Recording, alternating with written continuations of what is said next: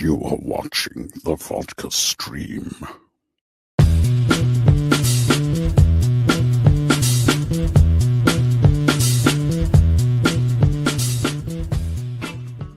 Hey, what's happening, everybody? How's it going? It's Friday. Oh, and it's finally cooling off here in SoCal, which is great. It is great. It just means gloomy mornings, though, which I'm not really a fan of. But hey, you know, as long as I don't have to have my AC running all the time, or my electric bill is a freaking $1,000,000,000, I think we'll be okay. I got to be careful with my little lava lamp here. And hopefully you guys are doing good. Let me, you can't even really see it. Anyway, so cheers, guys. Welcome to another Vodka stream. Here we go. Vodka's flowing. We should have a good panel tonight. Of course, we'll be talking about all kinds of things. Of course, mainly, crypto. And, we'll talk a little bit of that discourse that's happened out there. A lot of stuff when it comes to DCU stuff. We got New York Comic-Con that is happening right now. The DC panels are mainly happening tomorrow. I know the one that James Gunn is going to be hosting and whatever for Creature Commandos, which I know a lot of people aren't too hyped for. I'm not even big time hyped for it. Just kind of wonder if there's going to be other things that might be mentioned there. And it's one of those things where you just kind of wonder, but so what I think I might be doing, I think I'm actually going to do a stream tomorrow around at 5 o'clock Pacific time, because that panel starts at 4:45. And I'm thinking, okay, probably not going to be much that's going to be happening. It's not going to be like, obviously, San Diego Comic-Con. So I'm thinking about just hey, why not just do a Saturday stream? And then, of course, if you guys are members or part of the Patreon, you can come on and join and be part of the panel and be part of the discussions and everything. So I think that's what's the plan for tomorrow. So if you guys want to join that. And then, yes, of course, we got Karate Kid. We got a new poster. I was like, you know what? Let's talk about this. It's a cool poster. It's interesting. It's Karate Kid, baby. So yeah, we'll be talking about that too, because they did release the poster for it. And I'm just going, I don't know. I have thoughts, and they're all good thoughts, to be honest. What's going on, James? I hope all is well. James Gunn once again reiterates that Matt Reeves isn't joining the DCU. Absolutely loved the Superman and Krypto reveal. That should have been the poster. Well, it still could be the poster. And yes, he did reiterate the fact that it's just that's again, and I'll bring it up in a little bit. Hello, Miss Lisa Jackson. Hey, I have a gift for you. Lisa. Hope you're watching. My face. Stole my face. Think about my true flashback. There you go. There's the drop you wanted right there. My face. You stole my face. Drop from the Flash right there. And sorry, there was music behind it. That was the one I could only find on, find it on YouTube. So, but hey, there's the drop right there. I know you wanted to see that. So now it's part of the drops when it comes to the Vodka stream. So there you go, darling. We got Shane O right here. Greetings. Let's see. What else we got? Who else we got here? We got RJ. What is happening? Good to see you, buddy. What's going on? Braden said people who complain about the fictional dog looks needs to walk outside, right? I always start laughing when I hear the Snoopy jazz music. Hey, that's what it's all about right there. What's going on, Jade? We got Chris Balga right here. Who knew Kryptonian Canine would divide the fan base even more? Anyway, hey, that's what we're also going to be talking about that today, too. It's going to be a CGI dog for sure. It's not going to be real, which, again, James Gunn knows how to do CGI animals, right? CenturyLink, something happened with their own wires or something, and so it affected my internet. Ooh, goddamn CenturyLink. So there you go. What's going on, Phil? Good to see you, buddy. Good to see you. We got Mr. Trevino. Salud. I went on a shopping spree today. Oh, yeah, I know. We'll talk about that. We're definitely going to be talking about that for sure. So, yeah. Let's see. Freaks. Is that what it is? I don't know. What studio is making the new Karate Kid? Yeah, good question. I'm not too sure. Whatever is handling it on Netflix too. I think is it Sony. I don't know, but it's supposed to be like it's not. It's got Ralph Macchio. I'm assuming that there's going to be some Cobra Kai people in there. It's going to be somewhat of a continuation right there. So, so yeah. There's definitely going to be that. What's going on, Ryan? Good to see you, buddy. I don't know. Yeah. Good. Let's see what we got. We got Skate and Geek Out. When do you think we'll see the first Superman teaser or trailer? That's what I'm kind of wondering, too. What's going on, Cal? Good to see you. What is happening? I think it's Sony. Yeah, I think it's Sony too, for sure. So we got Lane right here. By the way, not sure if it's Nickelodeon or DC. Jesus Christ. Oh, Lane. Not sure if it's Nickelodeon. But if Zach had Krypto in it, you'd be all about it. But of course, when it comes to Zach, just like what's his name said, he just it wouldn't fit in Zack Snyder's world. That's for damn sure. Yeah, probably CCXP and everything. Hey, we got Stephanie T right here. Good to see ya. Good to see ya. But yeah, good to see ya. What's going on with everybody? Everybody's doing good. Yeah, so it's all good stuff. And I did want to go ahead and ask some questions, guys. Keep on asking questions. I just wanted to say hi to everybody, but I did want to talk a little bit more about the whole crypto thing and just everything when it comes to this little discourse and stuff. And thank you for talking about Aaron. Let's see. Because I wanted to bring up his art and show what he has been putting up, when it comes to everything. So, yeah, I wanted to give that. But yeah, go ahead and ask some questions. I'll answer them, and then before we bring on the panel. But I did want to bring up some of Aaron's art right here that he that has just been blowing up on Twitter. And I've always shown Aaron's art. Aaron's art's fantastic. He's good with Photoshop. He's good with, I don't know, whatever tools he's doing. I know he's trying, and I know it's been a little bit of a struggle for him, but I think one of the last times he was on here, this is Aaron Bailey Art, by the way. Follow him on Twitter and various other, I'm sure it's Aaron Bailey Art all over the place. Come on, Guardians. Beat the Yankees. Congratulations to the Mets for, taking it back to LA. So we're going to get a game 6 of the NLCS. But of course, I want the Guardians to beat the Yankees. So then, the Yankees. Anyway, so when it comes to Aaron, he does great work. And it's funny because, when he was making some of this art right here and it was going around, and it was just kind of a funny thing because here's the initial art. Here's the initial art that Aaron made when it came to the crypto reveal and everything. This right here, I should probably put my background. Whoop. Anyways, this one right here.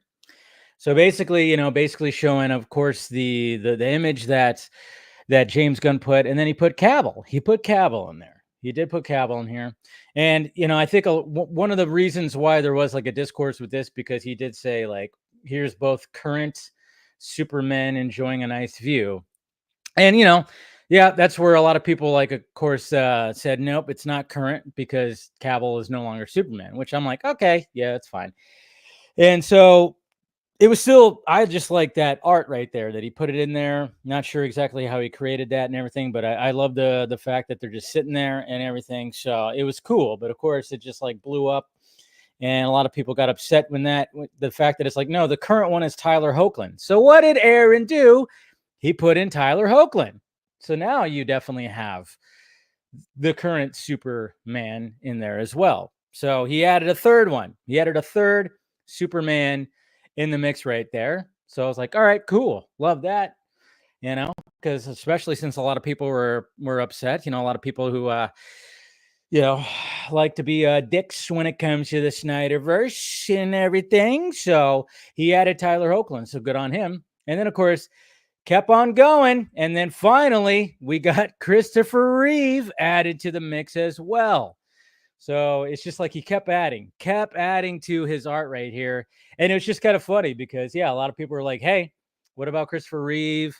Obviously Christopher Reeve started the whole cinematic universe, or not cinematic universe, but cinematic Superman, I should say. So just pretty cool to see that. So yeah, his stuff was like blowing up and people were getting a kick out of it. And of course, there's like a crazy discourse when it came to I'm sure his mentions were an absolute mess because, fandom will fandom and everything. So it's just kind of funny how much, he was like going through all that. And then, of course, we were making jokes today, too, that, people were saying like, hey, you should add Dean Cain. You should add Tom Welling. You should add Brandon Ruth. Just add everybody. And then I even chimed in and said, hey, why are we just adding Superman? Why are we just adding the Superman? We have different versions of Krypto. Let's start adding dogs to the image, huh? We got the Super Pets Dwayne Johnson version. Add him to it. We got the fucking Titans version of Krypto. Why not add him to it? So I was like, start adding the dogs. You like dogs? I like dogs. Yeah, dogs. Yeah, dogs. So I was like, Aaron, start adding more dogs. Of course, that's just jokes, but I don't think he's going to be adding more to that. But just thought it was really good. So cheers to Aaron for creating such cool art and for, causing fanboys out there to just lose their minds, since they were losing their minds already when it came to the way that Krypto looked. Like I said, I didn't realize that a CGI dog was going to drive people insane. But here we are. It's like, Jesus Christ, it's not that serious, guys. It's not that serious. But again, like I said, when it comes to Krypto, I will reiterate it right here yet again, that you make that the teaser poster. Oh, you're going to put butts in the seats. You make that the teaser poster, and I'm wondering if it's going to be the teaser poster. You put butts in the seats because people love dogs. People love dogs. Okay? People absolutely love dogs. You put that on the teaser poster, and you get people that maybe not want to even think about seeing a new Superman movie. Automatically, they're going to be like, what? There's a dog? What the hell is this dog going on? Superman's sitting next to a dog. What the hell? Intriguing, And I think that, that could have been part of the reason why they wanted to introduce Krypto. And I'm just like, okay. And then what I like about it, what I've said before too, is like he's not wearing a cape. It's just a normal dog with a collar. I mean, I'm kind of wondering when it comes to the story of it, is like, when it comes to the story, does Superman already know of this dog? Because James Gunn did say that it is, it's a Kryptonian creature. So that's what's going to be interesting too. And again, I'm just kind of going, yeah, it just seems like James Gunn, and this is why I'm going, all right, thank you for doing it. It just seems like this is, when it comes to Superman, the animated series, which is fantastic, that's what he's kind of like trying to go for, at least right here. So, when people are saying it's Nickelodeon or Disney, I'm just kind of going, it feels a little Superman, the animated series to me. So, it's going to be okay, I think.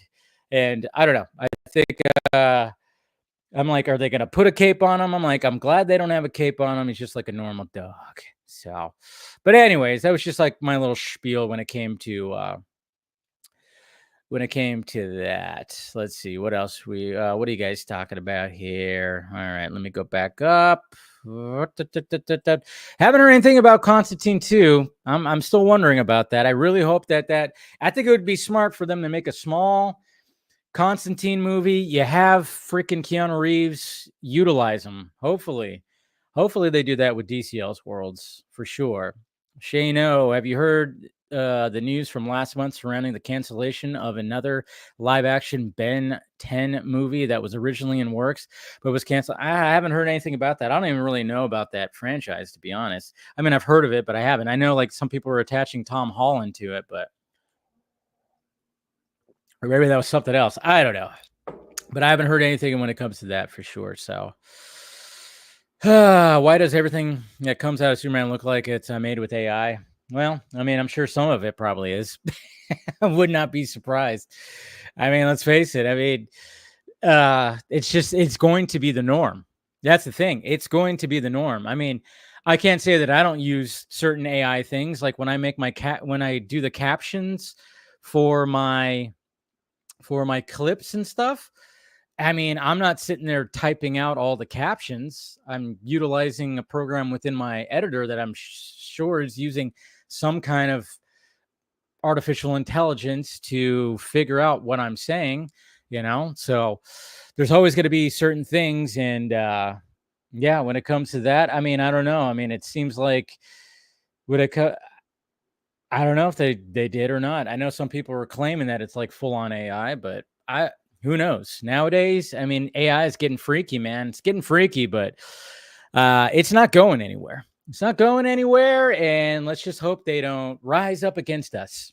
That's all. Yeah, so it's just got to be tools that are going to be utilized. I wonder if Beetlejuice massive success will light the fire under Zazzy's pants as to give us a third movie. It might.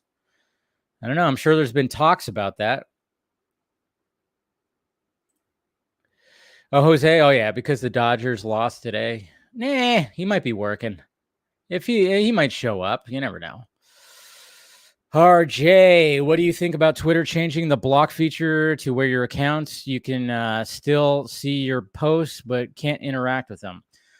A lot of folks are upset and moving to Bluesky again. I mean, I don't block. I really am not a big blocker, but I understand that how it's utilized for some people. And, it is kind of dumb. I think it's like if you're blocked, you should not be able to even see people's posts and stuff like that for sure. But I'm like, to me, it doesn't really bother me all that much. And yeah, I always love it too. I've been seeing that as well. When I see people on Twitter just like going like, I'm done with this and follow me over here on Blue Sky or Threads or whatever freaking, new social media is out there. But then they do that and then they never leave. They never leave because let's face it, no matter what you're going to do, even though Twitter is the fucking wild, wild west, you're not going to leave because it's not dying. A lot of people thought that Twitter was just going to fucking completely fail and just go into the shitter and not even be a thing anymore. But here we are. It's still flourishing. It's still there. It's still everything. So yeah, that's why I just I'm not going to move. But I do respect the people that did decide to quit Twitter and never came back. Good on that. Because a lot of people will say that they're quitting and post their all their other stuff. And then all of a sudden 2 days later, they're tweeting again. Because, little bit of hypocrisy or whatever the fuck. But I do appreciate the people that do leave and never come back because they stuck to their guns. Big time respect right there. Respect. Hey, Dave, you should check out the AFL, the Australian Rules Football. Is that like rugby, right?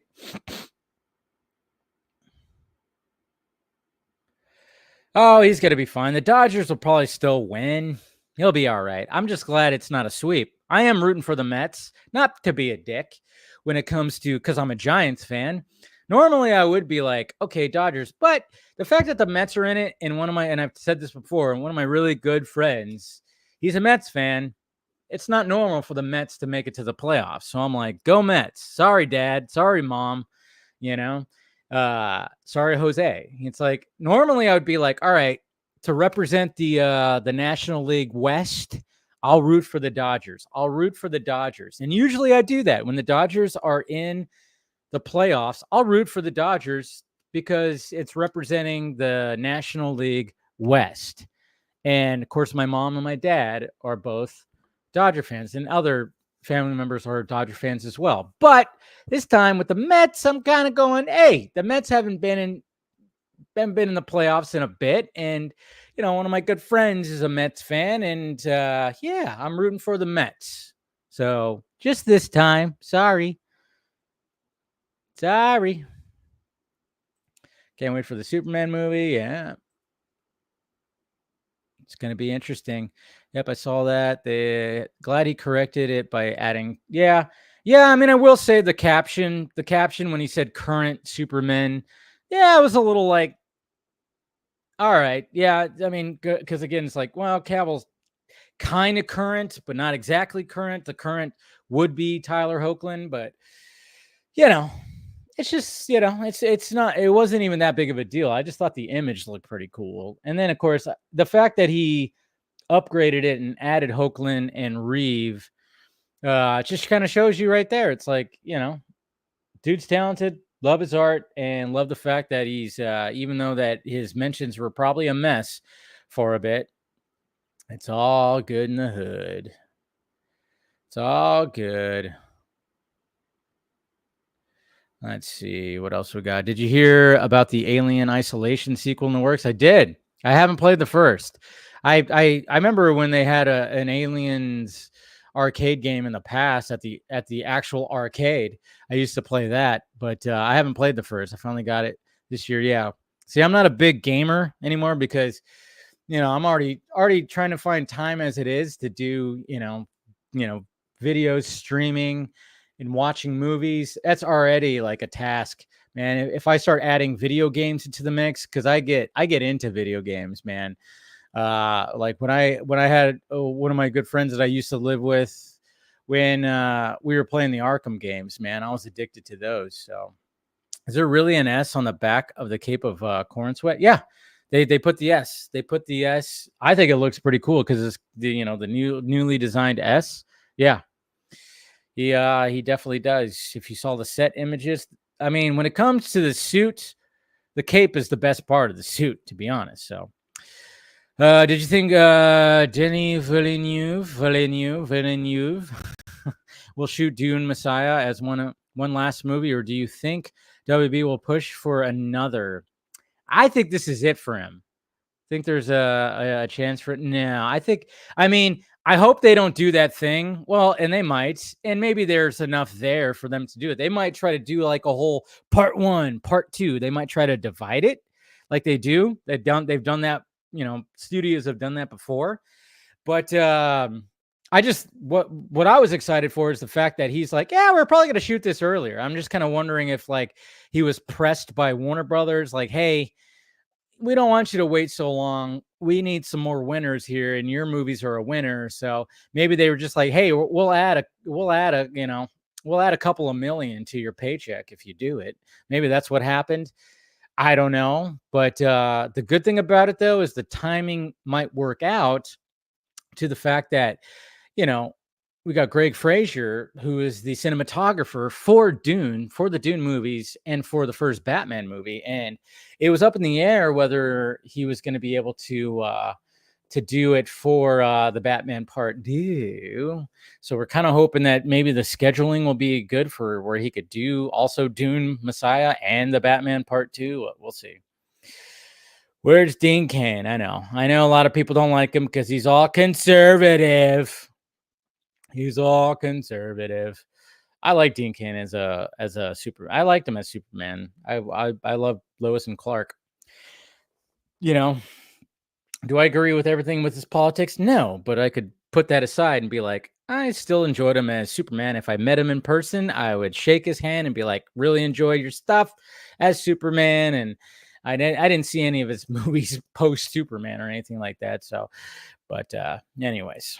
Shano, question 2 and question for the chat. Which Nickelodeon live action movie project do you want to see the most to happen after it was announced this year? Live action Danny Phantom. Danny Phantom was the one that they were linking Tom Holland to, not Ben. Yeah. See, I got it confused. I knew there was something that people were linking Tom Holland to. It was Danny Phantom that they were doing. Live action Rugrats. I wasn't big on Rugrats, not gonna lie. I was when it came to Nickelodeon. I mean, I liked didn't they have the baby tunes, the Looney Tunes that were babies or whatever? Didn't they have that show at one point? I don't know. I used to watch like the Truth or Dare, Double Dare. No, it's Double Dare, right? Not Truth or Dare, Double Dare. I used to watch that. You can't do that on television. It was funny because I used to watch Nickelodeon just for like reruns of Looney Tunes and other cartoons more than watching like their new stuff, you know? But, you know. Oh, yeah, the Supermen united together on picture. Yeah, and they all respect each other. It's all just fanboy fluff. Ooh, the Guardians are they're threatening right now. The only thing I didn't like was when people tried to make it seem like Krypto would have a gun if Dak. Okay, so yeah. And then when you realized it was a joke, and so I didn't comment. Yeah, see, that's the thing. But you can't. Yeah, that's a joke. The running joke for Zach, and I think it's funny, and I'm sure he thinks it's funny, is that anytime you do like Zack Snyder's version of something, you have to put in some kind of gun. There's got to be a gun in there, and I love that. And it's a funny little meme, you know. It's a funny meme, and I saw that. I saw people like post dogs with guns, and it was like, oh yeah, Krypto if Zack Snyder's Krypto. And I just, you gotta it's funny. It's funny. I know you could add all the different cryptos into that too. Yeah, I don't know. I don't think I like I said, I think Aaron's gonna I think he's going, all right, that's it, unless he's cooking up something more. But I'm sure he had fun. He had fun in the last couple of days. And it was cool to see the art just like blow up everywhere, you know. So yeah, there was Krypto and the Titans, which he was a good Krypto. He was a good Krypto.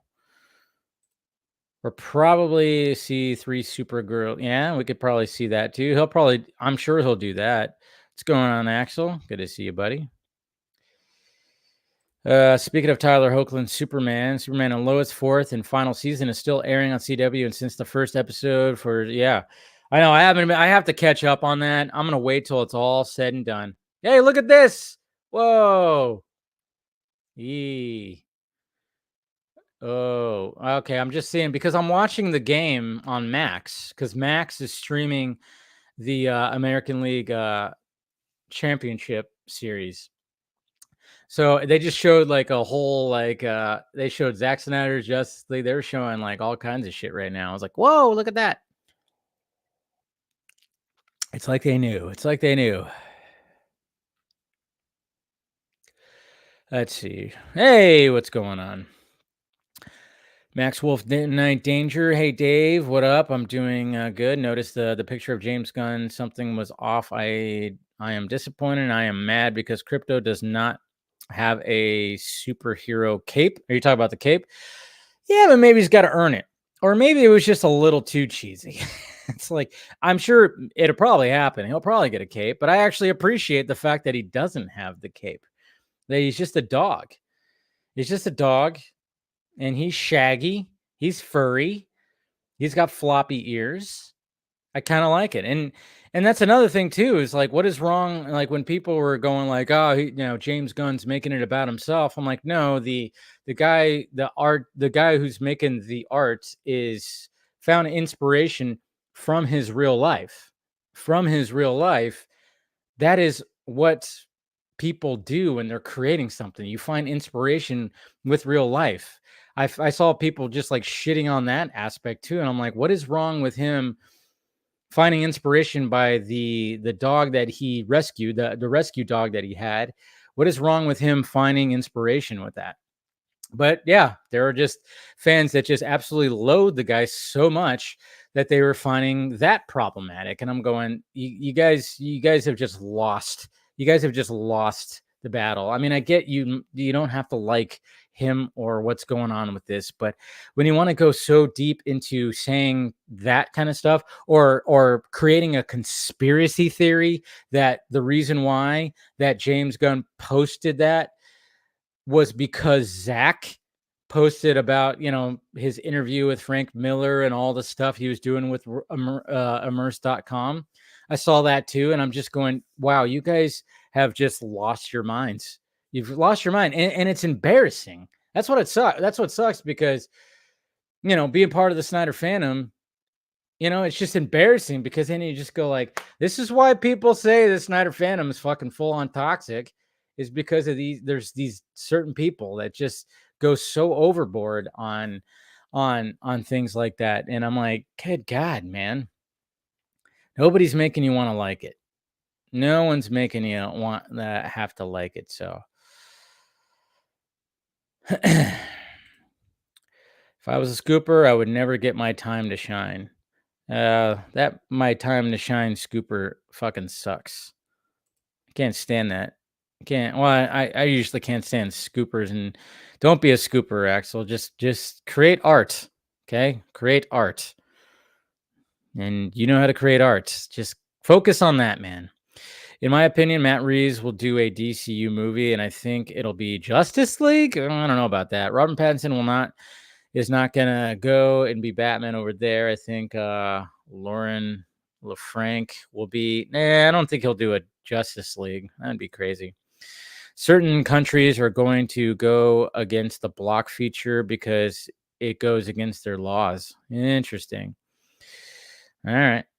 Yeah, I mean, there was already like that thing that happened with Brazil. That was kind of funny too, when Brazil and Twitter were going at it, and then all of a sudden it got lifted.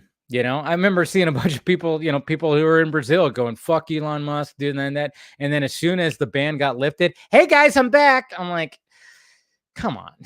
It's like, if you hate the owner of a certain company like so much, don't utilize the tool. If I hated the fucking owner of a restaurant, I wouldn't go into his restaurant. That's what I kind of find funny about a lot of things nowadays. It's like, if you hate a certain person, something like that, don't, even go into James Gunn. If you hate everything that James Gunn's doing, then talk about things that you love. Talk about those kind of things. Oh, it's not rugby? Okay. So it's like a completely different sport. Okay. So fuck the Dodgers. Don't tell that. Or even William. So William's a Dodger fan too. Wasn't the Alien TV show coming? Yeah, it's coming next year. Kind of worried about it. I'm all for more Alien content, but kind of worried about it. Not gonna lie. Kind of worried about it. I'm still praying we get some news on that Wonder Woman game. Yeah, I know. Whatever happened with that? Holy Lord.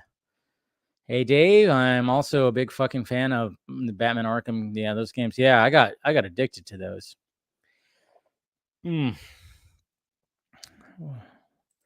Why couldn't? Well, he's a little old, and he's a little hated by people too. Gray was shit, but live action Rugrats would be tough. Well, they're going to be CGI babies. It wasn't Tiny Toons. It wasn't Tiny Toons, Ryan. They had like a different version of the actual Looney Tunes characters that were babies. And I forgot what it was called, but they had baby versions of like Bugs Bunny and Daffy Duck. And then eventually they did Tiny Toons, but that was more, I think that was on Fox Kids or something like that. It wasn't Nickelodeon. I mean, Nickelodeon, I think, acquired the reruns and stuff, but it wasn't Tiny Toons. Tiny Toons was, in the vein of like, that was something newer, but they did a version that showed the Looney Tunes as babies, like essentially as, they weren't like adolescent, they were just babies. And I think it was like Baby Tunes. I don't know what it exactly was. Oh boy, look what's happening right now. Guardians are making a ooh, buddy, they're striking right now. Yeah, Baby Looney Tunes. I watched it. Yeah, see, it was like a Baby Looney Tunes. Yeah. Tiny Toons was like that was like a spin-off of like literally they actually had new Looney Tunes characters. But yeah, it was like Baby Looney Tunes where it was literally Bugs Bunny, Daffy Duck, Porky Pig, and all of them as little babies. Yeah, so am I. It's okay. Well, yeah, it starts tomorrow when it comes to stuff. I think Dune Messiah will be the last Dune. Yeah, I think it will be too. I think like he's going to have his trilogy and then that's it. That's it. And yeah. So I would like to see Denis Villeneuve to produce a potential for. Yeah, he would be a producer. I think he would definitely be a producer. So Frank Miller is problematic. Nah.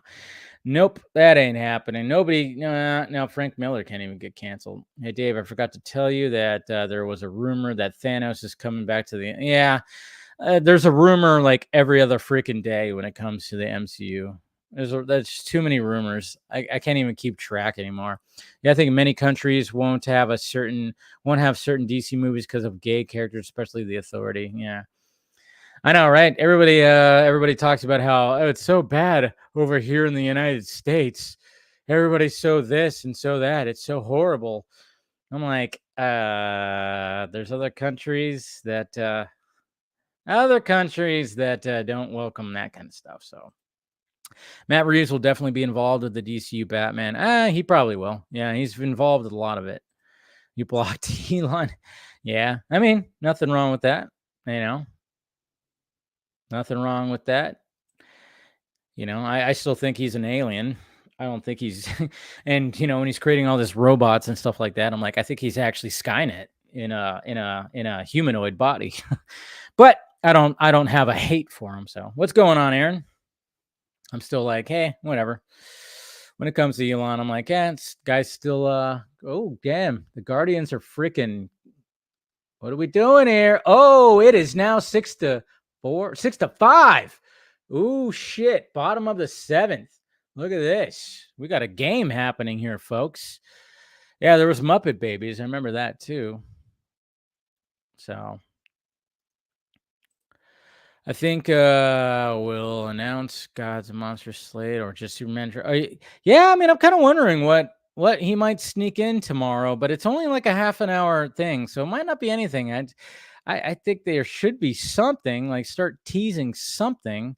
I don't know. I'm just like, I'm going like, hey, Gun, can you like tease something? What are we doing here? Do a little teasing of something, maybe. I don't know.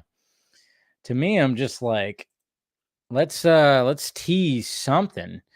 Little footage, some posters, something. Don't just go there doing Creature Commandos because, it's just a cartoon series. It's like, yeah, I know you guys, you want that to be like the 100% official start, the 100% official start to that. But at the same time, I'm just kind of going like, you need a little Superman at Comic-Con. Why the fuck would you not bring some of that?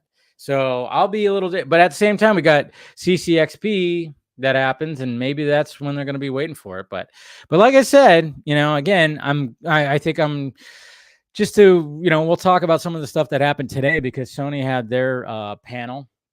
Sony had their panel today, of course, like when it came to Craven and when it came to Venom. So they did have some stuff like that, but yeah, we'll see what happens tomorrow. But I think, yeah, I'm gonna definitely do a stream tomorrow at 5:00 Pacific time. Just get on here, see what happens, because I'm just like going, come on, DC Studios, post more than just Creature Commandos. Okay, let's just post a little bit more than just that. But we shall see. We shall see. The only reason why Musk try to want to block thing is because too much people blocked. Oh yeah, that could be it. Could be it. It's like, wait a minute, people blocked me. Well, now, I don't know. Nah, that could be it. Let's see. I don't even want a 4th Dune film. I just wanted to end with Dune Messiah, but that's my worry. That's my biggest worry, that WB. But I mean, it just depends on how much story there is, right? Isn't there like there's the son of Dune, right? Isn't there more? I think yeah. The only thing that I would hope is like, all right, if there is source material, keep on going. Okay, but don't just start tacking on shit. That's the way I'm looking at it. It's like, don't tack on more shit. I say just so don't tack on more things. Just keep it to what's actually already out there. So just keep it what's actually out there. Dune is the Star Wars of WB for sure. They make a lot since there is a lot more to explore. Yeah, I mean, they got the series that's coming out. The new trailer dropped, which looks fantastic. So they're definitely capitalizing on it, which is good. But I think, I think it's. I thought, oh, okay, we're not going to get Dune Messiah for another 4 or 5 years, but I'm willing to bet that when it came to Deny, they probably were pressing him a little bit, like, hey, can you not wait like a half a decade to start doing the next one, because people seem to like it and we need some more wins because we still suck. We're still like in the shitter. So like, look at him jumping on the Trump rally. Dude acts like he's never been outside. I don't think he goes outside that much. I don't think he does. Right now, I'm sure he'll drop some Superman material. He's not showing up. Yeah, I hope not. It's like, it'd be smart. It would be smart. Tomorrow is, let's see, what is the, let me pull that up. DC NYCC. What is that schedule? Let's see. Oh, yeah, they announced Absolute Martian Manhunter. They definitely did that. And they're doing a panel tonight too. I saw that. Where's that schedule? I know I had it up. Oh yeah. So the schedule, this is what's, because they already had when it comes to the schedule for New York Comic Con, this was the initial schedule right here. So earlier today they had the whole Penguin cast on.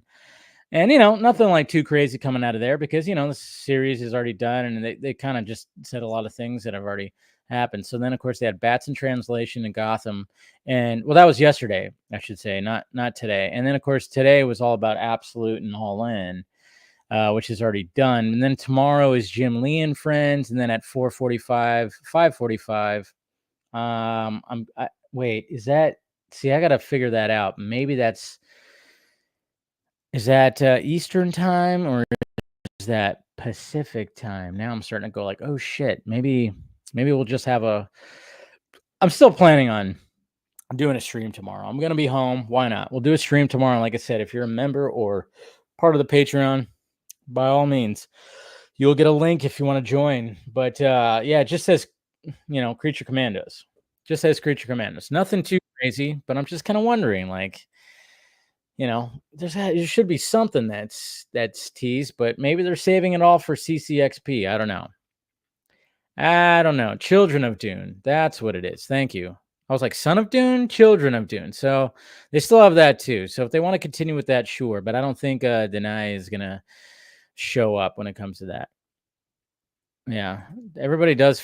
Yeah, I mean, yeah, that's how long that he's been around. He's been around. What's going on, Taladia Plays? Good to see you. Good to see you. Good to see you. Yeah. So it's probably Eastern Standard Time. I didn't even think about that. So yeah, maybe we'll just do a stream tomorrow. Yeah, that probably is Eastern Time. Didn't even think about that because I'm too busy. Oh shit. Oh, it wasn't. It was not. Yeah. So that probably is all Eastern Time. So we'll already have all that. So, but anyways, I'll probably still start the stream at 5:00 my time anyways. But yeah, we'll do like one of those streams. Also Emperor of Dune. I don't think NYCC is the place that anything gets announced. Yeah, but I mean, it's always a good opportunity to put stuff out there for sure. So we'll see what happens with that. But anyways, all right, guys. Appreciate the questions. Appreciate the conversations. Always great talking to you and everything. But we'll see what happens. But I figured, why not? We'll do like a Saturday version of the Vodka stream. And like I said, if you are part of the members of the channel or you're part of the Patreon, you guys will get a link so you guys can come on. You don't have to have your camera on or anything. If you just want to join and just shoot the shit, ask a couple questions, whatever the hell, that's what we'll do tomorrow. So cheers, you guys. All right. Time to take the shades off. I really want the Guardians to win. Nothing against the Yankees. I don't know. I just want the Guardians to win. I want there to be I want this to be a Good series. Tie it up. Tie it up. All right. Everything's sent out. I think I do. All right. Let's go ahead and start bringing some peeps in here.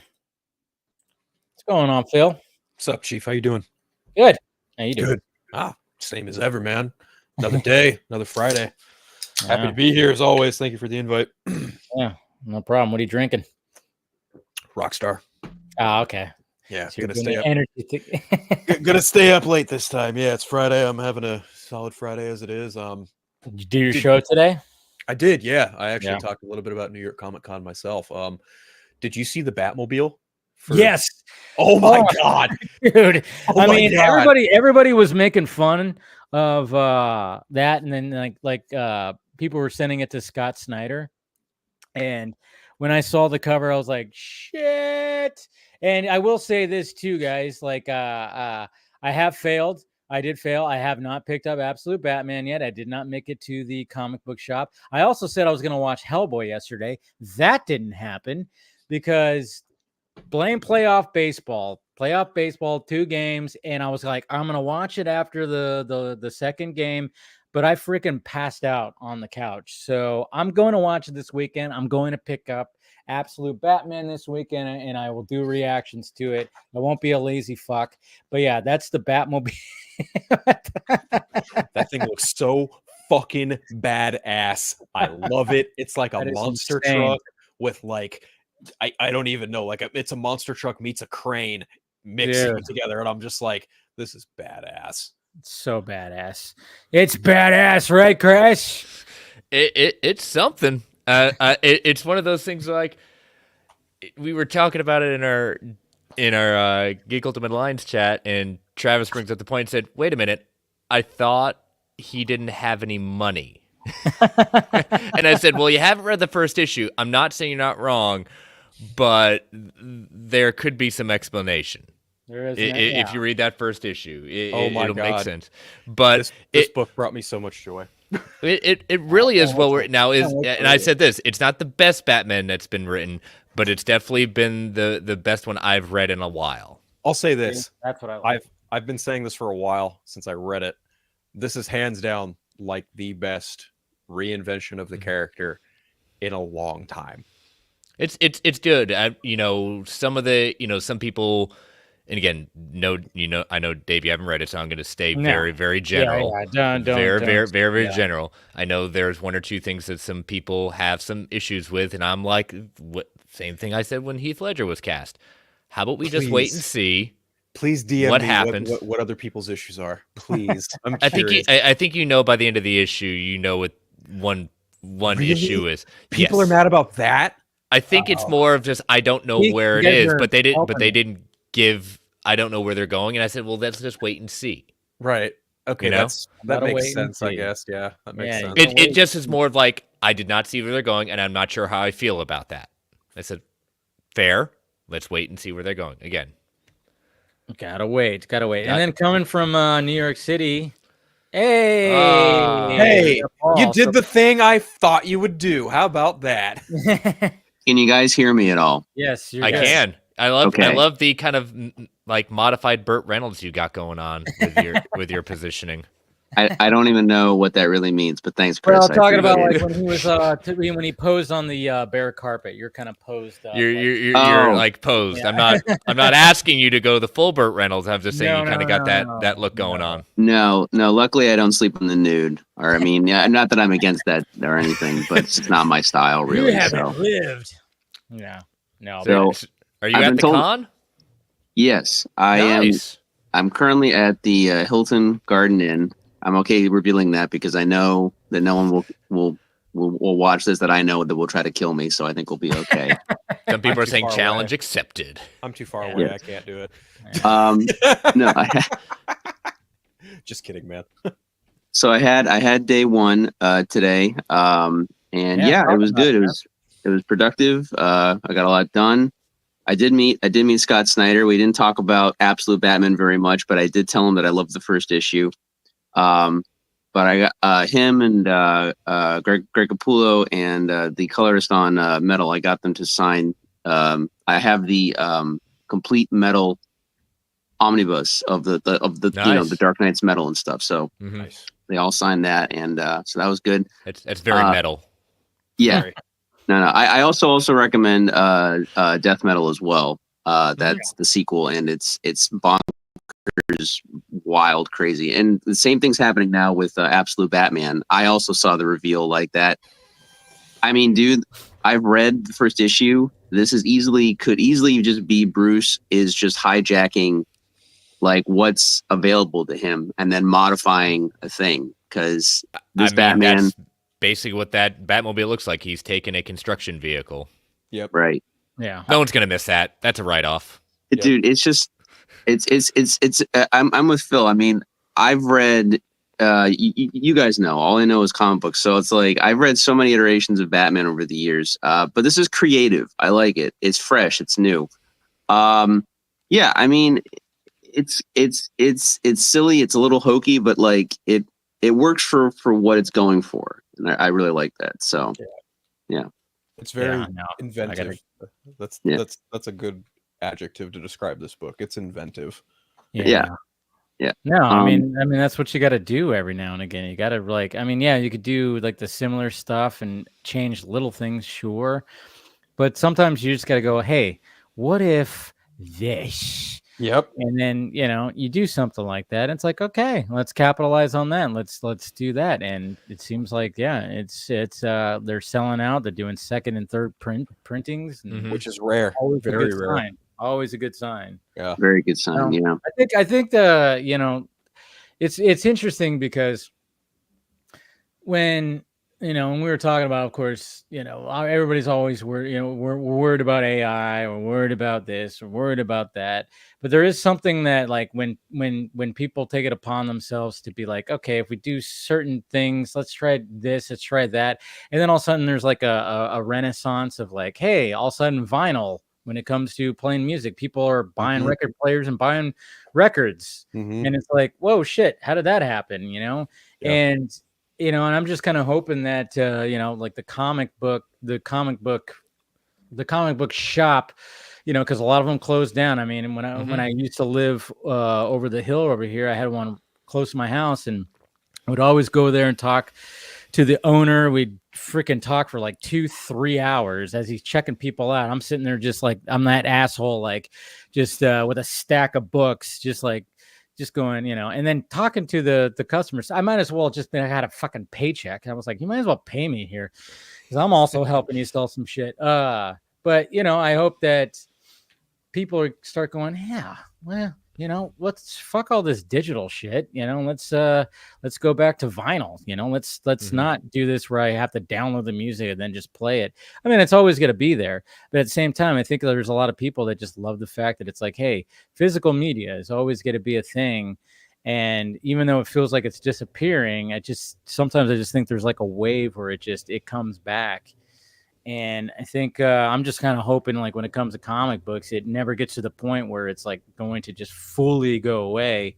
Like Total Film, they announced that they're not going to do any more printed issues. They're strictly going to be all online now. And I'm like, fuck, that kind of sucks because, I mean, I remember pre-internet, I remember I was even thinking of something today.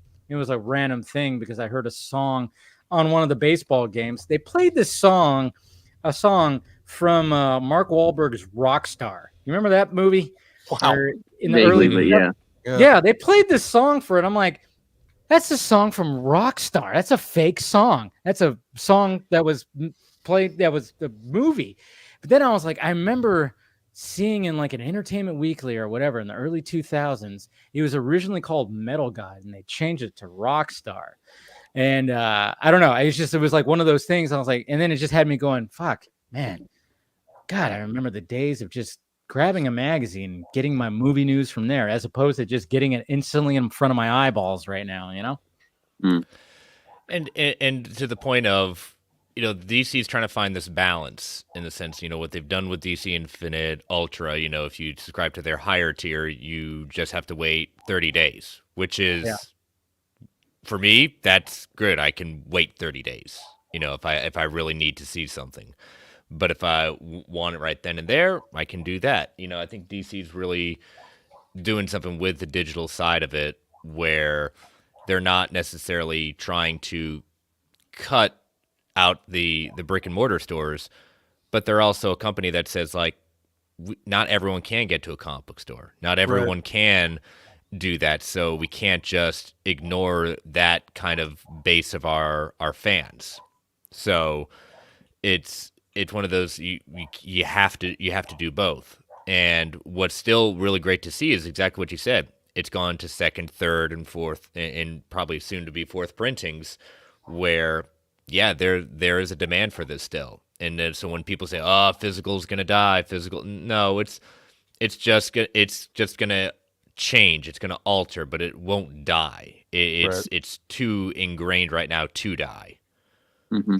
I also think with like a mega popular character like Batman and Spider-Man, those two are never going to, like, as long as those two characters are around, Marvel and DC will always have like at least one reason to print something physical as far as comic books go.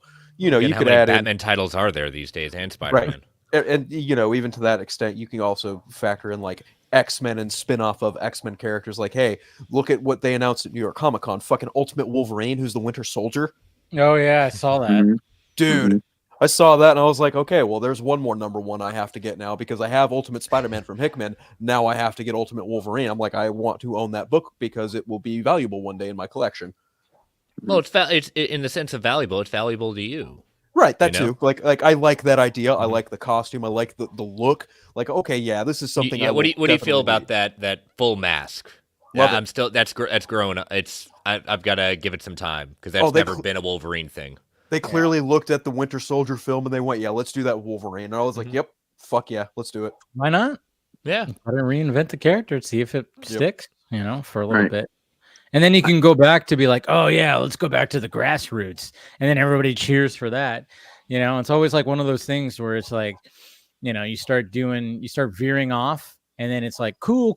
And then all of a sudden people go, I don't know about that. And then they go, all right, well, now we're going to go back to the basics. Hey, remember how it was like, and everybody goes, yay, and nostalgia and blah, blah, blah. So. And that's the thing that they do with this. People, like we keep on saying with everything else, if you don't like it, it's not your cup of tea. Like Ryan said in the chat to me, not his cup of tea. That's a respectable view. Yeah.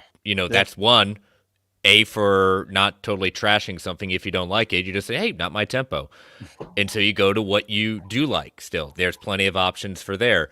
But I think what they see, and even Marvel sees, the big two see that the movement is away from the big two just because you haven't done something that really has captured people wanting to pay attention to you. It's been reboot.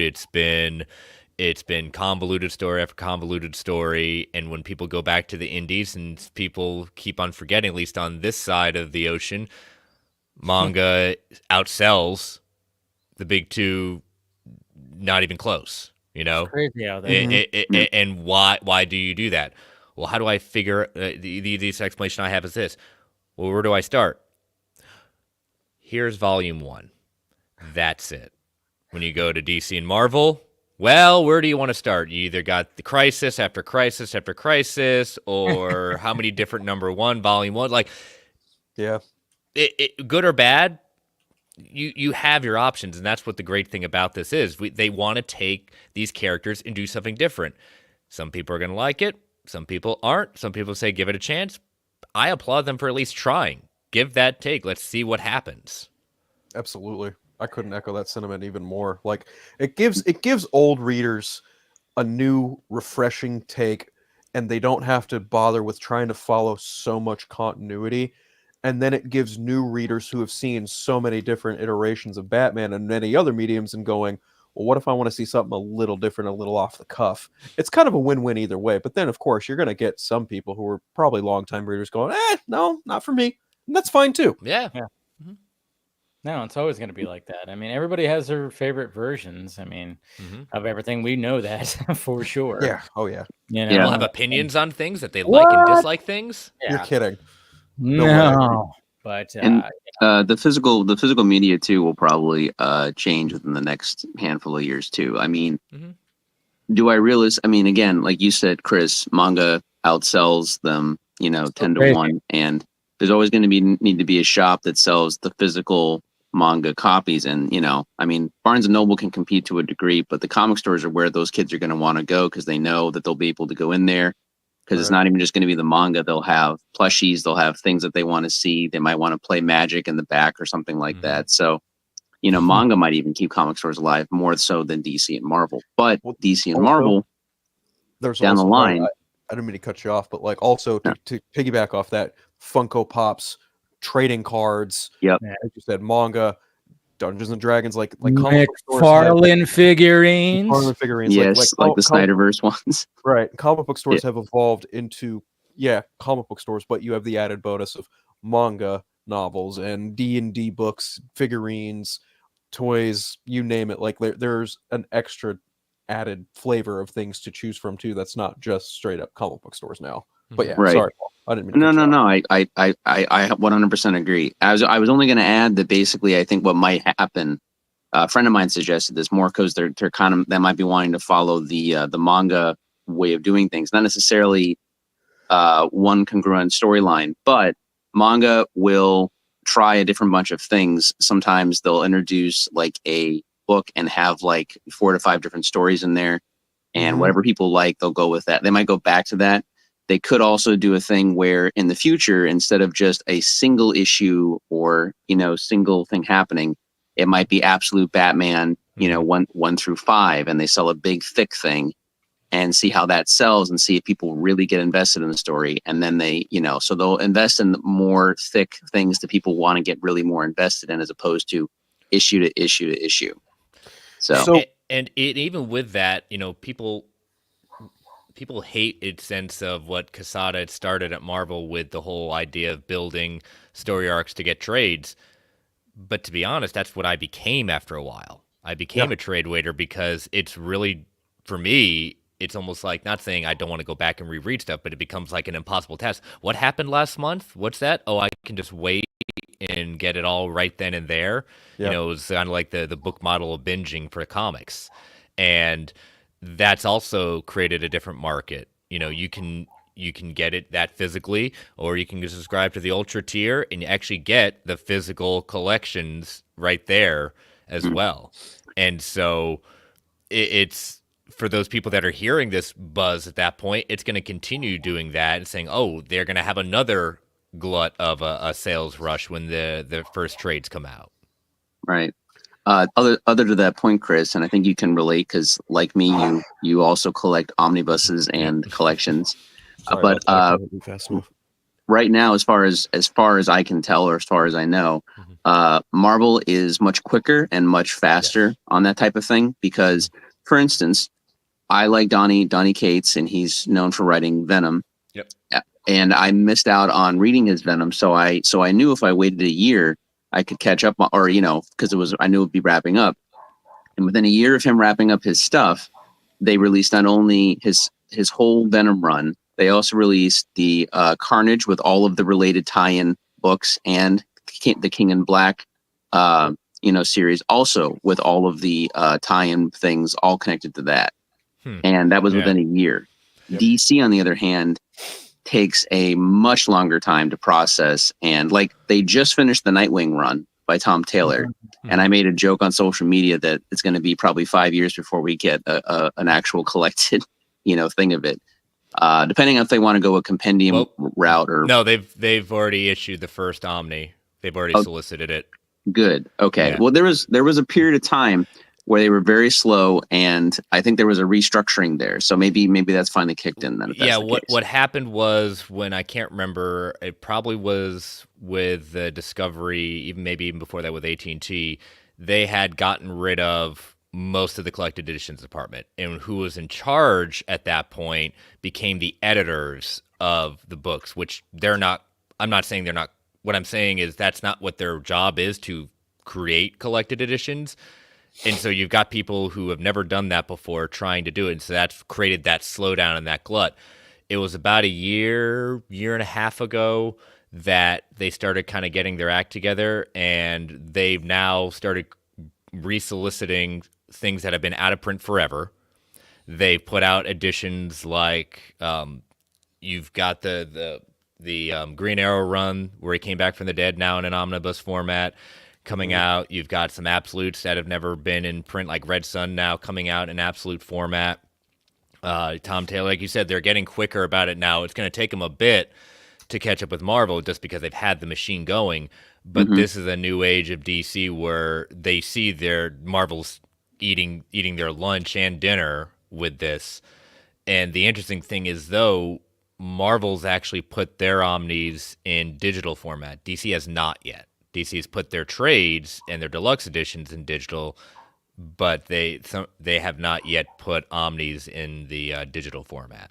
Yeah, I'm not familiar. I mean, I know I'm familiar with Marvel Unlimited. I have not used it personally, but I heard it's pretty decent. You have to wait about 6 months, and then everything you can read everything. I know between. I think it's 3 months now. Really? Wow. Yeah, I think it's That's 3. cool. yeah. But I do know I had DC All Access, I think, or something. I forget what it used to be called, but I used to be subscribed. DC Universe Infinite. Yeah, that's what it was. So I do know that like there's a whole bunch of different things, and I know that. But again, just like you were saying with like all the mergers and stuff, I knew that they were retooling the digital realm and what they was going for. But it sounds like they're doing a little bit better now, I guess, with it. Okay. Yeah, they're definitely working on stuff. They actually have a rebuilding the collected editions department.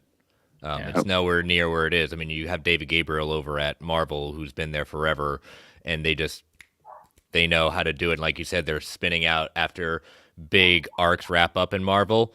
It's not just a deluxe section; they're just going straight to Omni format. So I mean, it's not even waiting a year; you're waiting 6 months.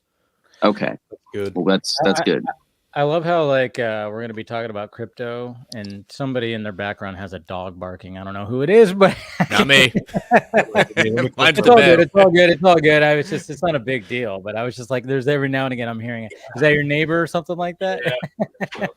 See, you've got a motorcycle person. Phil's got a neighbor with a dog. Yeah, I know, right? Phil might have some unruly hotel neighbors. Yeah. That's So gonna be so Paul, far sir. so good. It's all Nothing good, man. bad. Yeah. I've heard some sirens outside from the city. That's about it. I was like, where's that dog barking? What's going on? I was like, I hear it, but it's all good. All right, we got Austin and we got Nate joining in right now too. What's going on? What's up? What's up, guys? Going? Guys. Hello. How you guys doing today? Doing well. Yeah, it's not too bad. been a day. Yeah. Yeah.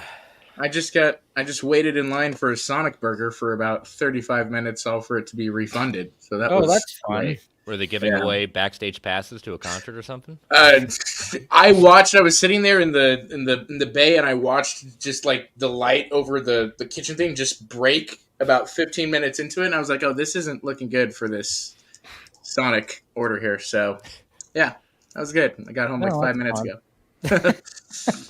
Well, what'd you end up eating? Anything? I went to Carl's Jr. There you go. You can always rely on Carl's Jr. Yeah, I went to Carl's Jr. I had that for lunch today, funny enough. It's eating I forgot how damn good Carl's Jr. is. Well, I have one like right up the road from where I work, and me and the manager are super cool. She's super nice. We always like chit chat for a minute in the drive-through. She always calls me sweetie and whatnot. It's pretty cool. Right. You mean And treat And like a human being? you're instead- getting that meal with some love in it. Well, she knows she knows I'm. she knows about some work stuff. So I always like semi kind of vent to her about my day, and she vents to me about her day, and we just go about our Right. business. It's a nice cool. It's It's a nice trade-off. Yeah, exchange. There's nothing wrong with having a relationship like that with somebody who Right. serves you your food, correct. because they're gonna probably be like, "Hey, don't freaking drop the burger on the ground or fucking spit in it or something. Don't hawk two of the burger." What's the saying from the movie Waiting? Don't fuck with the people who make your food. Dude, I was working at Sizzler when that movie came out. Sizzler. Oh God. And, I was working at Sizzler when that movie came out. And I remember me and my buddy watched it. There were so many times we looked at each other like, pfft. And then when he said that, it was like, yes. It's like, people. I mean, I get it. Like sometimes shit like goes wrong when you're especially when you're at a restaurant or something like that.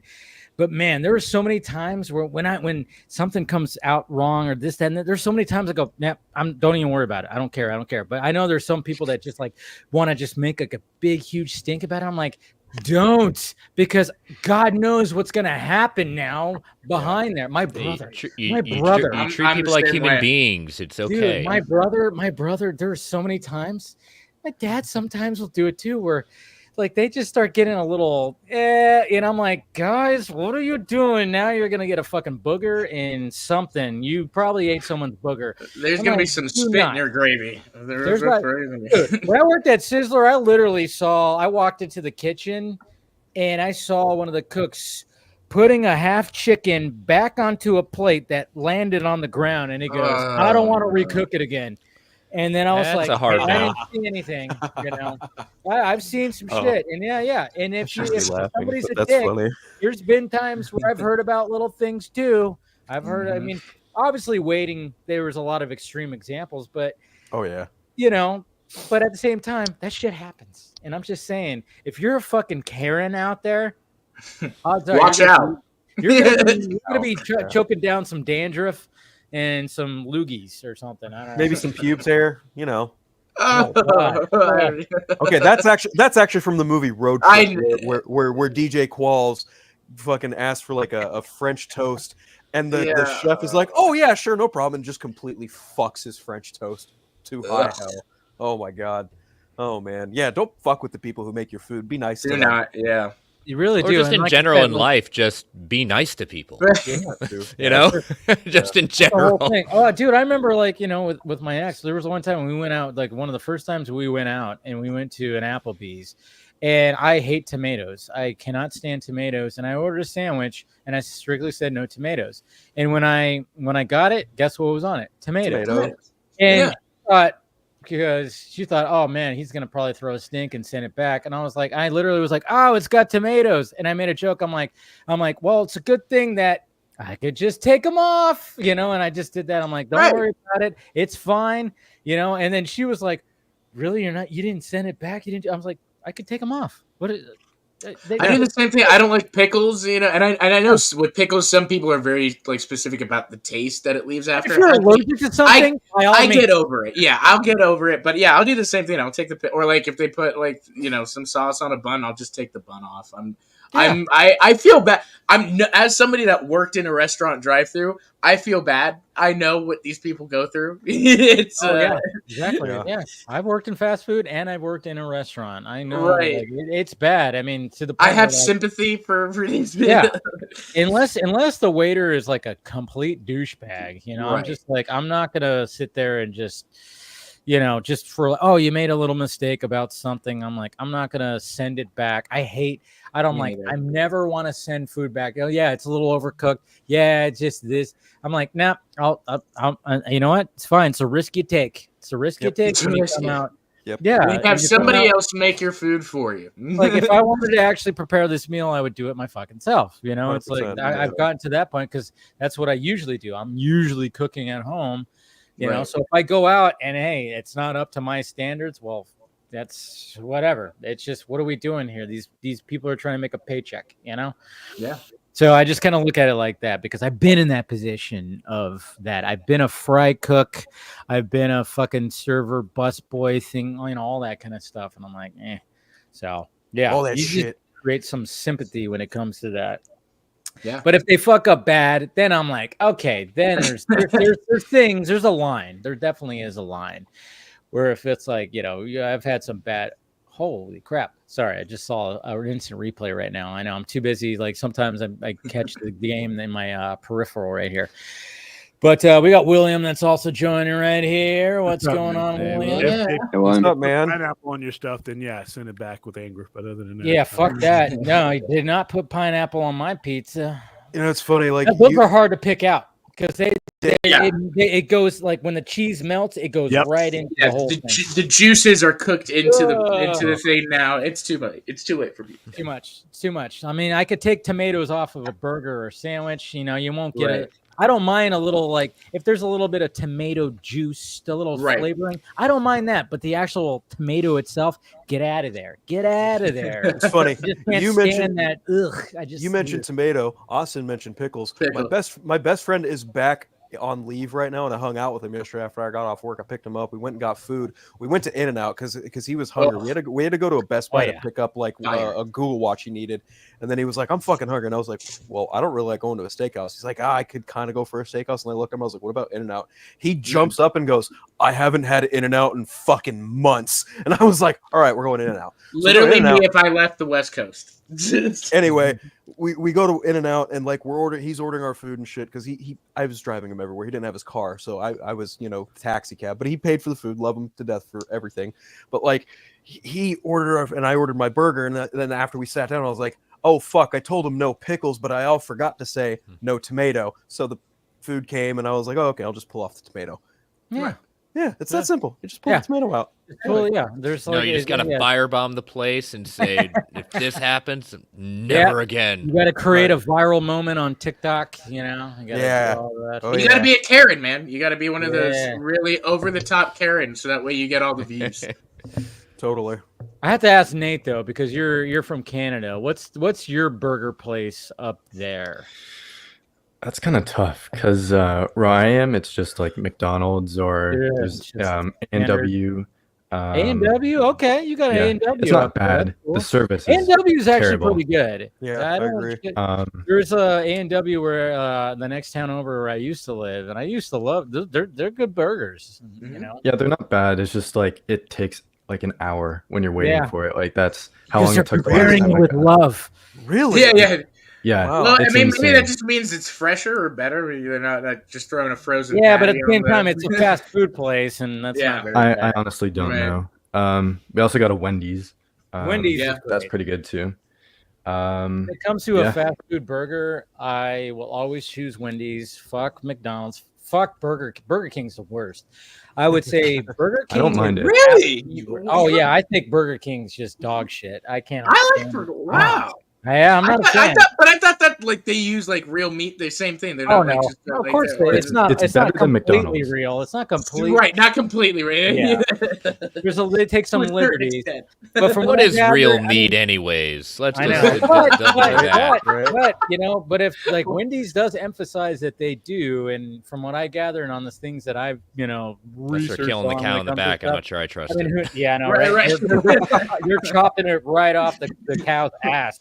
That's why it takes an hour, Nate. They got the full cow in the back. I guess so.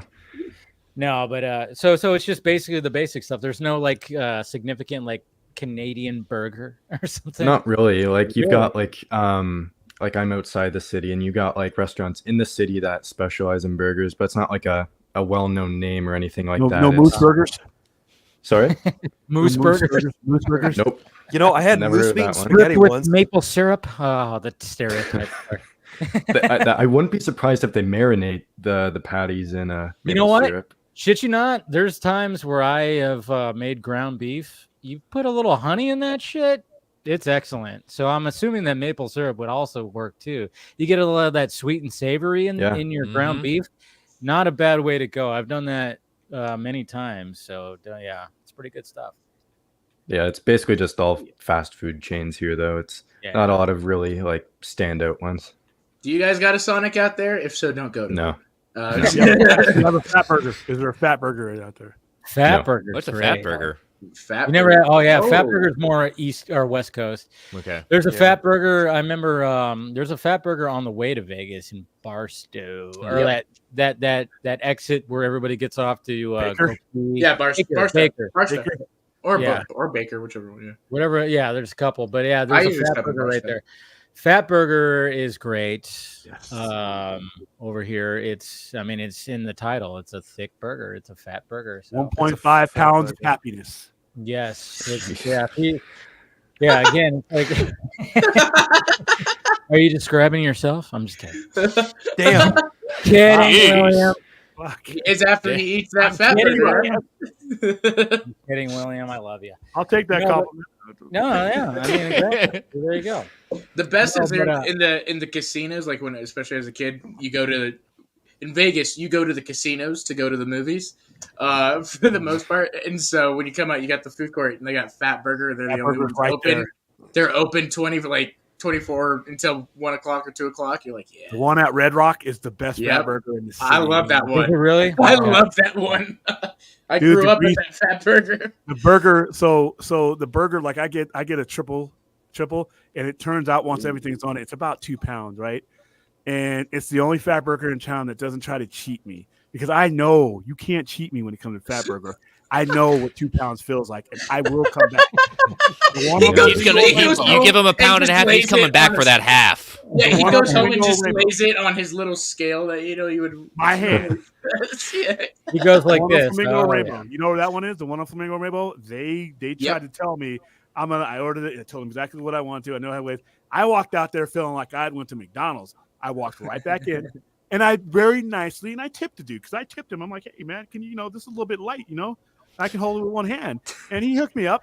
He ended up being, he weighed it, and it was 2.1 pounds. And you go to Fat Burger, you need to indulge. And you know what you did there, William? You treated him like a human being instead of trying to firebomb the place when they you felt they gypped you. They cheated No, you. we and him wanted the same thing. He wanted more money from me as a customer, and I wanted more half meat. pound, man. Yeah, exactly. You got an extra 0.1 pound out of it too. So there you go. Dude, and the grease, you have to double bag it.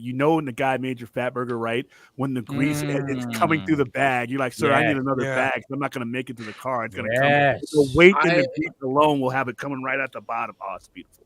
I would say the same thing about Five Guys, but also Five Guys has gotten super expensive over the last. Yeah, and they've cut back on their meat though. That's the problem. You can't jump my price and the patties start shrinking.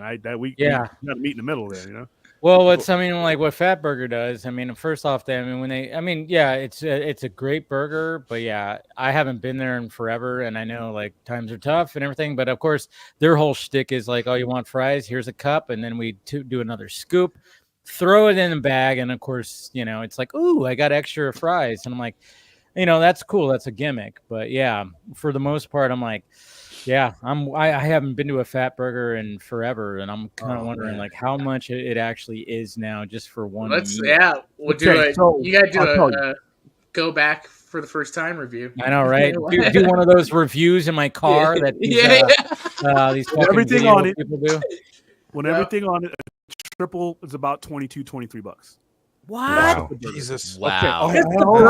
But hold on, no, it's a Philly. But at the same time, it's not as big. I understand, but a triple at In-N-Out is $10, and it does the same filling for me. Yeah.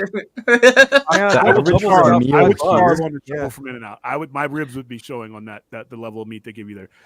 All right, so I know 22. I know that sounds expensive until you hold it in your hand and realize you're holding a small child, the equivalent of a small child in your hand.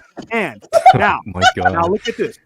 When you go to Jack in the Box and you go to the established ones and their prices are going up, right? And you're getting less and less meat. When you go out with a meal, by the time you walk out of any of those with a meal, you're already at $14, $15, $16, right? So once you've gone to that scale of desire, just go all the way. Just go. If you're gonna get you're out of that $17, you're gonna get some fries. Yay! You're gonna get a burger that's been compacted and smashed into a hockey puck that looks totally different than it is on that than when you drove through and you saw it. That big beautiful burger. That's not what you're getting. And you're gonna get some soda with a bunch of. You're gonna get a whole bunch of stuff. When you go to Fat Burger, yeah, it's just the one burger. When you finish that burger, you understand why you spent the money. It's worth it. It's worth it. You need to get Fat Burger to hire you for an ad. Yeah. I think that would be. Be their spokesperson. I'm dead serious, dude. You need to be You sponsored stole by them. that You need to be burger. sponsored by them. Yeah. Yeah, I'm you gonna order did. one right now. Yeah. Order one right now. This guy's Eat it ordering on one right now. That's stream. funny. Do it. But I don't know. Now I'm kind of curious. Okay, Chris, what's your burger place of choice on your neck of the woods? You should add this to the title of the stream, Talking Burger I know. Joints. You know, right? Sorry, everybody. It's burger night. I love it. I love it. We're gonna get into all the other talk, but we're talking burgers right now, guys. Let's do it. Burgers are fucking important. Like I'm gonna sound like pretty hoity-toity at that point. I think one of the best burgers I had was like a bison burger. It was I can't remember the place. It was like in Asheville. It's one of those farm to table kind of places. Nice.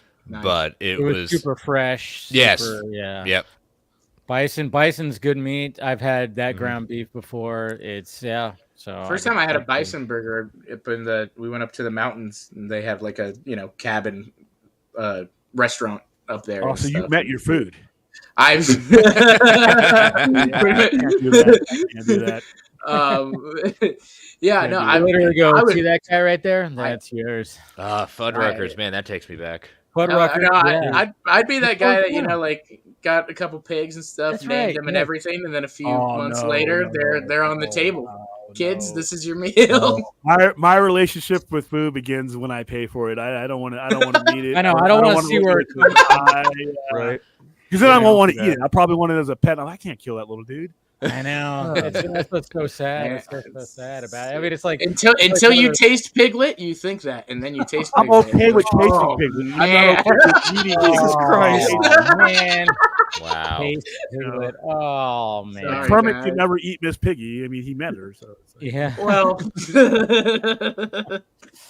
Man, vegans are not going to be happy with this episode. That's for damn sure. What about you, Paul? Do you have a burger place in your neck of the woods of anywhere that stands out? I mean, when I was in Cape Cod, they had the Five Guys at the mall and stuff, and that was pretty good. It was pretty concise and whatnot. But yeah, like Austin was saying, it started to get more and more expensive. I mean, honestly, if we're going fast food, I don't mind Wendy's and I don't mind Burger King. I think they've been more or less consistent. McDonald's, though, a couple years ago, I forgot because my brain got miswired, I guess, and I thought the Burger King burger was McDonald's, so I got a McDonald's burger. I couldn't even finish it. I felt sick. It was just Garbage. All of the ingredients have been replaced by plastic and whatever. It's but the burger, their fries are still okay, and their nuggets and their McFlurries if the ice cream machine isn't broken. But yeah, but no, it's mostly Five Guys. There's a Shake Shack around here too. I'm going to try that before I leave New York. Shake Shack's good. Yeah. That's pretty much it. It's really good. So. I saw Stephanie mention in the chat Harvey's. We got a Harvey's around here too. That's Harvey's. I've never had a Harvey's. Yeah. It's like a build your own burger. It's like Subway, but for burgers. Okay.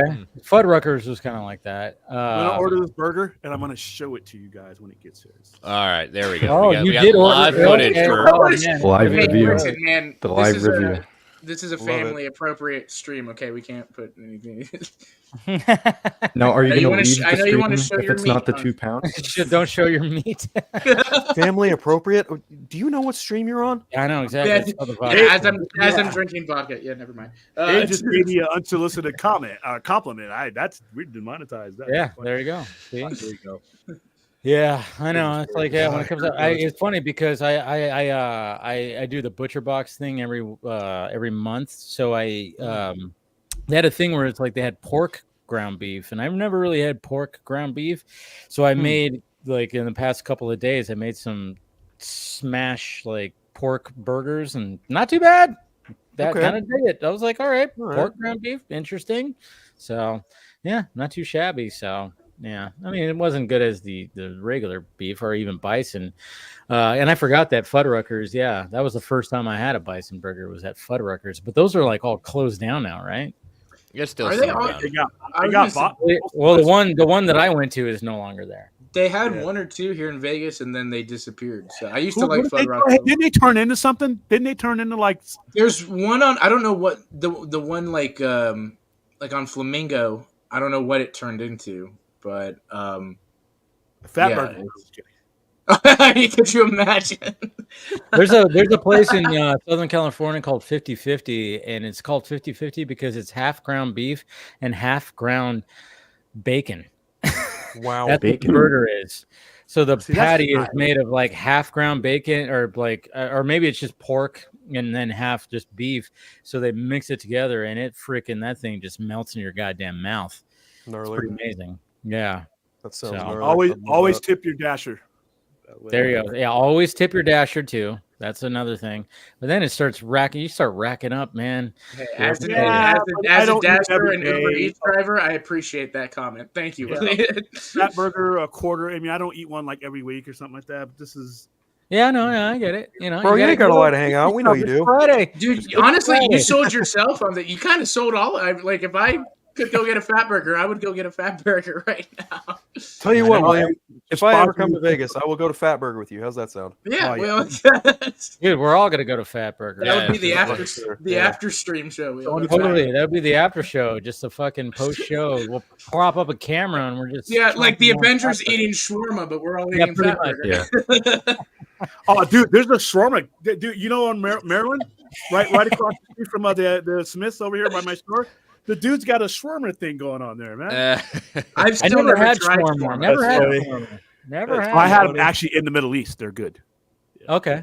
Well, I'm sure, Okay. yeah, Alright. yeah, in the middle, yeah. It's They're like, good oh, yeah. here too. Dude, If you get it from actually where it's from. You go to a shawarma place with, Oh, you if know, it's a guy Middle from the Middle yeah. East on my corner. Yeah, You trust it, You're yeah. probably gonna make it with love for sure. Yeah. yeah. No, All for kinds of sure. stuff I here. mean, Because you can't buy food here in Vegas after like 9:00 because we live in Mayberry. Everything closes, so I have to. in do Vegas, what? Well, at Big- least yeah. yeah. In my area, I got at least until midnight. One, Smith's is open till midnight. And Burger then I got King 2, Sonic all Okay. night. about Smith being open to midnight. All right, and I've had My bad. Oh, I love it. These two have their Vegas debate. When I I love it. come into your store, the door's open, you're open. I don't need you telling me you only got so and so time left. I don't fucking care. I'm here right now. I need to go get something for my allergies and my sinuses. Oh, we can't open up the cage. You're open, aren't you? Well, yeah, but we close the cage at 10. Are you open till 12? Yeah, we'll open the fucking cage. No, we lost it. No. This Smith's up here. This very one up here. Stood right there. I pulled out my You see phone. William punch the called. cage up. No, I sit there and I called and I'm like reading his tag. I'm like standing in one of your employees who really doesn't need to be employed anymore. His name is so and so. I'm sinuses are killing me. I need him to open up the cage. He's giving me some bullshit. Lost the keys. The dog ran away with the keys. Some other bullshit. Finally, halfway through that call, miraculously the fucking keys get shit out of somewhere and they get it open. So yeah, Smith's being open till midnight. They don't want you there after a certain amount of time. They want to close up. They follow you around saying, "Hey, we close in 10 minutes." I'm like, "Yeah." I hate that. Nobody. in Vegas There you wants go to again, Vegas William. You're anymore. using logic. You again. I hate that. I agree. Then Yeah. they do they're nasty over the intercom. We only got 15 minutes left till we need to go home to our families. Listen, if I don't buy shit here, you're going home broke to your families if enough people. Dude, leave me alone. You're gonna be there all Yeah, night. it's a weird thing because obviously they want to go home, but at the same time, it's like, well, your job is to do this. I mean, And I one of the things I will never go to a restaurant before it closes because, I mean, I remember that feeling too. You know, Mhm. working in fast food and in restaurants where you Right. just go fuck, and they even Starbucks. emphasize that in waiting. Going back to that whole thing when somebody shows up and it's like, and like literally the whole fucking. I mean, they of course they overdo it like crazy. Where like the entire like cooking staff just starts throwing shit all over the place. It's like, why would you guys do that? Now you got to clean that up. It's like, and then at the same time, I'm also going. There should only be one of you guys here. They should have dismissed like everybody else, and only one cook should be there. You start doing that logic thing, but it's like, oh wait, Start winding down. This is supposed to be like hyperbolic. This is supposed to be emphasize, a lot of things. Mhm. So but that feeling though of like, fuck, somebody just showed up 3 minutes before we were supposed to close. And the thing is like you may not be that person, but like you're conscious of your time and stuff. But there's gonna be that one person in that store that's like taking their sweet time, doing like 12:05. I'm running in, I'm running out. I know I've Right, been here right. for enough time. Bam, bam, bam, get out. Now, if I'm going to go to your restaurant as you're about to close, and I've done this before because we have an entertained guest investors and everything else. if I come in and I sit down and I know they're going to come over me with that look on their face, I tip ahead of time. Nice. I have the tip set on here because so that you know that I understand that I'm fucking up your night, but I understand there's nowhere else to eat. If I leave you, I'm going to dismiss. It can't do it. So yeah, but Vegas has turned into Mayberry, man. I'm like, wow, it's like Utah. Ever since COVID. Yeah, and they use that as they do. This town, we're pulling in all kinds of money. They just don't want to open. And I'm like, come on, Walmart used to be 24 hours. Yeah. And I'm like, Well, it's 24 hours here. It's not 24 hours here anymore. Yeah, but here it was 24 hours up until then. Well, we have a lot of shoplifting. I'm like, what happened? The shoplifters just adjusted their schedules. You think they're not stealing from you at the time? Exactly. Right. It's probably ends up being easier too for something like Walmart to do during the day because there's so many shoppers already. At night at least. What's a 9-year-old man in the blue vest going to do? Stop you from running out? Nobody going to risk their It's funny. Like I used to work at Walmart, and like my store got so like, oh, we're so happy. Our store manager did a great job of reducing our amount of stolen merch shrink from $2 million to $1 million. Like that's something to be proud about. Yeah, awesome. I've heard that Walmart has their shoplifting is some of the worst. It's a fucking joke. What that is shrink. It's shrink. Okay, you know what they call it? Shrink, right? It's versus your profits. So when you're pulling in 72, 150, $200 million, whatever, a year or a quarter, and you're squawking about, we lost $1 million that ran out the door. While that guy was running out the door, all your legitimate customers on your 2 registers were waiting to pay for stuff. So it's shrink. It's part of the reality when you're in big business like that. But don't shut down. You're in Vegas, man. Come on, dude. You got people. I know. It's like you stay open. Yeah. I know. It's like the only stores that stay open are on Fremont Street or some things. Right. Well, and LA's kind of similar, right? It's an all-night city, all 24/7. Yeah, it depends on the location. Yeah. And so ever since COVID, that kind of just stopped all the 24/7. Yeah, fucking that damn thing. Anyways, let's go ahead and veer off this whole tangent that we went off of, and let's talk about a dog. Let's talk about some dogs. Let's talk about a furry dog that got man's best friend today. Superman's best friend. Yeah, why Superman's best friend. Jimmy Olsen. He's a dog now. What? But I kind of want to get everybody's opinion. So let's kind of go around the horn of when we saw this first image and what we thought about. Starting with you, Phil. Well, everyone who knows me knows that I'm not exactly James Gunn's biggest fanboy. That said, I did see his post about how his dog Ozu influenced Krypto's addition to the script, and he thought it was good to reveal Krypto being a part of the movie, even though it was one of the worst kept secrets ever. Because him and Chris Pratt even joked about the fact of having Krypto in the fucking movie to begin with. I was I saw the post and I was like, oh, okay, that's cute. But the image itself, I was like, oh, okay, I see what they're doing. It's All-Star Superman, and it's like, okay, that's wholesome. Superman and Krypto on the moon, they're fucking sharing a moment. I was like, all right, yeah, I get you, Jimmy Guns. You're doing the cute thing. More power to you. But the story about how Ozu tore up his shoes, his laptop, all that shit, I was like, yeah, well, when you adopt a dog, that very well could happen. But like I said, it was touching. It was heartwarming to see the fact he went as far as to include the dog in the movie. I'm not going to be one of those people who's going to be like, oh, it's fucking ridiculous for an alien animal to be in a movie. I'm like, I'm sorry, I've seen a talking raccoon and a fucking talking tree in a comic book film. There's nothing out of the realm of possibility trash bandit anymore. Sure. Or a rabbit, as Thor put it in the Infinity War. But what I loved about it was this isn't the typical Krypto that I'm used to. Predominantly every version of Krypto I've seen has typically been a white Labrador retriever. This one I think is more like a terrier or something like that. And he's he's got a bushier look. It almost feels like he might have modeled this version of Krypto. I've seen it in comics. They've definitely done a version of Krypto that looked like that dog in comics. Yeah, more of an Earth-based one. Yeah. Yeah, I've seen the panels run around. I'm like, okay, cool. And then I zoomed in on the image and I was like, oh, he's got the collar, even better. Just don't put the fucking cape on him. The cape is a touch too far. No cape, please. No cape on him. That's what I'm saying. All right, Chris, thoughts? Yeah, I mean, I was not surprised at all. It fits within James Gunn's wheelhouse. Going for the whole thing. I'll keep referring back to it. The original title of this movie was Superman Legacy. And I personally just enjoy that a canine further divided the community in the sense of, and people's like, oh, I hate this. It's going to be a talking dog. And he actually had to respond, dog's not going to talk unless you count as barking as talking, Like, thank you. And to the point of like, yeah, we did deal with a talking raccoon and it seemed to work out. I mean, I see your point, but I don't think we've had a talking Krypto outside of animation.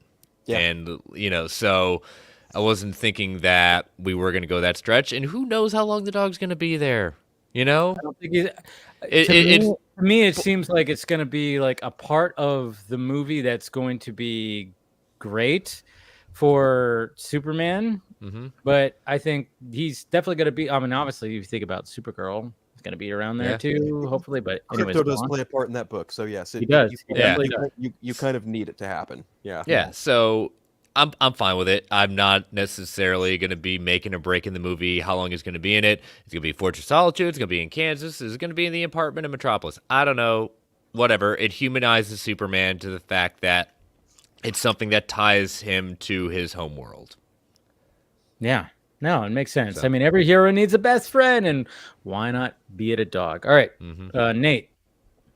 Like Phil and Chris said, I don't think it's a big surprise that Krypto was going to be in it. It was pretty obvious from the start that I thought he would be in it. Even if there were no rumors that he was going to be in it, I think he would have anyway, just because Gunn loves to add the animal element into his latest movies, at least, and have that be, I guess, like a driving force for like the heart of the movie and just some comedic relief at times too. Like I know you said on your Film Junkie Live that you think he might pee on someone at some point. If that does happen, then I hope not. That's just a typical James Gunn thing. Yeah, don't do it. We've seen that before. Come on. Yeah.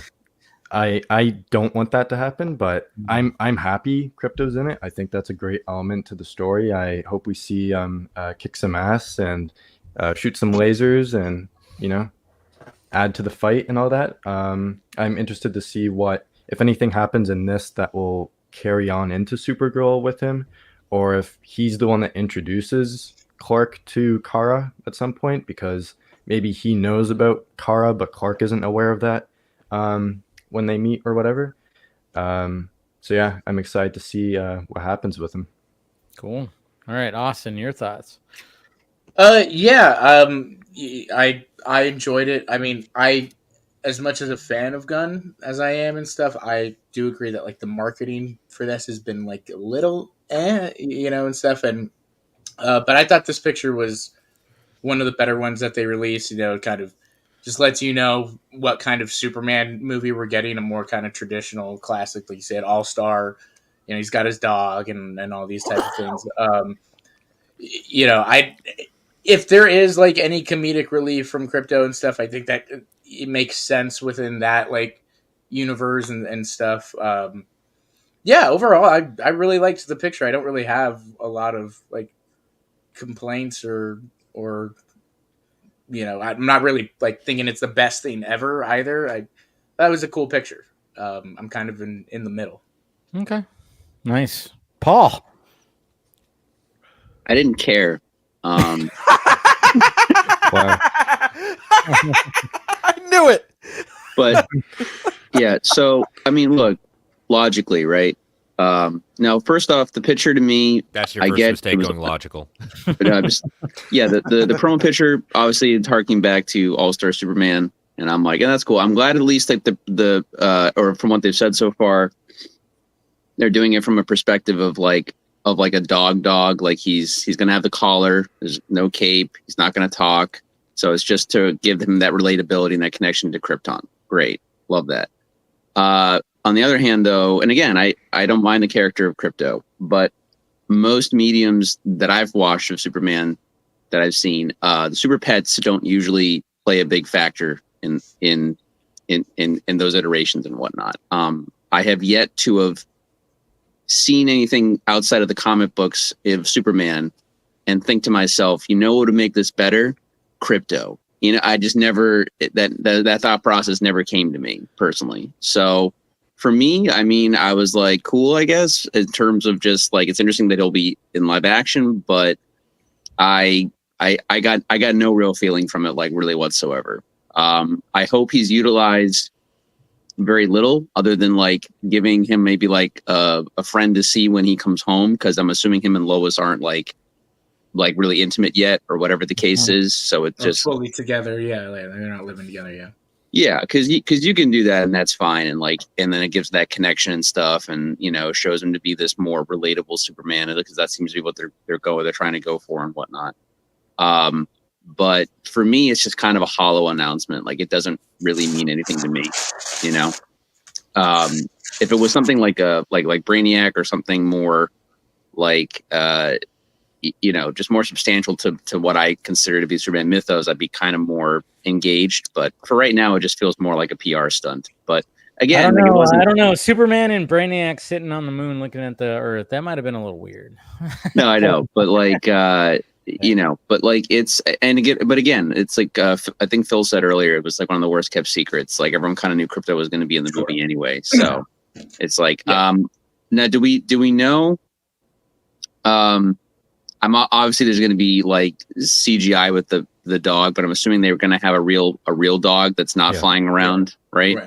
I don't know. I honestly, I don't know if there's. Yeah, I think wasn't there a set picture on set of an actual but I dog? thought that was his dog. No, there was a set photo of Mr. Terrific, like getting like there's like a there's an image of Mr. Terrific that is Talking interacting with something, but there's nothing there. So it's like the only interaction that we actually saw was from him.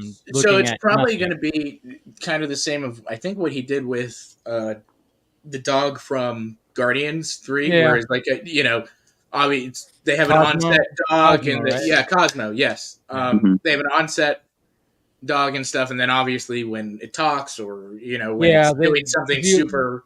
Because you always need something because the VFX artists are on set and go for the reference.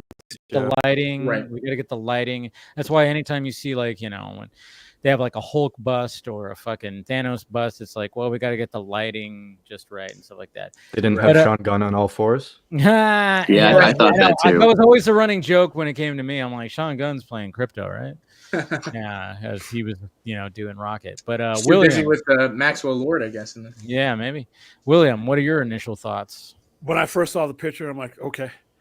Because he had, they had mentioned it before. I mean, I wasn't surprised given some of the characters that are being added to this movie. Of course, we're going to have the Superdog. As a lifelong Superman collector type of situation, I'm a Superboy fan. I always felt Krypto was more appropriate alongside him. I have never thought Krypto had a use alongside Superman. It was perfectly written for when he was, when he was a kid, but it doesn't. I mean, the dog. I mean, it didn't move the needle for me one way or another. The discourse over it was really stupid. That's what kind of turned me off. So I kind of muted Superman's dog and I muted Krypto, so I didn't have to see it again.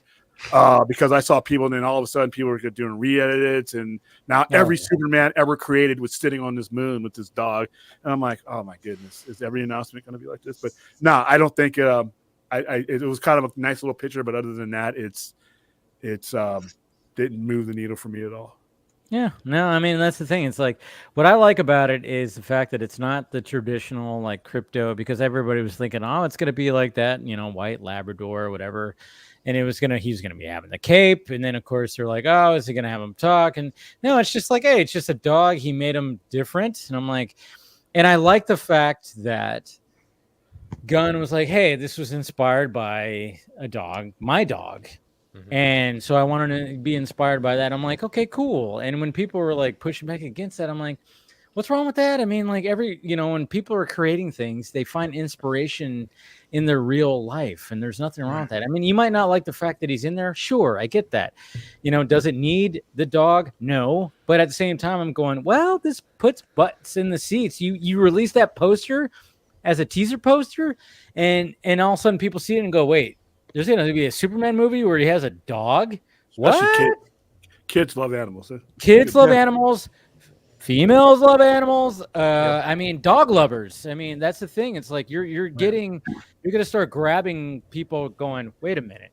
So you're telling me that Superman, the ultimate superhero, has a dog and they start researching it, holy shit, this dog is also super and he could be doing some really crazy shit too.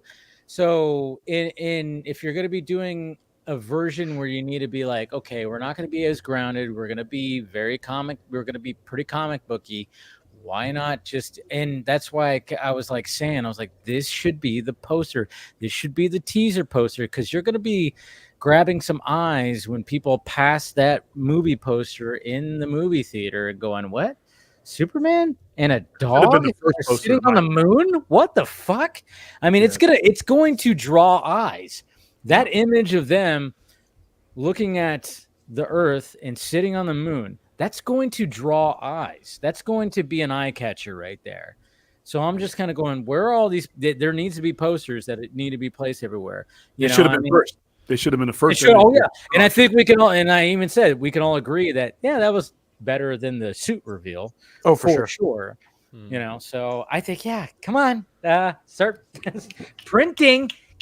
Start printing these posters, guys. I mean, Jesus Christ, you're gonna capture a lot of eyes with that poster just because there's a dog in there. The other thing Gunn did, which was very smart, is he's linking this to animal adoption, which of course he's a huge supporter of.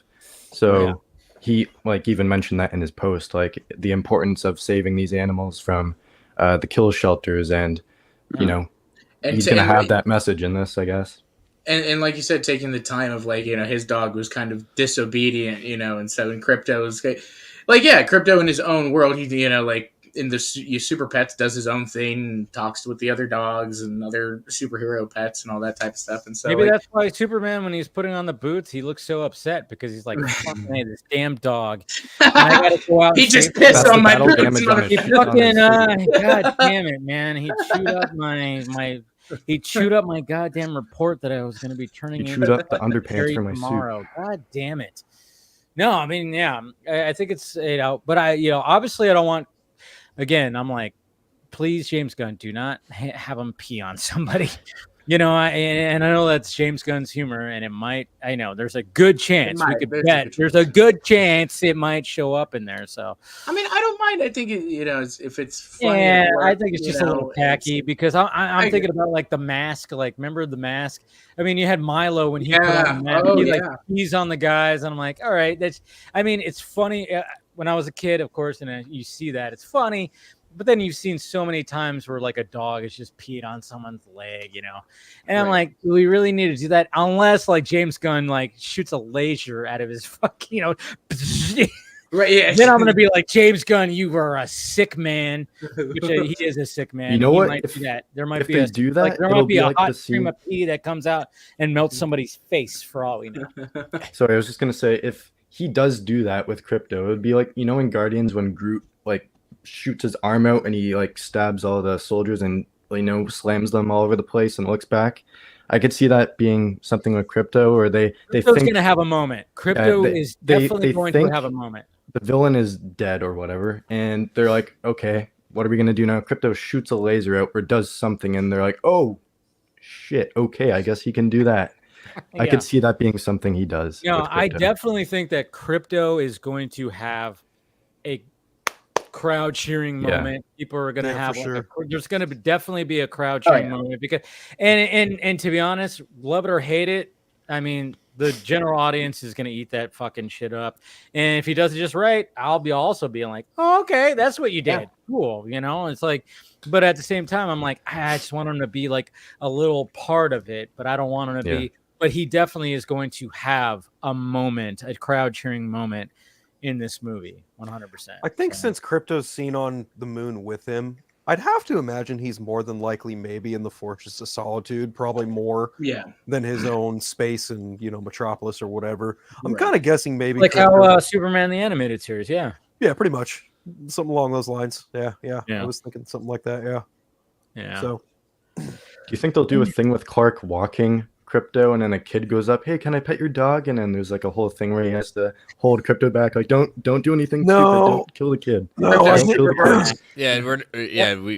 maybe. No, you don't want to make Krypto to do that. You don't want to be Krypto to make him look at, like, if he does do that, I think Krypto's just gonna be like super nice to everyone. They don't want him to be or like you said, if there's a mischievous twist, it's going to be kind of cute, or kind of silly or whatever. Because it's. But if there's a moment where he's walking around and he bumps into Lex Luthor, then maybe I could see him go. He'll do like a growl or something. Yeah. I don't think that's actually going to happen. But yeah.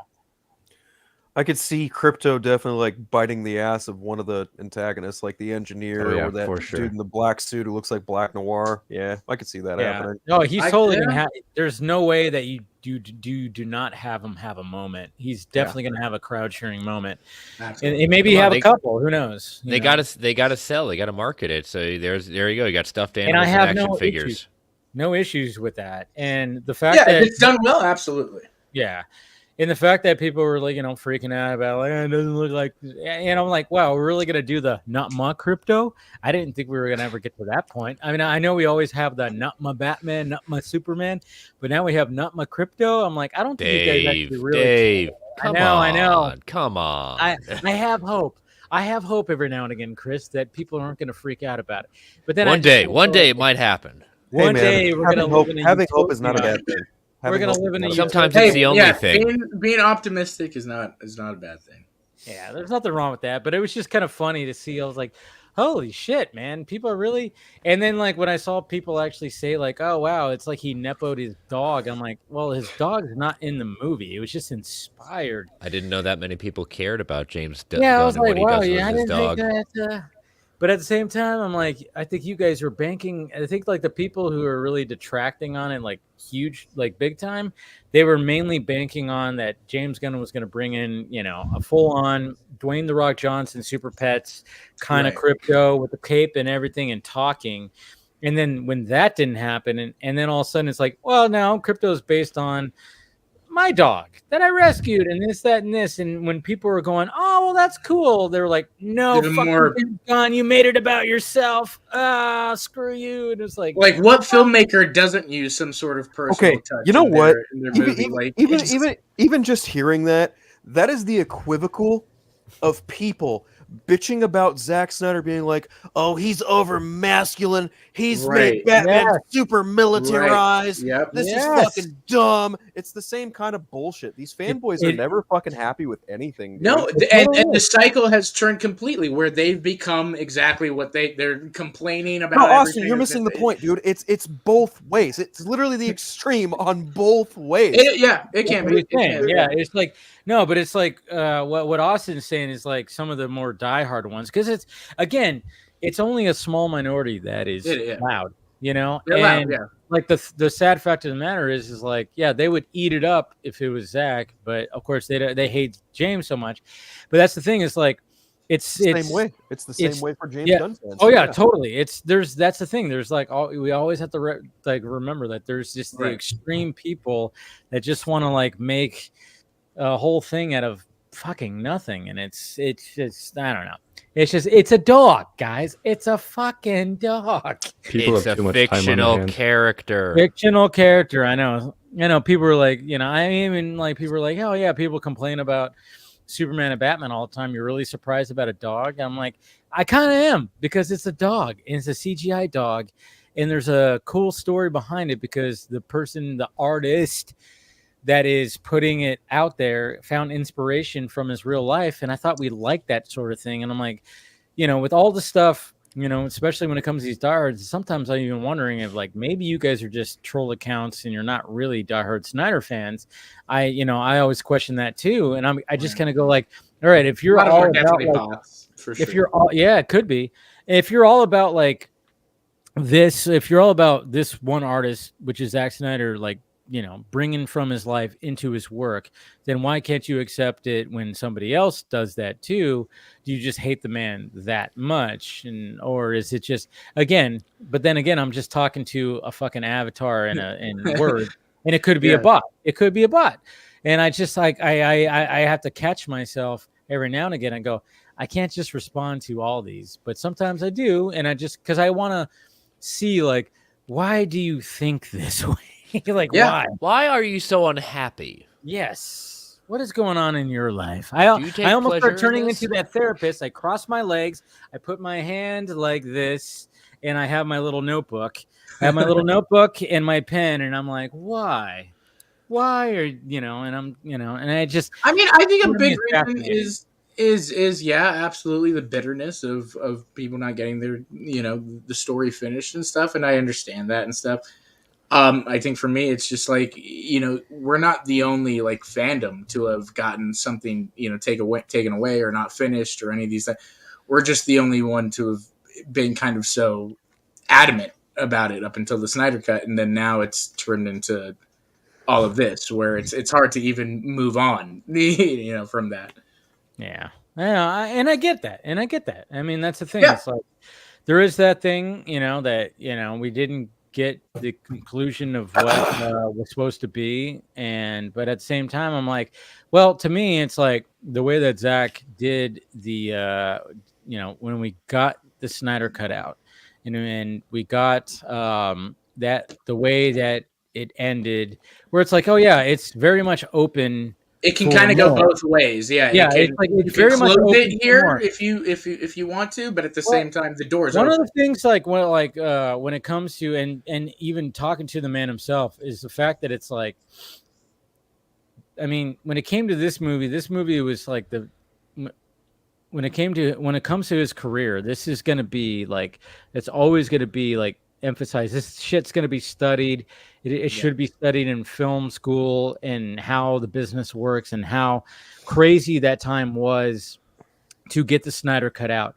And then when he was able to finish it, he wasn't able to finish it exactly how he wanted it to. And that's what he keep still on had to emphasizing. compromise. Yeah. Oh, yeah, exactly. He still had to do compromises. I mean, I know his whole thing was like no compromise, and I get that. It's like, for a lot of the times you should be like, no, there's no compromise, but there's always going to be compromises no matter what. I mean, it's a good battle cry, but at some time when you're in this business, there's going to be compromises. But the fact that when he finished, when he was able to complete it, he got $70 million, which a lot of people can't even get that as a budget. He was given $70 million to finish this, which is fan-fucking-tastic, and he took it upon himself to add this epilogue that was not originally in the original script. Right. The whole fucking nightmare epilogue was added on. Like, it was something that he thought about. He's like, oh man, what if we did this? This was post him leaving Justice League. When he thought about that, that was not originally going to be in the Justice League movie. And then when it came to the Jon Stewart stuff, it was like, okay, yeah, he wanted Jon Stewart. They forbid him to do it, and they kept forbidding him to do it. And so then it was like, all right, change things to Martian Manhunter. That still works and everything. But even like the way that he ended it, I mean, it was such like, when you watch the end of Zack Snyder's Justice League, you go, yeah, there definitely is a continuation. But at the same time, it's like, I don't know. When I see it, I go, holy shit, this thing is out there. And then when it says For Autumn, I get choked up every goddamn time. And I'm like, fucking A, we made it. We did it. If there's anything more that comes from this, cool. But this is cool. This is good for me. I'm fine. The fact that we got this was unprecedented. Like, it was complete, and it was all. It never happened. There was like, people would have bet against this ever happening, and people did. There were so many people. I mean, I've done videos where I've done a fucking super cut of people saying it doesn't exist. Right. It's not gonna happen. It's whatever the fuck. And then all of a sudden, hey guys, look what happened. Yep.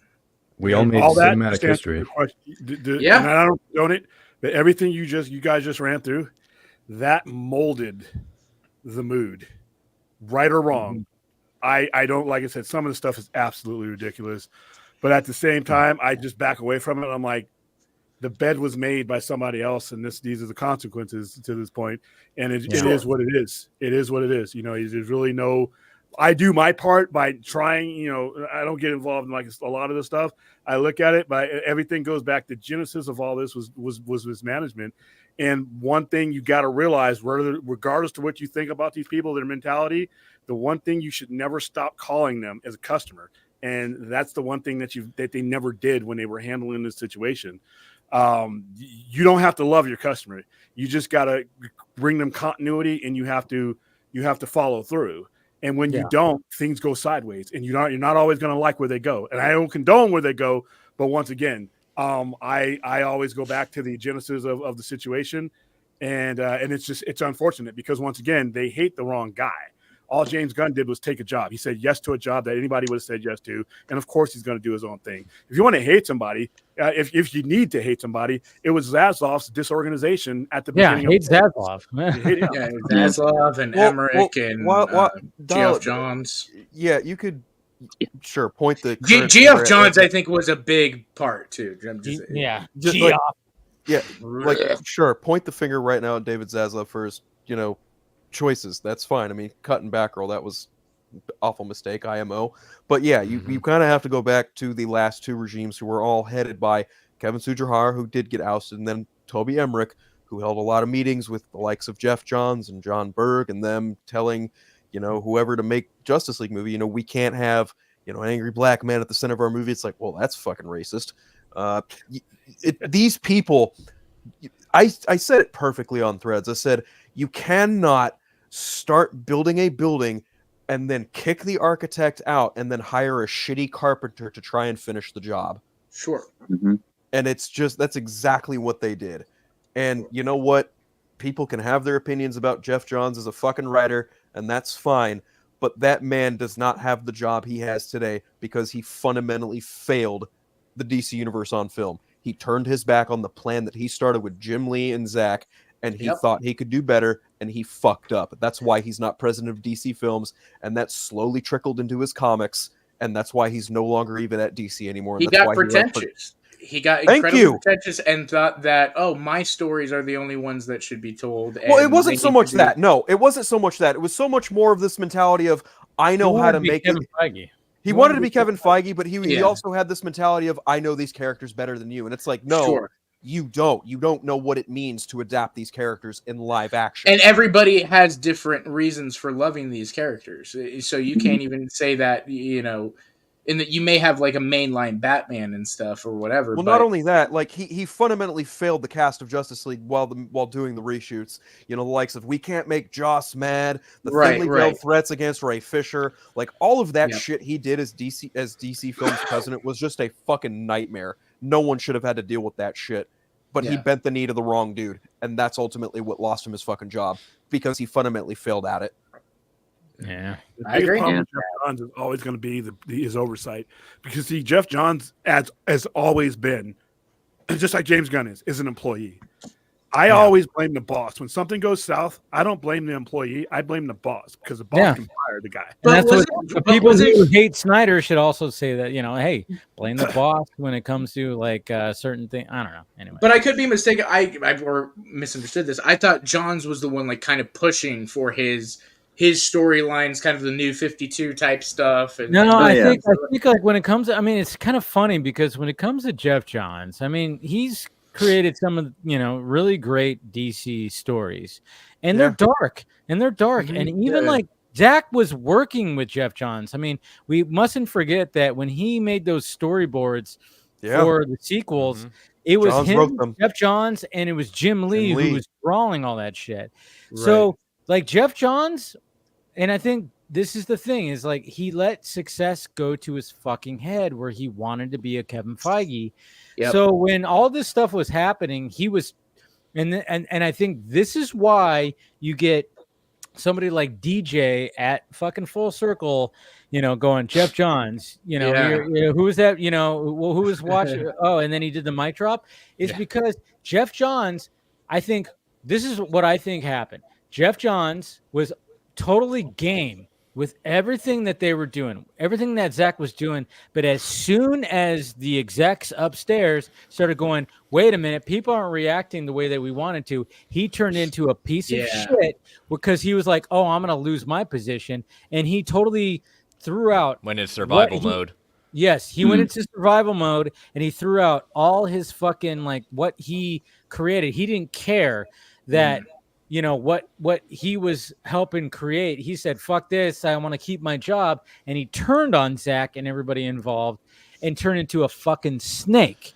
That's the thing. And I think that's what happened because I think Geoff Johns was actually game when he was helping with Zach and when he was helping with Ben Affleck's Batman script. He was all about, let's make it fucking dark. Let's make it different. Let's do this shit. But as soon as like the execs were pressing him and he was like fearing that he was going to lose his spot, he started turning into one of those assholes too.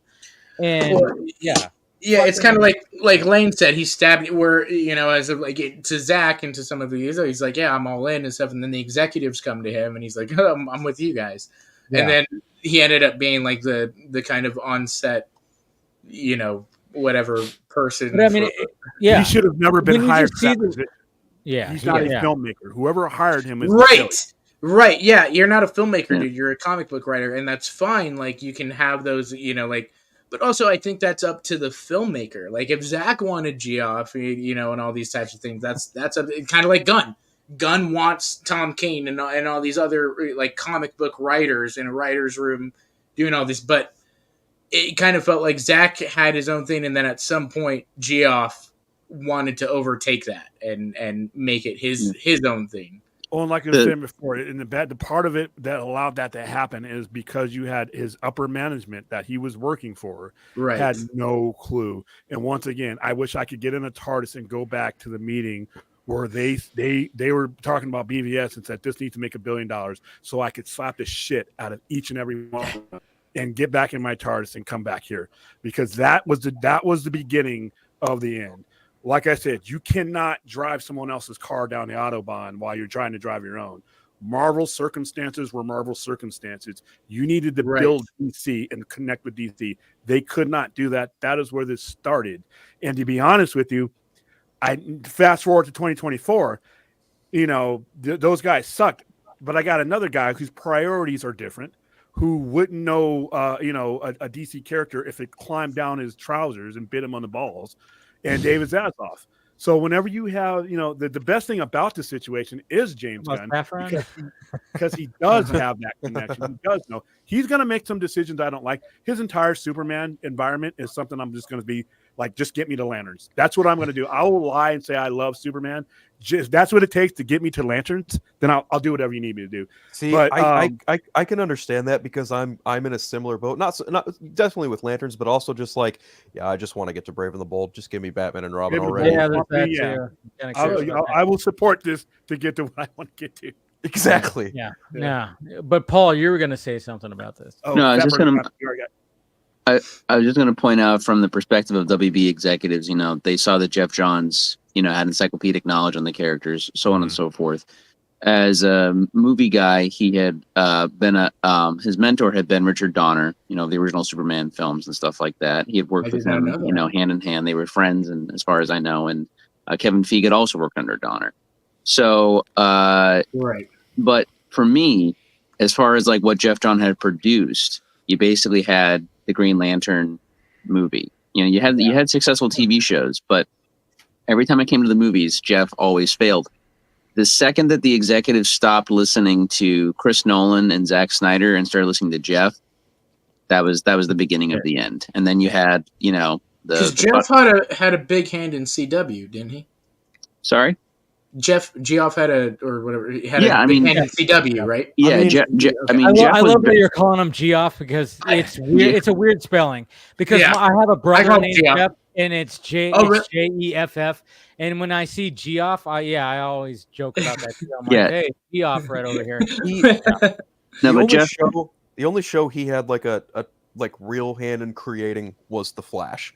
Other than that, he was an occasional writer or EP on a lot of the Arrowverse. I'm getting to that. He was an occasional writer on a lot of the Arrowverse stuff, but then his first big gun was Stargirl, because that's only because he created that character, and it's based off of his late sister. Yeah. Okay.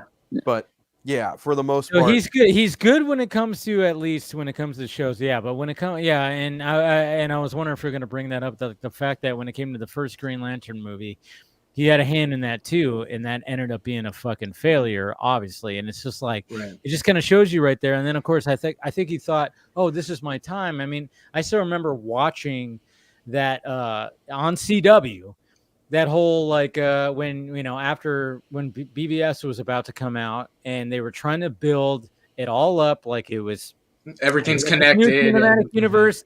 So Yeah. it was Kevin Smith hosting, which I was like, perfect. Yes, Kevin Smith, I remember love that. Yeah. Kevin Smith. And then they were talking about they were talking about BVS, what's happened in BVS, what happened in Man of Steel, what it's going to all lead to. And they were showing the whole slate. They were showing concept art. And it was like, oh shit, DC's in, man. We're in this fucking thing. But you look back at that fucking video, because you can still find it online, obviously. Yep. And then you just kind of go like, Jesus Christ, What a happened? shit show this whole thing was. I mean, they had like an idea, and it just wow. They backed out of everything. Everything. And what sucks too is like the fact that it's like, if they would have just let the slate run its course, the third Justice League movie would have came out 2 or 3 years ago, and they could have been done with it and rebooted, and we could have just been here now. And if they would have just let it be, but they didn't. And then they were trying to do whatever the fuck they were trying to do. And then it's like, all right, now let's just wipe all that out. Let's get a fresh take. And I know some people just are not like, they can't get involved with like what's happening now. I get that. It's fine. Sure. But at the same time, I'm like, well, you know what? When I look at the end, when I watch Zack Snyder's Justice League and I see that ending, it's like, yeah, there's more. There could be more. It's definitely a cliffhanger. And I appreciate Zack, because even when he had that ending, the ending how he has it now, which is what the Snyder Cut is, or what Zack Snyder's Justice League is, they wanted him to change that to not have, some loose ends. But he's like, no, this is the movie. He pushed back even against like HBO Max and like the money that he got to finish the damn thing. Like he pushed back against that. It was like, no, this is the way the movie was supposed to end, and blah, blah, blah. And then of course we had that Ann Sarnoff article when she's like, oh yeah, it's, we're not moving forward, cul-de-sac. And it's like, why even put that out there when, you don't know how people are going to react to it. I mean, it was funny too, like having conversations privately with the man himself and just like going like, what the fuck? Like, what are these people doing? And then at the same time, I'm just like, I can understand why Zack was like, I don't want to do this anymore. Like, I don't want to deal with these people anymore. Well, especially like when you're going one direction, you're changing another direction. It's what we joke around a lot with, certain movies. It's a film written by Reddit, it feels, Yeah. And, Jeff Johns wasn't necessarily someone who could run a production side, That's not who he is. That's not he thought he could do it, but he couldn't. He thought he could do it, but it's like a lot of people. It's like, guess what? It's hard. Yeah. And everything else at that point, there were good ideas, and I think one of the best things that Kevin Smith said in that opening DC Direct was, what's your DC? And celebrating like different people. What is your DC Comics? What is DC to you?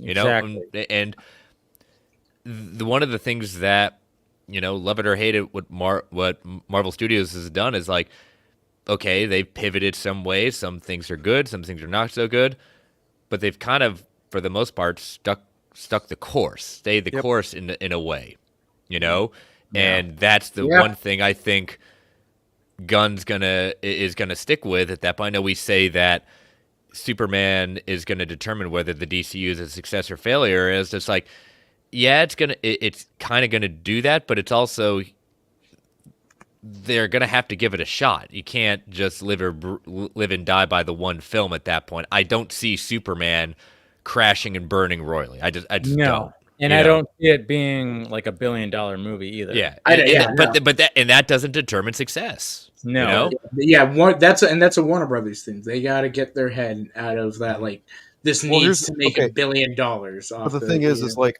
DC, like James Gunn has clarified even now in like the last week or two that DC Studios is its own autonomous thing, not connected to Warner Brothers Pictures. Warner Brothers Pictures no longer has any. Warner Brothers is only whatsoever. the distributor. That is all that. Yeah, that's the way he's kind of saying Which is a good thing, because And I wish Zach had that, of course. Yeah. Oh, yeah. Which sucks because it should have been a thing that it was already like established, but Right. at the same time they didn't know what the fuck they were trying to do. Zach was trying to do his own thing, but then of course the suits and everything. But hey, William's back, and then we're bringing his co-host back. So he got his burger. We got Brad also. Oh, too. you guys burger? Oh, good. If you guys missed it burger. while that Mute conversation Brad, was going mute Brad. on, Yeah, mute. What was Brad. that, Austin? William had gotten Never just gotten his mute Brad. burger, and he's literally over here weighing it in the bag, like doing this. All right. Look at Remember the grease how- on that bag. Okay, look at that grease Zoom in. on that bag. Jesus Christ. What did I tell you? See, this You're is when kinda you know chuffed. you're off to a good start, all right? Look at that. Oh, Look at the Williams. grease I on didn't that that do it bag. that time. Williams did it. God, Let's okay, we're doing like a food reveal. We're doing a Brad, burger reveal. this has turned into a mukbang stream. He's gonna Pretty eat much. it live. Pretty much. Oh, Jesus. That's That's like a the size of rock. a bowling ball. You've met me in person. You know how big these hands Your are, your right? feet is kind of choppy though. That's what sucks. But anyways, it's all good. No, it's all good. It's still moving, but yeah. There. Look at that. Jesus Christ! It's like a chunk out of the moon. I hope you only Is ate that a piece of one. lettuce sticking out of the bag? That's Egg, that is egg. Oh, you got an egg on your burger. yeah. Yes. I do the shit, same man. thing with that burger. Yeah, egg Hell on your yeah, burger, dude. Fat burger. Look at That's how that. you do That it. is Wow. beautiful. That's not, That is that's a Mondo beautiful. burger is what it is. Oh my god, Dude. 1.9. guac and some egg and stuff. See? Oh, There that's you a go. heart attack waiting to happen. All right, you can return. We it. have this place here in Vegas called Heartstopper that if you go and eat, what is it? Yes. What Heart is it, attack William? burger. Like, Heart Yeah, attack yeah, I've heart heard of attack. it. It's like a 3-pound or like 4-pound burger. If you eat it, you get your meal free and covered and all this other stuff. Yeah. That is It's one more of than those- 3 it's one of pounds. those food challenges. Yeah. Yeah. I've That's a actually 6-pound eaten burger. at that place, and it's Really? really good. Oh yeah, I've actually Okay. been to that place and eaten there. Really good, but I didn't try to fucking eat that fucking. Fuck no, I'm not going to do that shit. No, Yeah, I'm trying to cut back actually right now, so it's like that's kind of no thank you. I know. Jesus Christ, getting a heart attack just looking at it. Right. But It makes the place yeah. smell so much better. Yeah, it makes oh, it smell man, good. I wish you could smell that right now. Oh, I'm sure it's amazing. Right. If I had to come on your show, I'm going to be 2 pounds heavier now. Because of Joe Gunsy Live. You guys are probably doing a stream later too, huh? Yeah, we're doing a lot of About a watch half parties for hour I'm doing on Halloween. Manhunter. Yeah. Yeah, exactly. we're doing It's gonna be- Halloween. O'clock we're Wait, doing Williams Manhunter. gonna be Wait, Manhunter, the Brian Cox Hannibal film. Yep. Nice. And then tomorrow we're doing Nice. let's do Halloween movies. Yeah, Nice. not the Rob No, Zombie that's stuff. Please don't come to our stream looking for Rob Zombie. I'm just going to laugh you out in the chat room. Damn it! No, man. It's, the original Manhunter, right? That's a good one. Fucking movie, man. That's It's a fun good. movie, Brian yeah. Cox as Hannibal Lecter, right?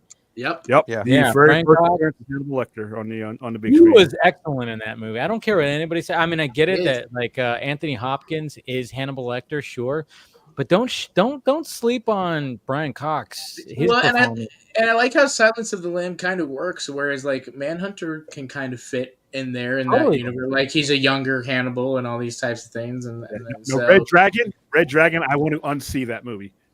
Red Dragon is one of that my was- favorite. I love that. Well, by the way, William, by the way, Having seen Manhunter, I cannot watch, even though there are great performances and great actors all over that movie. I cannot watch. Manhunter is Manhunter, and everything that made Manhunter special is not in Red Dragon. Red Dragon is its own thing. I can't watch it knowing that I've watched Manhunter.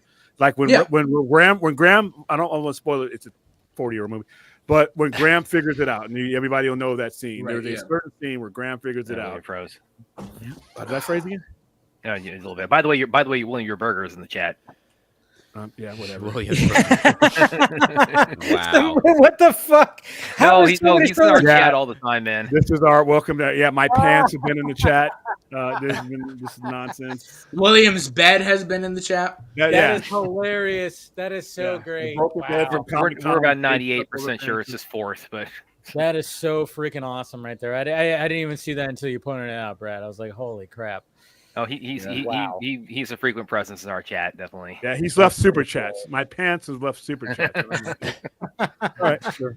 I'll take it everywhere. Anyone who wants to give it. Hey, to me, you know what? Hey, this is what building a community is all about. But Brad, That's thank how you much for you know you joining. love him. Brad, thank you for joining. I do want to get your opinion on the whole crypto thing. Oh, the dog stuff. I mean, what my other opinion. crypto did I you didn't know? I didn't mean Bitcoin. Yeah. Okay. Like my opinion of the character, or just kind of the Or whole like the discourse around it. reveal and stuff. Yeah. I mean, it's yeah. I mean, it's kind of it's a little bit frustrating that every time that as life as DC fan, it's like we can't get anything revealed without it turning into a big controversy. But I mean, that's just kind of the bed the studios made. I would say much more so than anything else. The image itself, looks interesting. I actually thought I thought the dog actually at first had kind of a mohawk, and then I didn't realize it was, he's raising his ear. So so it's I'm sure everybody's also seen Aaron Bailey kind of did some fan art that kind of extrapolated. Yeah, I It put talked about Cavill, that. then it put Yeah. Hecklin, and then it put Reeves. So that was cool. pretty cool to see. I mean, it's it is what it is. I mean, it's I'm not yeah, kind of what you were talking about earlier before I came on. It's the kind of the back and forth on this is something I try to keep out of, because it's like I try not to bitch or anything about on my timeline. If I don't like something, I don't talk about it. So if I were having a total conniption about the image, it's like in either direction. I mean, because there's one side that's saying, oh, this is going to be like Guardians of Superman. The other side saying this is what Snyder couldn't do. That's why we're getting the dog and gun coming to the rescue. And that's I'm just keeping my distance from all that. It's as with everything, I kind of say it's the lead up to it. It's kind of colored my sort of entry into the DCU franchise more so than anything. But as far as the image itself, it's Krypto. I don't think we haven't seen him in the movie yet, have we? Yeah. Yeah, True. so we've seen him, and Gunn did say he's not going to talk. We've seen him. We had kind of like a version of him on Smallville. We've had him And various Titan. Yeah, And Titans of too. course, Super Pets that came out. So He yeah. even had his yeah, own TV show which I once did upon like a that. time. Say again? He even had his own television show, a very short-lived one, once upon a time. Oh yeah, I remember Yeah, that. a Yeah, little cartoon, right? Yeah. Yeah. Animated one on Yeah, Cartoon Krypto Network. didn't they like include like that was like during the animated Batman the Animated Series, and It was probably around. It was in the '90s, probably. Yeah, late Yeah. '90s. Yeah. Yeah. So if I remember correctly, like they would show up very rarely, but you would see like the animated series Superman and all that stuff in them. Yeah. I don't know how much of a hot take this sounds like, but I did actually enjoy Super Pets. So You know what? Okay, thank you, because Yeah, it wasn't I bad. actually enjoyed Super Pets too. It wasn't terrible. I mean, the only thing that I had a problem with, was like, I don't feel like Krypto would have Dwayne Johnson's voice coming out of his head. Yeah, I wish it no. was so.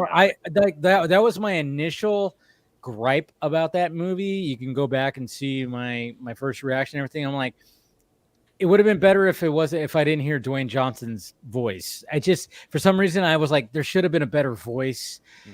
But overall, like, it didn't kill the movie, and I was like, it's a likable movie. Like, yeah, this I think is, the best voice for me in it was Keanu Reeves' Batman. Fuck yeah. Yeah, he was such a pretty. I thought he was a real legit Batman in it. So yeah, like Krypto as a character, I'm not.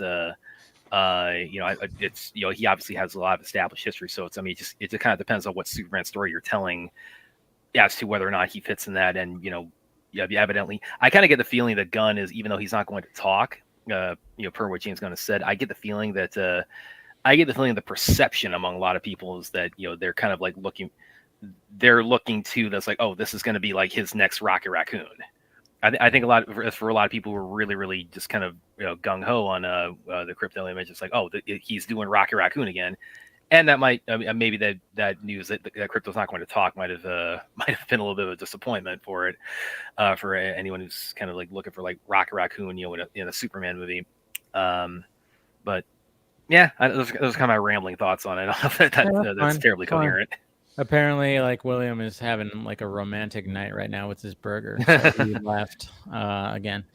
But no, that's good. That's good. I like that he had to say that. And I think we've talked enough about this Kryptonian dog for enough time. And I think, hey, let's okay. So now we got to talk about who here was able to get as many Snyderverse fucking BVS McFarlanes that fucking came out, which and just came sold out out. of nowhere too. Yeah. Okay, so I didn't get any of the McFarlane Snyder stuff, but I did pre-order something from McFarlane Toys via Walmart. Scott and I kind of went back and forth about this, and I think Paul might have even seen it too. Yeah, hey, and let's kudos to Scott. I give him shit.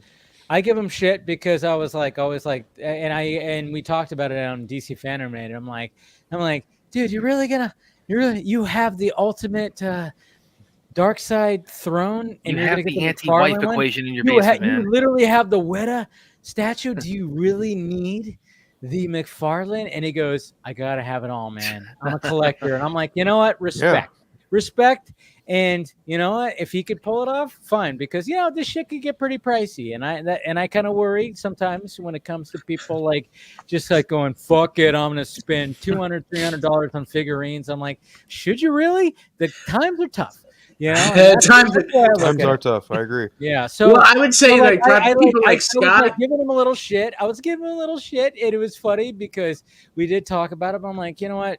But Scott, people like good on Scott, you. he's probably planning for this. He's a collector. He's got a stash saved away specifically for if anything. He knows how to work like this happens.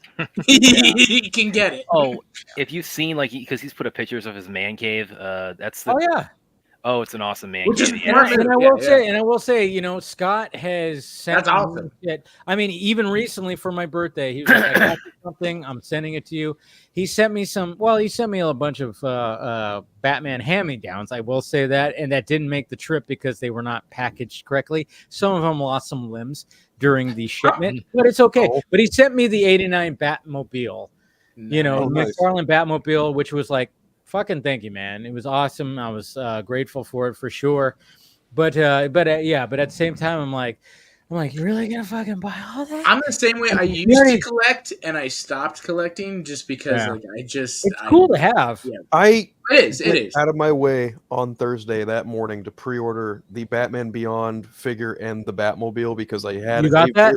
Yeah, I had a version of that toy as a kid, but I lost it, growing up in moves and stuff. So when I saw that that McFarlane was doing a version of it, I was like, oh, that's mine. I'm gonna fucking own that. I have the McFarlane animated series Batmobile in my closet right now. I'm still waiting on a fucking figure for it because I can't fucking find one. But yeah, I when I saw that they were doing a dual pack of Batman Beyond and the Batmobile, I was like, fucking sold. I don't care if it's $100. It's mine. There are definitely some things that I'm it's fucking mine, bro. I was like, yep, that. You know what's cool about this too? I'll be honest. Oh, go.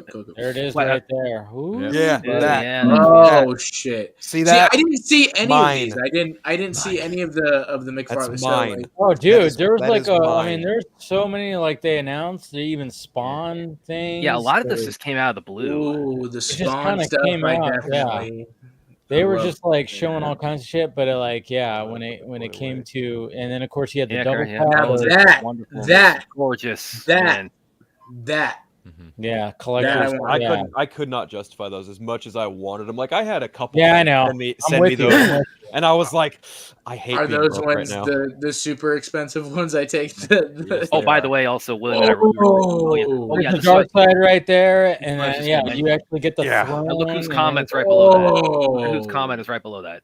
Look at that! Look at that! Look at that! Did you see Ray Porter talking? He met. Oh yeah, Ray Porter. Ray Porter was. He's here with him in New York. So first off, it's like Ray Porter goes. Does anyone know where I could see the McFarlane Toys Dark Side and NYCC? And everybody came through. And then look at this. Look at that image. Yep. Right that is so sick. Yeah. I mean, he went from being cut out of the movie altogether to getting his own action figure. Yeah. Yes. Pretty sweet. Awesome. So cool. I mean, look at Ray right there. He's all. And hey, and anybody else notice? Ray has fucking lost some lbs, dude. He's looking trim. Yeah.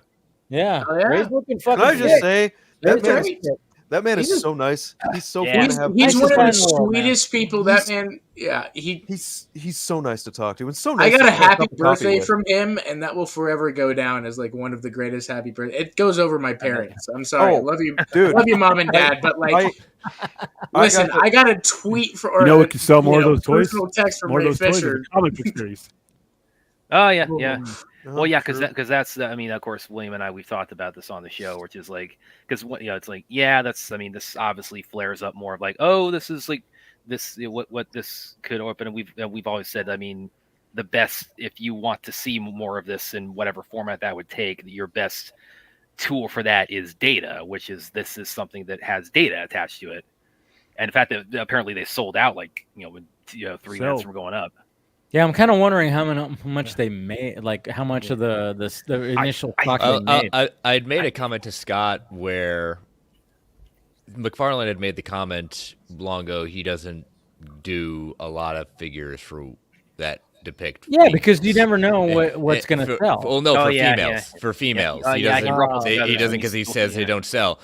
Well, go try to find the Wonder Woman figure. There's only like 1 or 2 places that still have it in stock, and one of them is his store. Amazon's gone. Big toy box is gone. Yep. Amazon's gone. That's very Amazon's gone. Yeah. So I was like, maybe not, but I picked up a few of these because seeing what they did with BVS versus Justice League, I think these are much better made, and I think the depictions of the character. I think this is the best Wonder Woman depiction of Gal. Yeah. Well, I mean, which ones did you get, Chris? I got Armored. I got Wonder Woman. I've got the Superman and Doomsday. Okay. Nice. And this also isn't the first time he's done action figures because he did action figures like right when the movie like Steppenwolf and. I got all those. I got those too. And like kind of what you guys were talking about earlier, like when we got like right when it came out, got the Ann Sarnoff interview and the cul-de-sac stuff, and it's like McFarlane doesn't think that way. He thinks. I mean, McFarlane is like outside of being a comic book creator, he's an entrepreneur, so he's like, oh, can I make a buck off of this?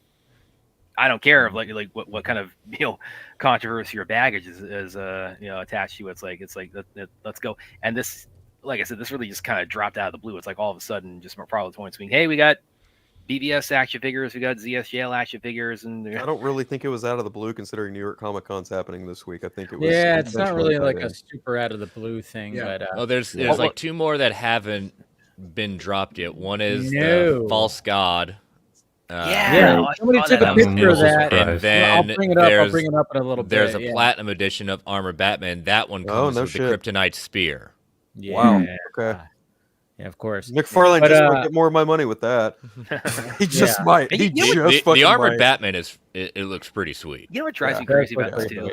It drives me crazy is that because when I was a kid, like kind of my gateway into a lot of into like superheroes and a lot of stuff I'm into was action. Like I collected action figures big time when I was a kid. But when you had like the Keaton Batman movies or a lot of things of that nature come out, they would never. I was always like kind of trying to chase after what's like the Batman figure that like matches his costume in the movie, because they would always have like these variations of like ice.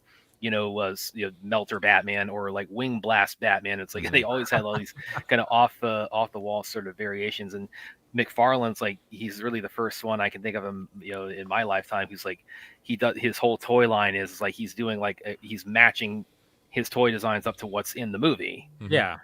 100%. It's like I didn't have that when I was a kid. It's like I had all the like the Batman action figures that weren't in the movie. We had like the face looked but the body was definitely not that. But I know Nate, you're probably gonna take off. But before you take off, I do want to ask you this: since you're a Spider-Man fan, did you see what Tom Holland said about Spider-Man 4? About the progress on the script? Yes. Yeah. What are your thoughts? What are your thoughts before you take off? Okay, so the leading rumors with it being like it's very evident that I guess Sony has won the battle in terms of where the story is going to go, with it being a kind of symbiote-centered story and multiversal, and potentially having Toby and Andrew back.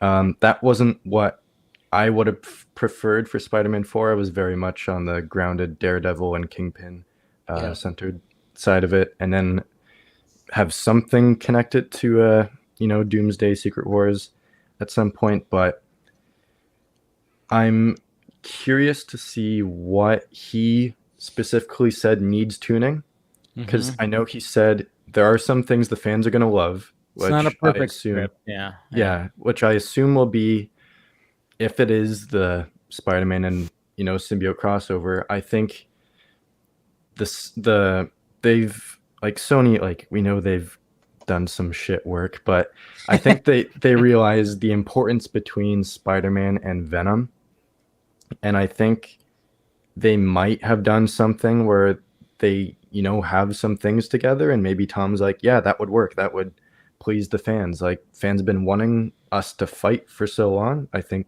this will satisfy them. The whole thing with Null, I'm not sure what to think of that, with them maybe making him a larger villain in addition to Doctor Doom. Yeah. I have no idea what the plan is with that. So I'm skeptical on that, but it's Spider-Man, so I'm going to watch it regardless. I'm curious to hear more developments on it, but if Tom thinks that it's going in the right direction, then that's a positive note for it. And it sounds like he has some creative control. Oh yeah, he's like an executive producer on it, I think. Well, he's in the room, and that's what he talks about. He's in the room. Yeah. He shouts. I don't know how much say he actually has. No, I think he took a note from Downey and Reynolds' book. Yeah. He's an EP. He has some kind of influence over the I direction hope of the so. script I hope and so. story. He's talking about wanting to bring in Miles Morales too. Yeah. Which is Yeah. that's where you stop listening to him. The whole Don't Miles is a good choice. Just a reminder, guys. William Miles is also amazing. did not believe that Andrew and Toby were going to be in No, Spider-Man. I never said that. I never said that. That was You did, because we weren't streaming together at that time. When it comes to Tom Holland Spider-Man, the Venom stuff, you have many more movies with him. I would like to see Spider-Man 4 be the Spider-Man that I endured all the lapdog Iron Jr. stuff to get to at the end of No Way Home. There are villains there that you can give him in between. We don't always need to shoot right to Venom. Noel is a Venom villain, and you could put him up in the cosmic stuff. I really don't need to see that yet. They can build to that, but for Spider-Man 4, I really hope. As far as Miles Morales goes, he's where this Peter Parker is. If they put him right after No Way Home, that's not a mentor Peter Parker with a point where he would even meet Miles Morales, and that's for years down the line before you have time. And whoever Lord Miller need to be writing those stories. I hope. I don't need to see another Iron Boy Jr. They really should. Spider-Man really 2 should take over. Yeah. So if they do get into the MCU, it needs to be those guys. They know how to write that character. I'm good with that, but not yet though. I think that's the problem. Like the thing that I hate about Spider-Man 3 is when you wanted to compact so much stuff into a 2-hour movie. No Way Home. You're talking about. No, I'm talking about the Spider-Man 3. Oh, you're talking about Spider-Man 3. Where there are too many villains in that, and then too soon. There's a lot of good storytelling where Peter Parker's out of high school, getting his job, working at the Daily Bugle, going to college. There's a lot of good storytelling there with other villains. They don't have to go to the same go-tos all the time. That's why I thought Kingpin would be a really good one. Yeah, Kingpin and Daredevil, or even Tombstone or Hammerhead, or like have even, a grounded villain. Like there was a rumor too. Of those are other people's villains. Back or not Electro? But they work with Spider-Man. The one that, like Tombstone and Hammerhead are Spider-Man villains. When are we going to see Hobgoblin? Is what I want to know. That's the problem. You can't bring in Hobgoblin. You have to. Well, we still don't have a Norman Osborn or a Harry Osborn. No, but the way you could do it as someone. Where Jacob this the rumor is that his friend Ned. Not that. Okay. No. Okay. Please don't. You could have someone adopt the mantle of the Hobgoblin, and then Peter has that whole traumatic experience of the goblin killed my aunt. So now he has to go through that whole thing of this new figure is posing as another goblin-esque character. I have to deal with the traumatic events of reliving, the trauma that the Green Goblin caused me while dealing with this other bozo, and I think that would be really cool. And I'd want a Hobgoblin movie set around Halloween. I think that would work really well for Spider-Man. Yeah. Hobgoblin. The Hobgoblin can never come before the Green Goblin. No. He did. Very name of series. He came There's first. a reason why.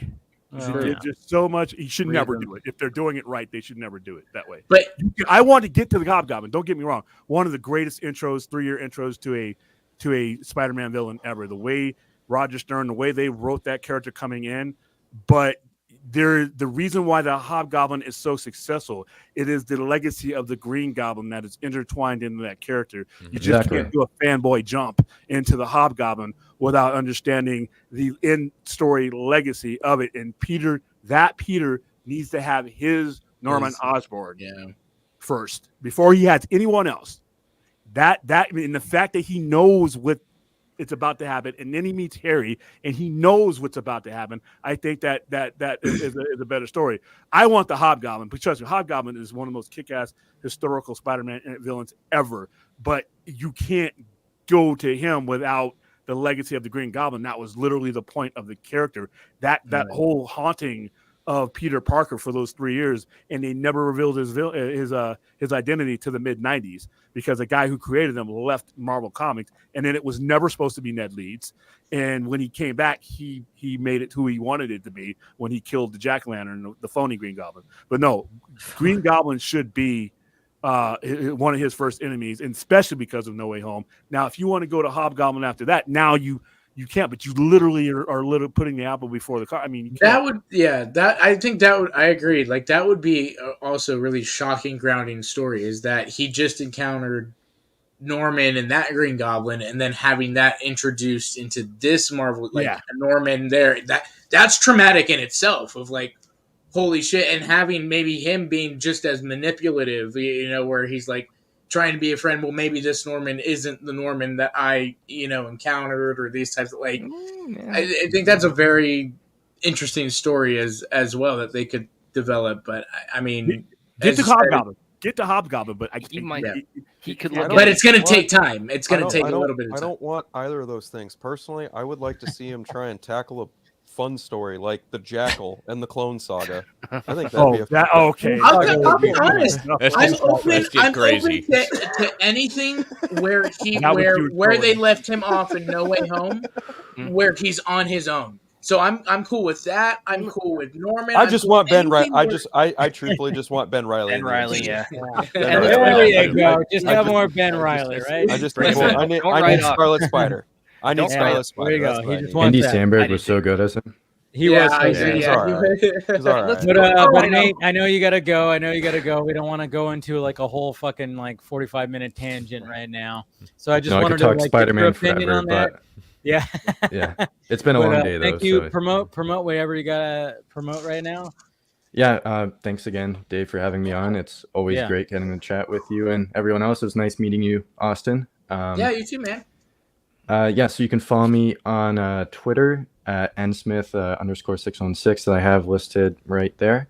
I'm thinking of maybe transitioning to another platform because Twitter's just, a cesspool and, it's full of garbage. So it's great. I may transition, but I haven't got any kind of content for myself lined up. I'm still dealing with a lot of work and balancing that with life and stuff like that. So I do have a live stream next Wednesday with my co-host and myself. We're bringing back we created our own Marvel movie franchises, and now we're continuing them into our phase 4, 5, and 6s. So my co-host is unveiling his phase 4 next week. But last week I unveiled my phase 4. So if anyone's interested, you could go back and see that and just catch up on all the other ones to see where my story has progressed up until that point. But that's pretty much it. And you can check out my channel, Thwip Media. That's pretty much all I got. All right. Thanks, Nate, for joining. Yeah, no problem. Thanks again for having me. Take it easy. All right. Have a good night, guys. Take care. All right. So back to the BVS line. So, yeah. Paul, did you get any of them? No, I mean, all of my stuff is in storage for the most part. I was like, you probably want to wait on that. Yeah, I mean, I've gotten a few items at con today, and I've gotten, I got like a pile of books at home to read through and comics and stuff. But no, I mean, I got a lot of those when they first had the first wave, way back. I had the Steppenwolf, the Dark Side, all the League members, the Black Suit Superman. I got all that stuff, and but again, it's all back in storage. So I'm glad that this new wave came about and some new variants and whatnot. I was just happy to see that. And the fact that it all sold out pretty much immediately made me very happy because, again, it shows again, as Brad said earlier, it's just data. It just shows like this stuff sells, like this universe sells, like, you know. But it's a good sign. I'm glad to see Ray Porter with Todd holding his figure. I think that's full circle. It's just great. And but myself, I own. Like Scott, I own the giant Darkseid Weta figure signed by Ray Porter and Zack Snyder. So I've kind of reached the mountaintop. I don't need to get another Darkseid figure. Everything feels small, very small. See, that's the thing. That's what I was trying to tell Scott. I was like, "Hey, Scott, do you He's really gonna hold it in his big one's gonna hold it in his little hand." I know. He wants to have the little one. And you know what? And I appreciate Scott for doing that. But this is the group, and I love this little group shot right here because I'm like, are these guys gonna save the multiverse? And I'm like, you know, they have Doomsday right behind here, just like posing. Batman. They're funny. Yeah, and you got 2 Batmen, of course. You know, and I just thought, I when I saw this image, I was like, oh my god. And that's why I posted. I was like, name this group, because I'm just kind of going like, this is a heavy metal album cover. That pretty much is. I mean, you got like 2 Batman, of course, and then of course you got like every group has to have a monster that, you know, towers over everybody. And you got Doomsday, just like, yeah, I'm part of this group. They turn me good. You know, it's like, yeah, I'm misunderstood. Do you guys remember the lore that Zach talked about? Like, this is a Doomsday. But it's basically just Zod's corpse reanimated, but it's not the actual Doomsday. Yeah. Right. The one that's prophesized or talked about in the archives. That people missed that when they were complaining about it. It's like, hey, it's actually not his Doomsday. It is a iteration that it's a combination of Lex and Zod who created a fucking Doomsday. You know. But I know. William didn't come from the center of the earth. It didn't pound its way through the earth. It didn't wear the suit. It didn't kill Superman, and the Justice League didn't bury him. Wah. That's the thing. It's just like, it was like one of those things where it's like, all of hey, that. guys, it's, you know, again, artists take these already created stuff and they make it their own. Oh, but here's the funny thing. Make it their own. Superman and Lois can do the same exact thing, and it's totally fine. Listen, the DC. Go ahead, Paul. I was gonna say the DC animated universe, Doomsday, and that was Superman clone created by Waller, made to hate Superman, and he almost kills Superman, but they stop him and then encase him in, I think lava, and then send him to the Phantom Zone. So, and listen, it's like Phil, as I'm sure you've seen, it's like I am just torturing the hell out of William with this Superman Lois right this season. I mean, to be brutally honest with you, no, I haven't.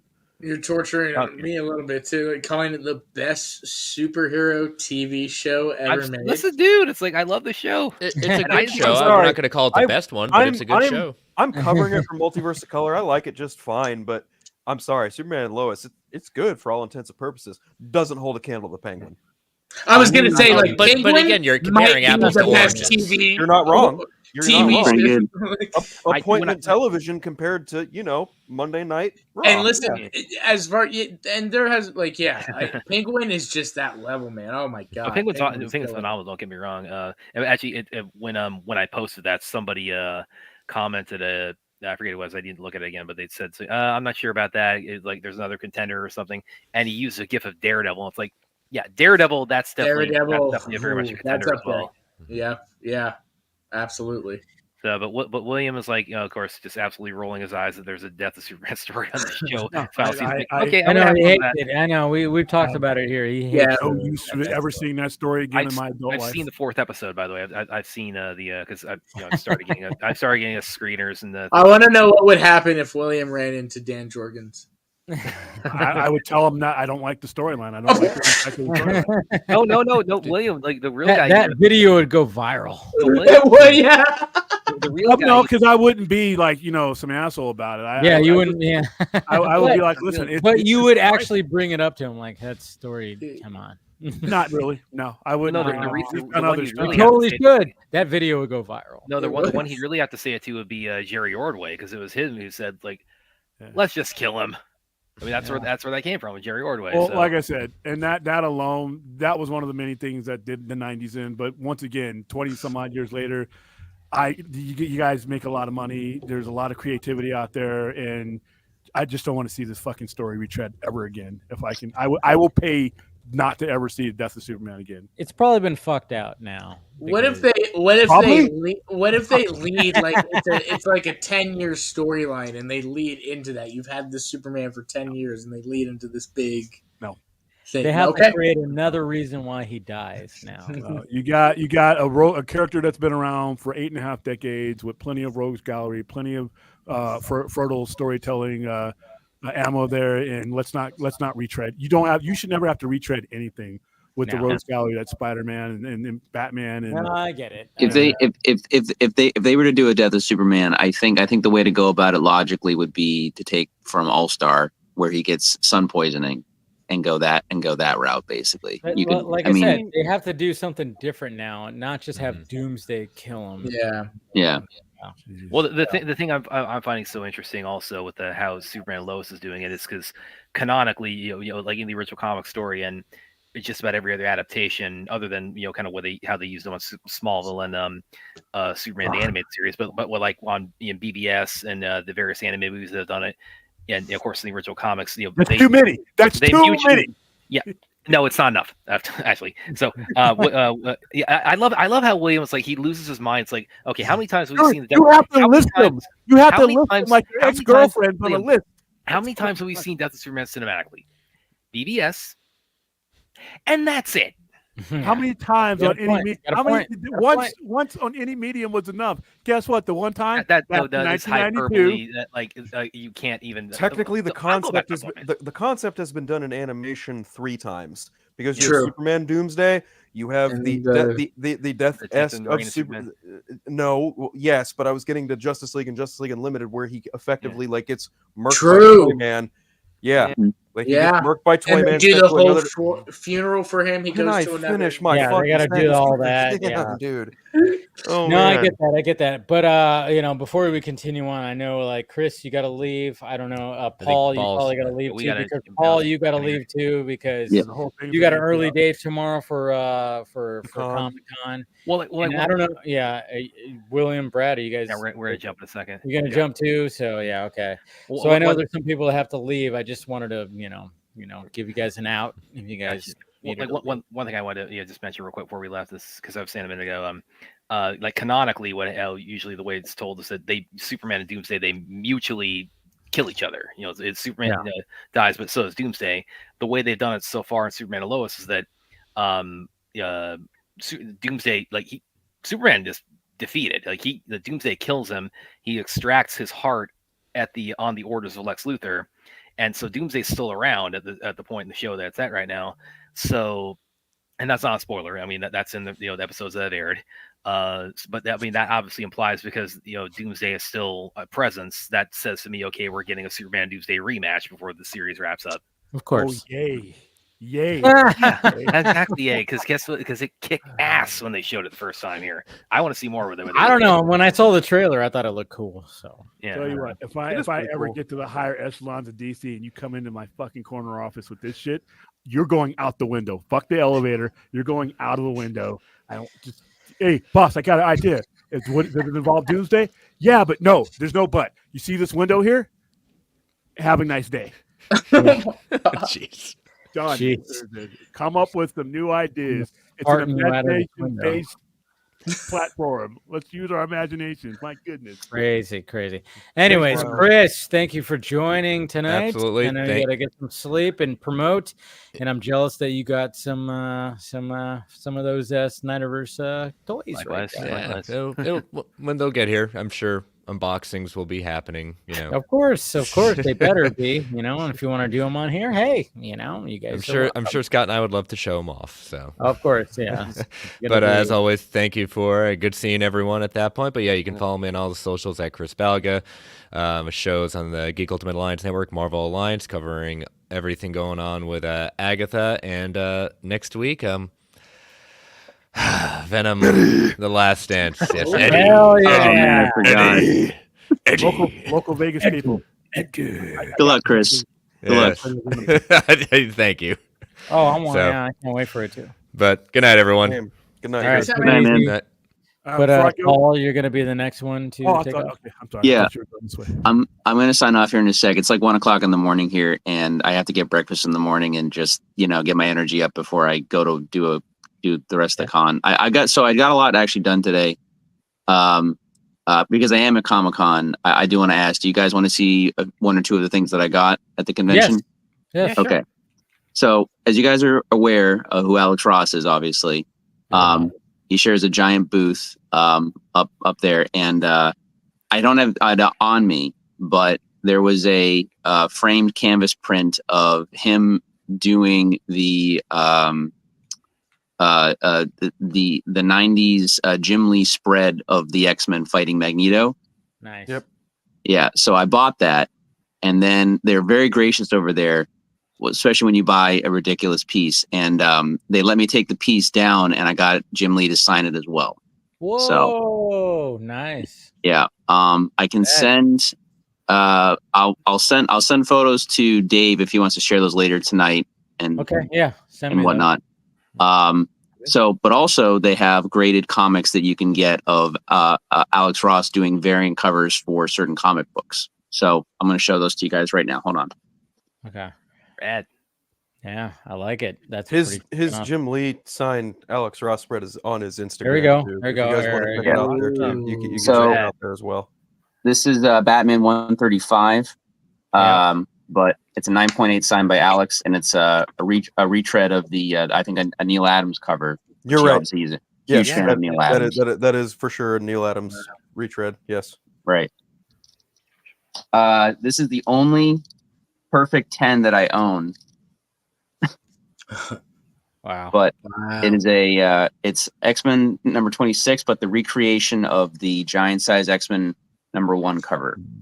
Yep. So pretty sweet. Pretty awesome. Yes. That's So I like those. Yeah, and there's not too much else, mostly just just other little like trinkets and stuff, but nothing like too crazy. But Dave, I want to say thanks again for having me on, man. I really appreciate Great it. talking to you, man. Yeah, I want to thank Phil for giving the idea to try the phone. It's been different for me, but it's worked. It's worked. It's worked well, man. You're welcome. Yeah. And I think I'm going to be streaming tomorrow too, just to see wrap up Comic-Con and stuff like that. If you're available, I'll hit you up. So Yeah, no, I should be available that night, I think, unless something comes up. But just like I said, text me ahead of time like you always do, and I'll let you know. All right. So Paul, you're quick. You're totally hitting the Creature Commandos panel tomorrow, right?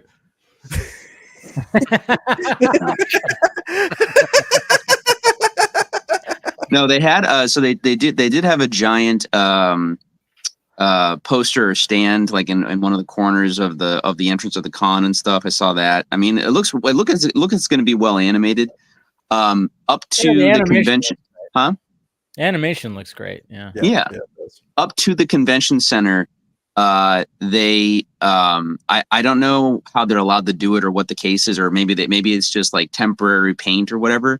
But in certain blocks going up to the convention center, there's spray painted advertisements for Creature Commandos. So I took a picture of that and I sent that to my friends, and I was like, the cops got to break down on these graffiti artists. They're all these vandals are just everywhere and stuff. So, but no, so that was interesting and stuff. But yeah, it's been fun so far. It's just I like smaller conventions. New York is just one of the meccas, so it's just a lot. But there's so much exclusive stuff here that only you can really get here and stuff like that. So, it's fun on that level. But cool. Yeah, if any of you guys or anyone watching wants to hit me up or have a conversation or whatever, I'm at Paul Panhook on Vero and at pmickey1988 on Insta. So yeah. All right, cool. Yeah, I'll hit you up tomorrow because, like I said, I'm gonna be probably streaming and see you, do like a recap and stuff like that. We're doing like so I'll hit you up and see what you got. Yeah, dude. I love to come on unless something comes up and I'm not able to get on. But again, Sure, I highly appreciate it. So if you can, Anyway, guys, have a great night. Take care and be well. So, All right. Man. See you, Paul. Have fun tomorrow. Thanks, guys. Yeah, it's cool. We got boots on the ground right there. One of the things I wanted to talk about too before we wrap this up is, hey, that we actually got to go Kid, Karate Kid. Oh, and perfect timing Hey, too. Dave, real quick, I'm gonna bulk because I already started the other stream. But thanks for having me on. He already started the other stream. Oh, I had to because it'll drop we had off. the time set for it. Yeah. Hey, if you're local in Vegas and you want to go to Venom, find me on social media. I got plenty of tickets. So, all right, take it easy. Damn All it! right, all right, man. Perfect timing too, because the Karate Kid, that's up my alley with Jackie Chan. I know, the thing is, like, they released a poster, and it's like one of those things where it's like, okay, they're gonna combine the reboot and the normal, and they're like, all right. And the first thing I thought was like, wow, we're gonna get Ralph Macchio and Jackie Chan, and then a new Karate Kid, and this fucking poster right here, I'm going. Yes. Yes. We're really okay. Really, I got a bolt before I start talking about too much. We got our okay, that's fine. Okay, but, sorry about it. Of course, I had to sit out about 2 weeks ago for Hurricane Helene. Making life hell for me for a week, and then perfectly fine. All right, thanks, Brad. Always glad to be on, and it's just appreciate you having me, man. Yeah, have fun. All right, take care, guys. But I mean, this poster right here, I was like, this is cool. I mean, we're gonna have worlds are colliding. So even though I didn't really like the reboot all that much, but at the same time, I'm like, you got Jackie Chan in here. That's all I need. Jackie Chan. As long as Jaden's no, I mean, here's where I'm so confused. Is Cobra Kai in the universe involved in all this? Is Ralph going to be coming? I think so. Yeah, it definitely is. It should be. If it's not, that's stupid. I would have to imagine. I'm pretty sure that this movie probably takes place after Cobra Kai. Oh yeah, that's my guess.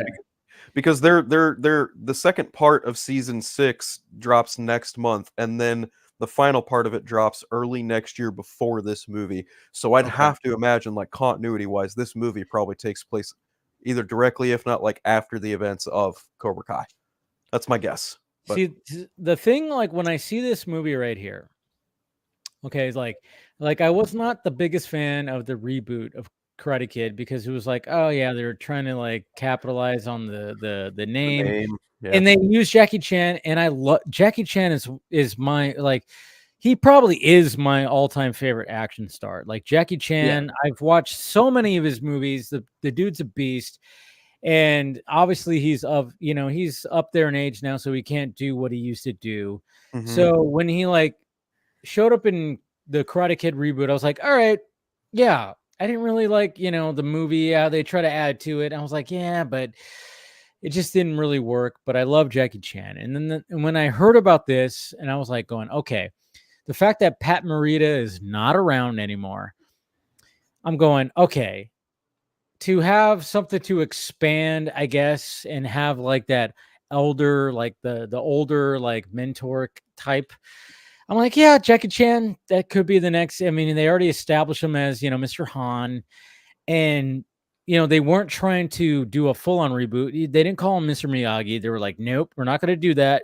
This is just a similar story where it's, it's not Daniel. It's not Mr. Miyagi, it's Mr. Han. I don't even remember what Jaden Smith's name was, but I like the fact that they were not trying to full on do a, hey, we're not gonna redo the characters, but we're just doing a reboot where it's a similar story. It's like an inversion of what happened with Daniel. Yeah. Instead of him being trained in Reseda, instead of an American kid being trained in Reseda by a very how do I want to put this without coming off as a jackass? An old man who knows martial arts, right? Yeah. You took a city kid and threw him in China.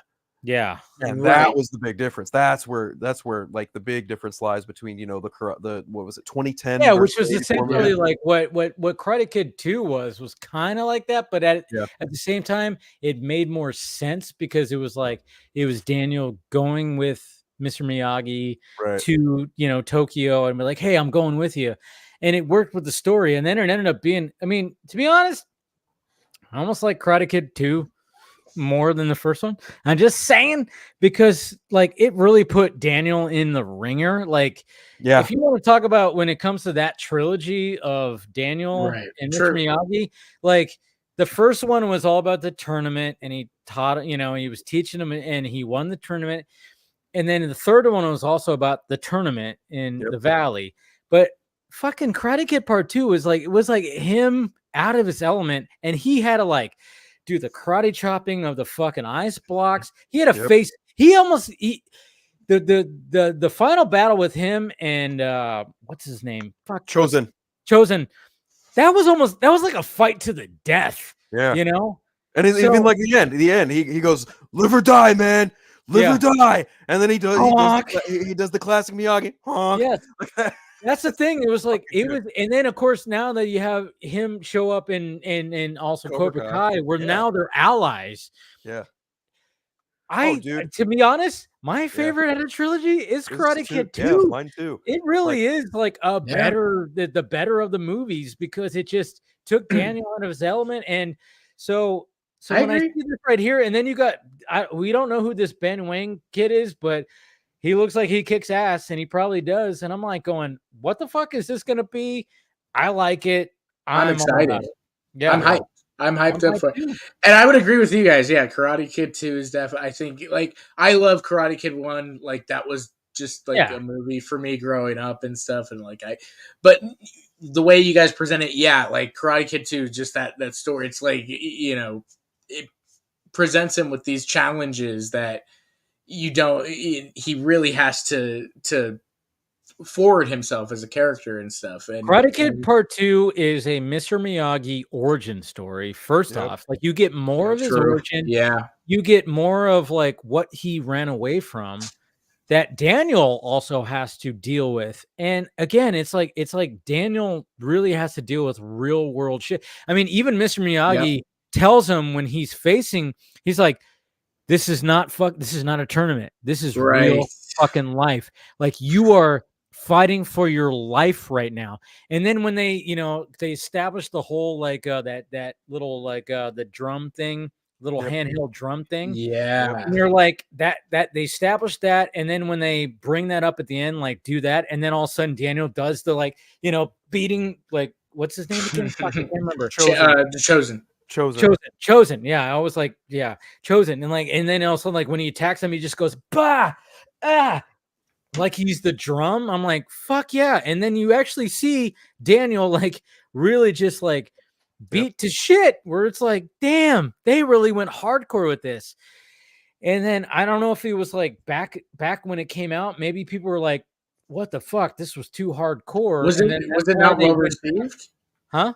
Was Karate Kid 2 not well received? I don't know. Yeah, I don't know. That's what I kind of wonder, because when you look at the trilogy, it's like it's the tournament, and he's like a high school kid, and you see like the traditional like 80s. You got the bully, and they're doing that whole thing, and then of course he's victorious at the end, and then all of a sudden they were like, well, let's go this way, and they totally just do a different thing, and then all of a sudden when it comes to Karate Kid Part 3, they kind of go back to the whole, it's all about the tournament again. And then you got Mike, who's like the bad boy of karate, like and shit Barnes like and Terry Silver. Yeah. Which works. It's not bad, but I just kind of wonder if like, was the reception of Karate Kid Part 2 like what the fuck is this? This is not what I signed up for. Like, who's why? And I'm and meanwhile I'm going, fuck yeah, Daniel got put into a life or death situation right here, where it's like he had to fight for his life to a guy who wanted to kill him. Yeah. Because his uncle, I think it was right. It was uncle that was like, obviously there was like a whole thing. I mean, Karate Kid 2 is literally, to me, it is The Empire Strikes Back, because there is so much that happens in there. Like when the storm happens and they save Satu, right? Satu or whatever, who's Miyagi's like arch nemesis. He gets, when the big storm happens, the storm scene, which is a fucking crazy scene. And his house just like collapses on him and he's stuck under a beam and they're trying to get him out. And literally Mr. Miyagi goes, yeah. And then like fucking karate chops the beam. I mean, what? Get the fuck out of here. Like that is fucking badass. Yeah. And then they get him out. And then all of a sudden he just looks at Chosen and goes, I am dead to you. He basically says, fuck you. These guys are doing good. You are an asshole. Fuck off. And that's why Chosen like decides to raid that whole, at the end when that whole performance and shit like that. And he's just like such a piece of shit. But then I love the fact that he shows back up in Cobra Kai and he's like, yeah, I was a fucking piece of shit. Like that's what I love about what they have done with this story. So just to the fact that they don't have Pat Morita anymore and they've been doing a good job of not in court, they reference him all the time, sure. But then at the same time, I'm like, all right, yeah, they try to do the reboot thing. Didn't quite work. But you have Jackie goddamn Chan. And there's something there. And I hope they really figured out something there. I mean, again, Jaden Smith, he was the best part. Right. He was the best. Jackie was the best part of 2010. Jackie was the best part. And I'm just kind of going like, I'm really curious to see the interaction between Jackie Chan and Ralph Macchio. And then I'm like going, what is this kid? I don't know this kid, but he's probably a badass. So I'm all about this. I think that the relationship between Jackie Chan's character, Mr. Han, and LaRusso, it's going to be like similar, but it's also going to be like a little bit clash. They're going to approach things similar, but they're going to kind of come from it from different perspectives. And I think this kid is probably going to be kind of an embodiment of the two. But I don't know. They haven't released hardly anything about this movie, and I kind of wonder if William Zabka or Chosen or anyone. Oh, they have to be. I hope so. I really do. But like, much like you, like I think Karate Kid 2 is like my favorite of the three because of everything you mentioned. And also, Cobra Kai really does add a lot of extra context to that after the fact, because now you've got the kids were the kids in the movies. Now they're the adults and they've really learned from their mistakes and they're trying to instill their knowledge on these kids who are making, not quite similar mistakes, but they're making their own mistakes in a modern context. And I think that's really the beauty of the whole Karate Kid franchise. It's like you if you grew up watching Daniel LaRusso and Johnny fight, and now you see them as adults still fighting, but also kind of approaching it from like a more adult perspective, that's really kind of where the resonation comes from. But what is this new kid? Like, what is the deal with this new kid? What brings Mr. Han and Daniel LaRusso together? What is the thing that brings these two? That's the ultimate curiosity I have for this movie. And I like that it's called Karate Kid Legends. Yeah. I was just about to say, yeah. And I wonder too, I just have this feeling that when it comes to Jackie Chan's character, Mr. Han, there's going to be there's no way that they don't have some kind of connection to him and Miyagi. Yeah. Oh, for sure. There's going to be something that's going to be connected. They're going to connect to Han and Miyagi. And I hope it's done well. I hope it's not just some kind of like, oh yeah, look at this. They interacted with I'm like, I hope it's something that they really figured out. So I haven't, and this is going to be my homework. I haven't watched Cobra Kai. I got to watch Cobra Kai before. Got to watch Cobra Kai. No. But I've seen a lot of stuff over the years and stuff, and so I know. You guys are caught up on? Yeah, on Cobra Kai. I haven't watched the first part of the new season. So there's obviously like some secret going on where they find. I saw that scene where Daniel finds the box. Yes. Mr. Miyagi's, like stuff and stuff. Mm-hmm. So like, I don't know if that's going to have any connection to any of this, or they're going to, I think they have to work it in where Han is connected to Miyagi. There's no way that they don't. I mean, it just seems like that's the way that you have to like make this work, is like, there's something there. I mean, I don't know if they're going to go, I don't know how far they're going to go with it, but there's some connection between these two. But at the same time, I'm like, hey, that's what you got to do. And it was kind of funny too, because, it's kind of funny. I saw this on my timeline. It was just kind of funny because I'm like, oh, it is kind of funny how like, I saw this right here. 62 years. I mean, Ralph Macchio has done a he's aged like so well. fine wine. Yes, he definitely aged very well, but it's just kind of funny where it's like, holy shit, look at the two of them. Not saying that Pat Morita looked bad. He just looked like a badass, to be honest. Yeah, he was, and he was badass. Yeah, he totally was. I mean, he still moved very well and everything, but it's just kind of funny how it's like, man, back in like these, and it's just like he's literally 10 years older, yet he looks younger than, yeah. But then again, Mr. Ralph Macchio might be taking some liberties with things. Who knows? But at the same time, going back to the story, all I'm excited for is like the fact that Jackie Chan, and he's always been one of my favorite fucking action stars ever since I saw Rumble in the Bronx in the 90s. I fucking was like, oh my God, this guy. I fell in love with him where I wanted to mimic him. I would be in my room just like, You ready for this? Fight choreography where you use, I mean, Jackie Chan was so revolutionary. It was like the fact that it was like, he was like the king of using the environment to fight people. Yeah. I mean, that's the thing. That was always his thing. And when I got to know him and I watched Rumble in the Bronx, and then I watched Super Cop, and then I watched First Strike, and then Operation Condor, and then there was Drunken Master. But then I went back and I watched Police Story, and even I think Drunken Master was also previous to. There was, it's just, and then of course Rush Hour and all the stuff when it came to the American stuff. But anything that was Jackie Chan from like 1993 on, I was like, I'm all about it. He was just like my favorite. Like, he was just, you never saw anything like him, because when he was like doing fight scenes, you're going, how the fuck is nobody getting killed right now?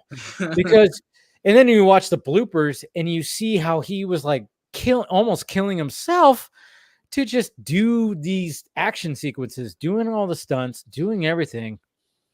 And it's just surprising that even Jackie Chan is still alive. That's why I think he is the ultimate action star. Like, I don't care what anybody says. In my opinion, Jackie Chan is the ultimate action star because of all he has done and what he put his body through. Hasn't he broken like almost all of most of his He's pretty much broken all his bones. Yeah, that's like the thing.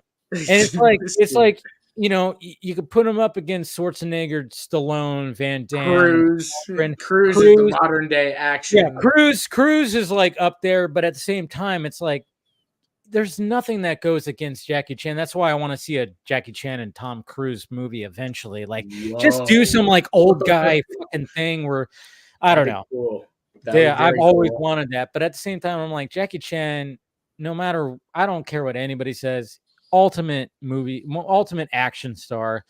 I can watch his movies. I mean, I don't know how many times I watched Rumble in the Bronx, First Strike, Super Cop. Do you still think we'll get a Rush Hour 4? I think so. I think it's going to happen. I think it's going to eventually happen. It's not going to be, it might not be as, I mean, what was that movie that he came out, that Jackie Chan came out with? It was called he did a movie, it was like a few years ago, that was called The Foreigner. It was called The Foreigner. Yeah. With Pierce Brosnan. Great. I love that movie. Fantastic movie, but at the same time, what was great about it was the fact that it's like, okay, Jackie Chan can't do what he normally does, but he could do as much as he can, and you could tell he did as much as he can, but he had to act his ass off. And I would say that was Jackie Chan's best acting performance, because he had to progress as an actor, because he knew he can't do what it's makes kind of him like great. His Taken for me. Like Liam Neeson yes. said, he had to act Absolutely. and be physical at the same time. Yeah, if you haven't watched The Foreigner, it probably came out in 2014. Probably came out. It's a great movie. Ago. It's on Netflix, I think. I just saw it the other day. It's a great movie because he acts his ass off, and he still does. But I remember watching, going, he can't do the things that he once did, and it's totally understandable. But at the same time, it's like he is acting the best that I've seen him act. Like, this is his best performance, So. Okay. That's what I'm looking forward to when it comes to this movie. we're going to get a fucking Jackie Chan who's going to act his ass off and be the mentor to not only the kid, but he's also going to be a mentor to Machio, to Daniel, you know, and that's what I'm kind of looking forward to. I'm looking forward to that. And I'm hoping that, you know, Daniel is also going to like push back and be like, hey, I don't agree with you on this. And what about this? And there's going to be that kind of interaction where you got two people, you know, who are like in this universe of like Karate Kid that are going to have like some good fucking exchanges back and forth where it's going to be just, you know, it's going to be like, hey, this is fucking 40 years of fucking things we led up to here, where it's going to be fantastic. You know how old Jackie Chan is? How old? He's 70, and Ralph Macchio. Yeah, he's 70. He just... they're only about 8 years apart. Yeah, he's 62. Wow. Yeah. Dude, I mean, it's, wild. I don't know. To me, this is going to be, I mean, I hope they don't just do some cheesy, stupid movie. I don't think they're going to do that because Cobra Kai has been pretty. Does this have any of the same people involved or anybody? Yes, I think there's like, there's some people that, there's no way that with the success of Cobra Kai that they don't. And I think that there's going to be, you know, Zach, what's his name? The guy who plays, what's his, Johnny? William Zabka. Oh, yeah, William Zabka. Yeah. Zaga. Why did I think his name was Zach? Jesus Christ. We didn't even talk about Zach. The whole Zach and Frank Miller thing, but we'll talk about that a little bit next. But I think there's got to be some of that in there, but I think it's going to be mainly focused on, obviously it's going to be mainly focused on those two, but I'm just kind of going like, all right, if you're going to do a fucking, you know, new Karate Kid movie, yeah, let's do something like this where you combine worlds, you bring in Jackie Chan, and man, this could be something very special, or it could suck, but you know, I'm hoping for the best. Me too. I'm hyped. Yeah. I am pretty hyped. I love Karate Kid, so yeah. Even the 2010, you know, it was Hillary good. Or Hillary. I'll be honest. I like the Hillary Swank one. Well, me. you know what was good about that movie was the fact that he had to deal with a female this time. So like there was times where it was like, you know, he was trying to train her, but she was like a girl. So there was like, you had those moments where she was like, don't you ever knock? Like, you know, and stuff like that. It's like, yeah, that makes sense because it's like, hey, but you know, it wasn't a terrible movie. I mean, I would say it's the weakest of the 4 Karate Kid movies, but at the same time, I'm like, it wasn't bad. You know? And I wonder if she's gonna show up. You know, even though I haven't seen Cobra Kai, I kind of, and I do mean to watch it and stuff. I kind of hope she shows up. Yeah, I'll get on that pretty soon because I know that movie's coming up. Yeah, but the last thing we'll talk about is that Frank Miller and Zack Snyder interview. Did you read that? I Phil? Did you read that? I've seen like a snippet of it. I have not actually taken the time to read it. So go ahead and enlighten me. Well, I mean, it's just you're talking about two people who want to be like, hey, these superheroes, if we're going to break them down, let's fucking break them down. I mean, it's essentially like, just read it. I mean, there's not really, I mean, I covered it on Film Junkie Live and I clipped it out even for a video where it was just like, you know, one of the main points I wanted to emphasize was the fact that the reinvention of Batman, I guess you could say, is like, you know, obviously when it comes to Frank Miller, he was like, hey, everybody sees Batman as this TV show where they're like, da da da da da da da da da da da, and he's like, no. Bang.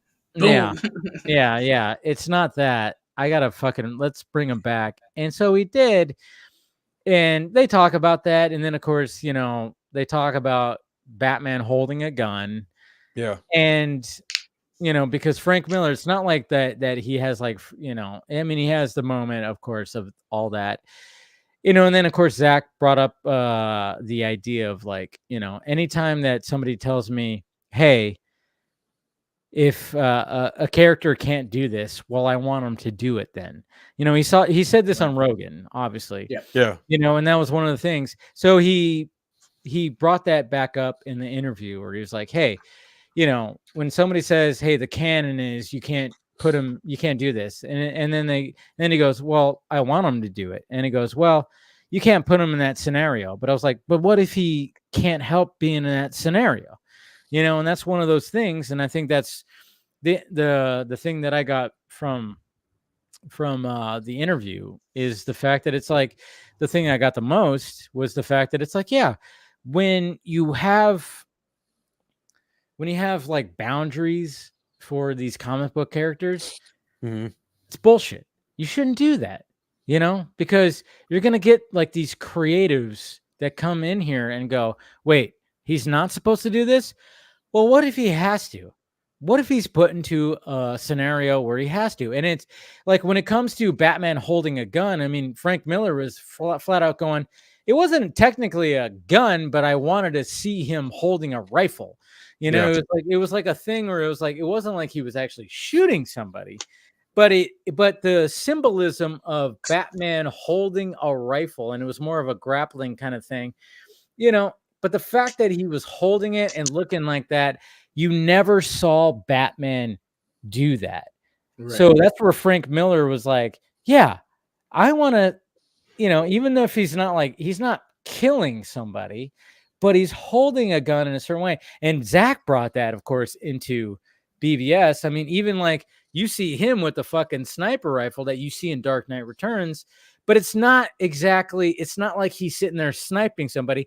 He literally just shot a tracker somewhere. Mm-hmm. But the symbolism of him holding a rifle that looks like he's about to snipe somebody, that's what these guys were like going, what if we just showed that? It's not that he's actually shooting somebody. But then, of course, like obviously in BBS where Zach got into the scenario of like rescuing Martha and he's got the gun, it's like, well, what do I do here?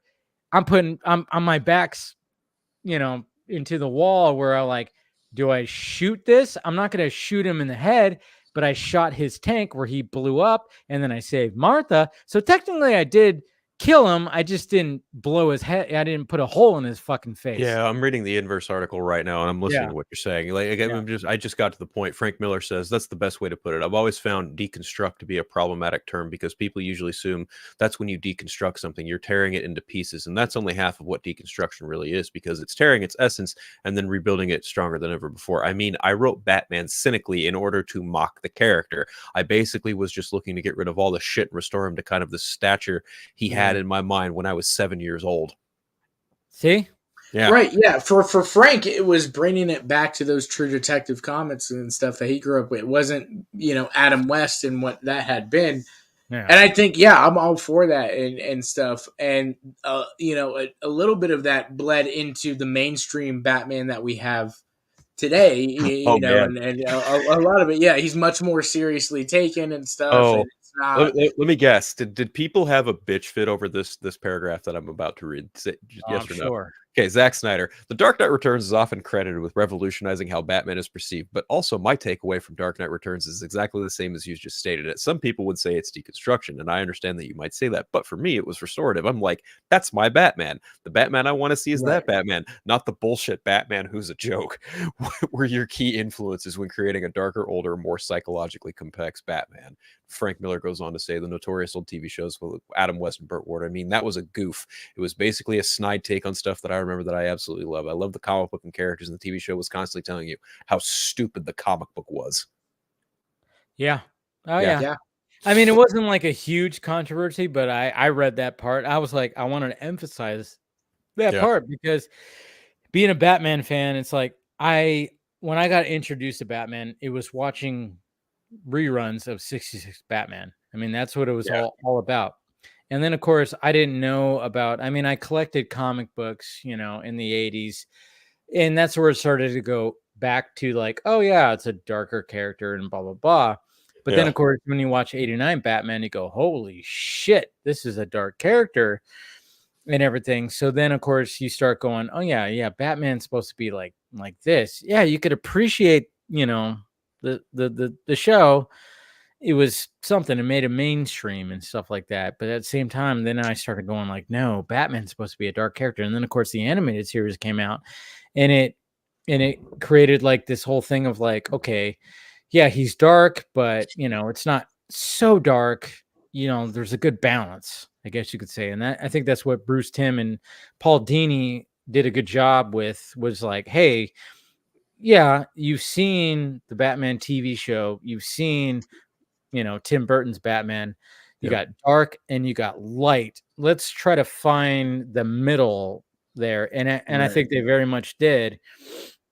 And so it very much worked. And then, of course, that was like the Batman when it came throughout like comic books and even especially the animated world. And I don't know. It's just funny because you have Frank Miller who brought him back to the dark, which is great. We needed that. And then you got somebody like Zach, fucking 40 years later going, hey, I want to do something. I want to like show like your Batman, kind of like your Batman, this older grizzled Batman in the, into the movies.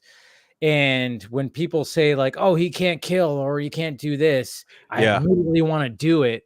I just got to that paragraph. It says Yeah. Zach saying, well, it's cool because if you create a scenario where Batman has to shoot a gun and someone says, well, Batman can't shoot a gun. And you're like, well, what should he do in the scenario then? If someone says, well, don't put him in that scenario, I'm like, well, that's a weak character. You can't have a character where we're modifying the scenario because he can't exist in it. That's not realistic. Now we're just creating scenarios that his morality can work inside of rather than the other way around. Exactly. Yeah.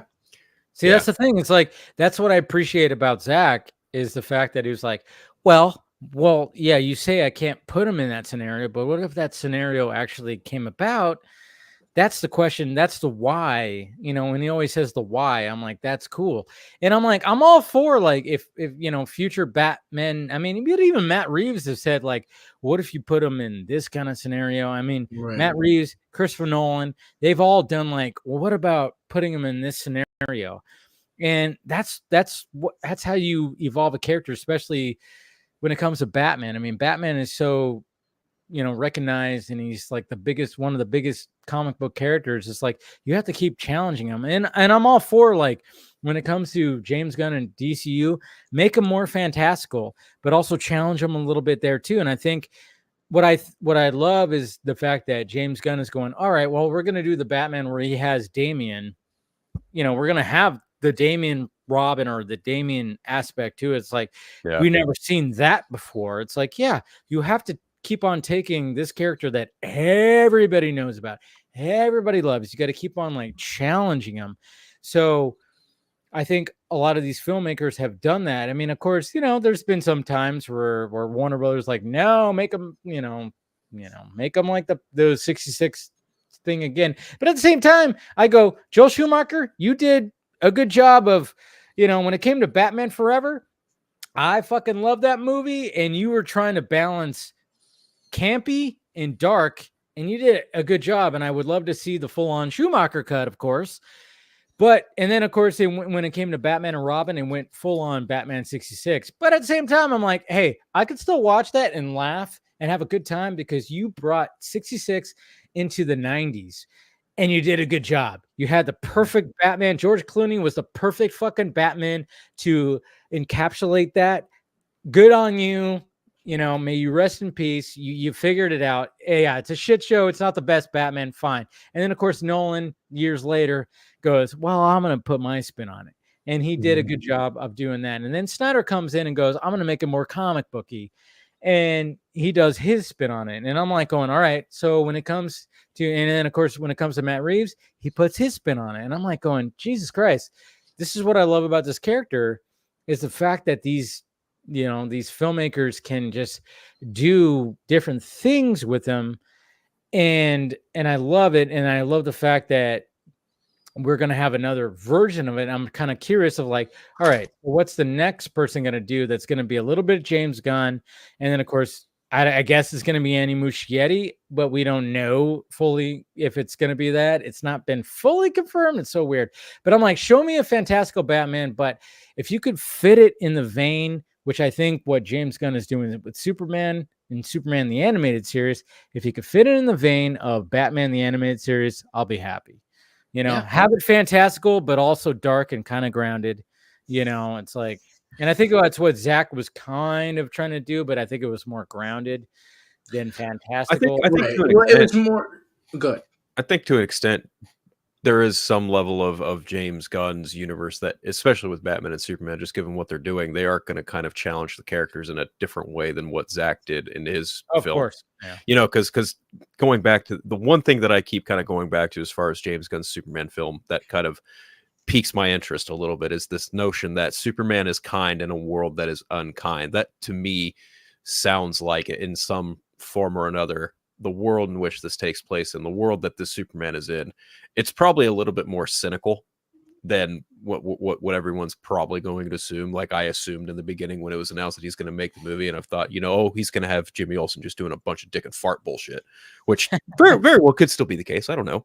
But to me, the idea of Superman being kind in a world that is not kind, that in and of itself is kind of inherent to the world today. The world today is not nearly as kind as it was once, you know, 40, 50 years ago, right? And then even like Batman pushing his morality in a way that, like, no, he might not have a no kill rule or whatever. Maybe he doesn't use a gun, or maybe he just doesn't kill. And then you've got the whole idea of, well, now you have a 10-year-old son who was raised by the League of Assassins to essentially like rewire and retrain the brain to not be that. Like that's where Batman's morality is going to get tested. It's like, well, how do you have a kid who is basically like a teenaged assassin that you have to now take care of and be responsible for? What happens when he comes into your Batcave with the head of one of your villains? Right? Because that's the thing that happens in Batman and Son. Like he totally beheads a fucking D-level villain and brings it back and says, here you go, Dad. And Batman's like, what the fuck are you doing? We don't fucking do this, right?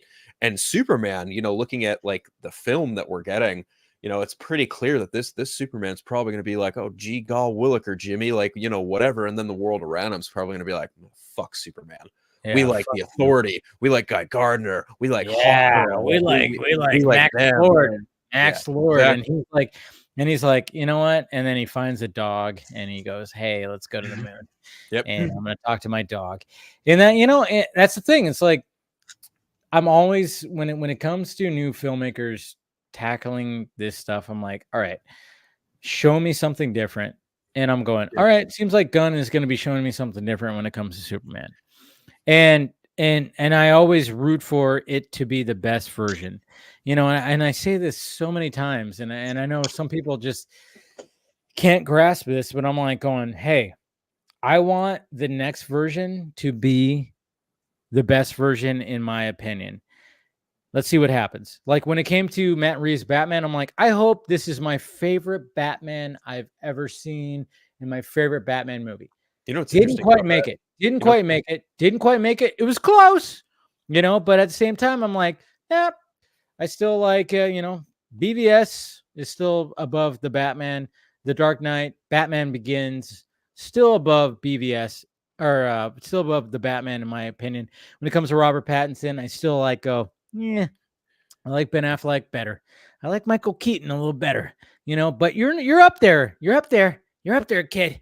You know, but it's like one of those things where I'm like, you got close, and I'm like, I'm always open for that. There's some people that are just obviously they just get closed off, and they're like, nope, not my Superman, not my Superman, not my Batman. You know, when it comes to Corn Sweat, I'm like going, I want you to be better than Henry Cavill. My favorite cinematic Superman is Henry Cavill right now. Then it's Christopher Reeve, and then it's like, you know, Dean Cain. Just kidding. You know, but yeah, Dean Cain's up there. But anyways, you know, I'm just saying, like, it's I just kind of just do that thing where I just kind of go like, all right, I hope that David Cornsweet will be my new favorite Superman. You know, and I'm not afraid to say that.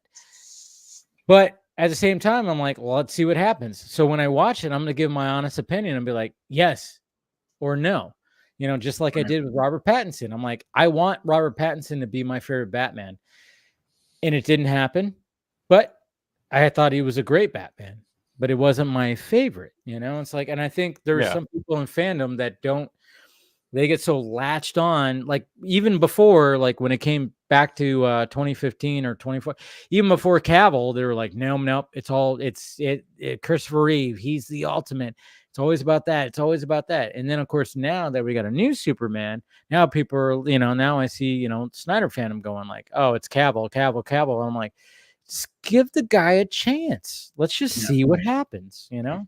Yeah, I mean, like to your point, like to just kind of piggyback off it a little bit in terms of like favorite Batman. The weird way I don't even think it's weird, but the way I kind of categorize it and put it in my head is like, you know, for the longest time, Batman Returns was like my favorite solo Batman live action film, right? Like it was like that and Batman Forever, kind of like, depending on the day, like I would love those two. And then the Nolan trilogy is kind of also in that conversation to some, probably The Dark Knight, the most of the three, right?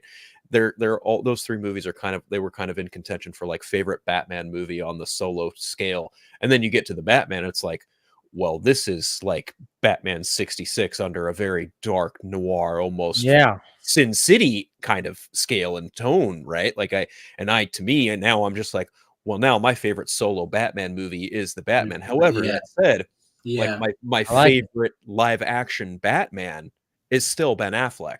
Yeah. Right. Okay, so that's literally exactly how I feel.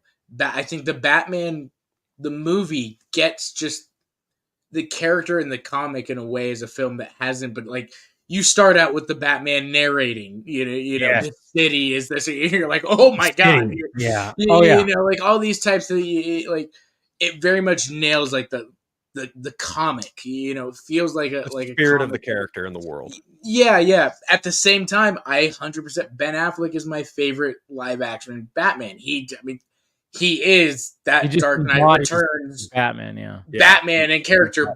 It's like you look at you look at Batman versus Superman, and you look at the way he looks in that movie, and you look at the way he acts, look at the way he talks to Alfred, how cynical he is, and just how on point and tactical he is, and the way he holds himself. He is Batman. Like everything I've ever wanted to see out of a live action Batman. And then he gets the you know, the added bonus of, oh, he gets to fight Superman, and then eventually becomes that friend of Superman. I thought that, and his Bruce Wayne is great. That conversation with him. Like, that's the other thing. Ben is both for me, the both best Bruce Wayne, best Batman. You know who would agree with you? You know who would agree with you and just make fanboys' asses chap? Kevin Conroy, because Kevin Conroy felt I agree. Yes, and I agree with like, I mean, it's straight out of the comic book, right into the, you know, he does it just so flawlessly. He plays the cool, different Bruce Wayne billionaire. You know, the way he talks to a reporter. Yeah, exactly. Yeah, like you know, where he's trying to play Bruce Wayne, and he's like, I got lost here. I won too martini too many. I like them shoes. I'm guessing 9 out of 10 men would probably walk right by you in that dress. Oh, I'm guessing you're the last. No, I'm probably the first. Yes, dude. I mean, there were so many good lines when he was Bruce Wayne, and then even the exchanges between him and Alfred were just so fucking fantastic. And I mean, that's the thing. It's like, as divisive as BBS is, I mean, I obviously I love that movie, but at the same time, I'm going, but there's times where I even go like, you got to look at when any of these actors are playing Batman, you got to look at the Bruce Wayne as well. And that's why I go to Batman Forever and go, Val Kilmer was an excellent Bruce Wayne. Right. He was also a good Batman. I liked his Batman, but his Bruce Wayne was fucking better than his Batman. Yeah. And I love that. When I think about that, and I'm like, God damn it. That's why I want to see the Schumacher cut, because I know there's more depth in the Bruce Wayne character. But I'm just kind of going like, when I watch Batman Forever now, I just go like, God, how many scenes do we have Bruce Wayne just being a badass? Have you seen fucking cool? So there's a scene that was cut from Batman Forever, but it's in the Red Book edition that I do have a copy of, and it's a scene where it's right after Bruce like has that meeting with the giant bat. He steps out of the crevice of the cave, and Alfred's standing there like holding a towel, and he's like, "Sir," and then Val Kilmer just looks at him and goes, "I'm Batman, Alfred." It's so fucking funny, but it's so I've seen Bruce Wayne. I've seen all the cutscenes too. I've seen the Red Book. But that's the thing. It's just like, you know, I mean, they chose like, you know, I mean, I'm nothing against Keaton. I thought his Bruce Wayne was a little weak. His Batman was great. Yeah. But when it came to Kilmer, I thought his Bruce Wayne was better than his Batman. And, you know, it's just, I mean, that's the thing. When you take on this role, you really have to go like, all right, well, we have two. You're not just playing one role. You're playing two different roles. in actuality, I mean, one of the things that we Scott and I have talked about on DC Fandom, and we were talking about Bruce Wayne. It's like, yeah, Bruce Wayne, yeah, he has the duality of Batman, but there's also like a third version too. It's like he does have to play the Bruce Wayne role in public. He has to play the Batman role. But then it's like, oh, there's also the Bruce Wayne that is just like between him and Alfred at home, in between the character that is Batman and Bruce Wayne. So there is a third version. So, you know, what's cool about when it comes to what we saw on BBS when it came to Ben Affleck is you actually kind of see that, because you see him in public playing the Bruce Wayne character. You see him as Batman playing the dark character. And then you see him as Bruce Wayne and Batman just struggling, going, fuck this guy.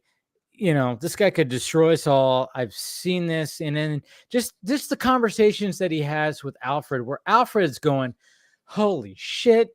You know, I've tried to help. What have you turned into, bro? Yeah.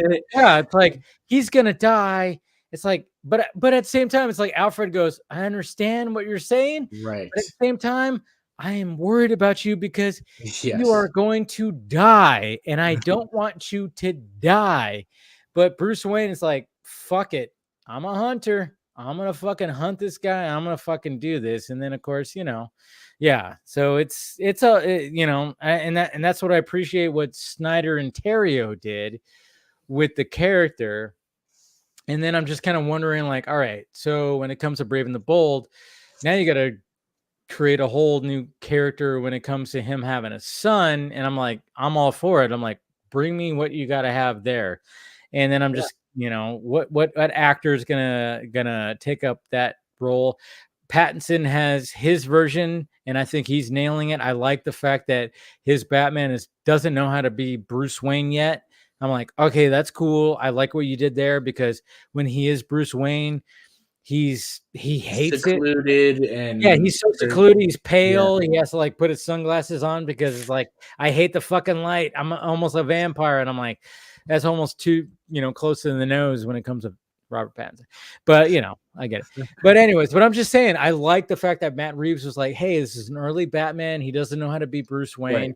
So I'm and like, by the end of the Batman, you get like, you're getting that sense of that. Okay, now he understands what I have to be to this city. When he says, like, kind of like with Penguin, you're understanding like, okay, by the end of the show, we're gonna get the Penguin. That's why I can't wait for the Batman Part 2, because I'm like, where is Bruce gonna be? Bruce is probably gonna try to be more Bruce Wayne, where everybody was complaining that he was like, what the fuck? Wasn't Bruce Wayne. I'm like, well, no, I think he's gonna lead up to that.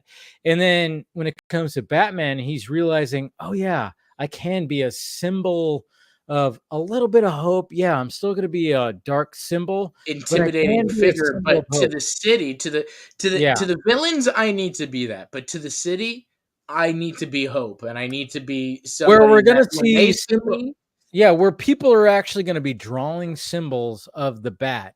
Right on shit, where people are like going, yeah, the Batman. I mean, a little bit kind of like even though it's not the best film, obviously the Dark Knight Rises, I do like that whole one bit with Gordon Levitt and the kids and the orphans and all that, where they're wondering like, where's Batman? Like, Dark Knight Rises, not a terrible film. It just felt a little, you know, like but he draws that symbol of Batman on the, and I loved that. I was like, he wants, you know, there are some really good elements in the Dark Knight Rises. There's some things where it kind of goes like, okay, we're going this way, sure, and I think that's where people are like, yeah, but it was still, I never say that the Dark Knight Rises is shit. It's still a good movie.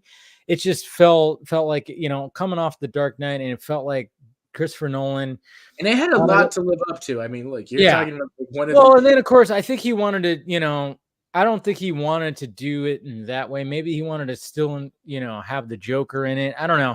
Right. There's a lot of things that who knows, and maybe we'll find out everything that happened when it came to that. But for the most part, Christopher Nolan still gave us a pretty damn good movie. It's not a terrible movie. I know some people hate it. And I'll even like go, yeah, it's not that coming off Dark Knight, not that great. But at the same time, if you look at it as a whole, it's still good. And what you're saying, Austin, those scenes where he's, talking, about the kids and people are like, drawing the bat symbol and stuff like that. It's like stuff like that is what makes that movie great. And I think when it comes to what Matt Reeves wants to eventually get to is like, yeah, he wants to get Batman to that point where people look at him as like, hey, you see that bat? It's a fucking symbol of like, hey, we're safe. Maybe we'll make it out of this thing or something Right. like that. It's not like a symbol of dread of like, oh shit, you see the bat signal? No, you see the bat signal and you go, okay, you're filled with more hope than dread, I guess you can say. Yeah, exactly. Yeah, that second movie is going to be an interesting one because like the state of Gotham City. Wait. Yeah, the state of Gotham City by the end of that first movie is equivocal to No Especially Man's Land. with what's happening with England. Did you guys get the No Man's Land reference in Yes. Oh yeah. I have No Man's Land right somewhere up here. Do you think they might pull some stuff from there? Oh, totally. After watching. Oh yeah. Oh yeah. As soon as I found out the Riddler was going to flood the city, and mind you, I knew that months prior to the movie releasing. Like I had a feeling. I was like, oh okay, he's kind of doing like a take on No Man's Land, but instead of like an earthquake fucking up Gotham City, it's going to be a flood. And a lot of people like there's the headline in the newspaper saying, "Oh, Batman's been missing." I don't have a map of that Gotham City.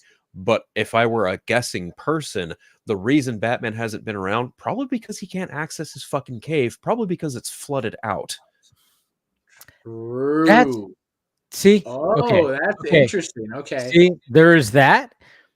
And at the same time, when people start like, when the Penguin is like happening right now and everybody's like, where's Batman? Where's Batman? I always hate that. But then at the same time, I'm going like, all right, well, not only you bring up that point, Phil, but not only did you guys see what Batman went through at the end? Maybe he's just in bed fucking recovering where he's like and Alfred's like tending to him where he's just like Alfred's still probably in a hospital bed. Some fucking Alfred's still in a hospital bed.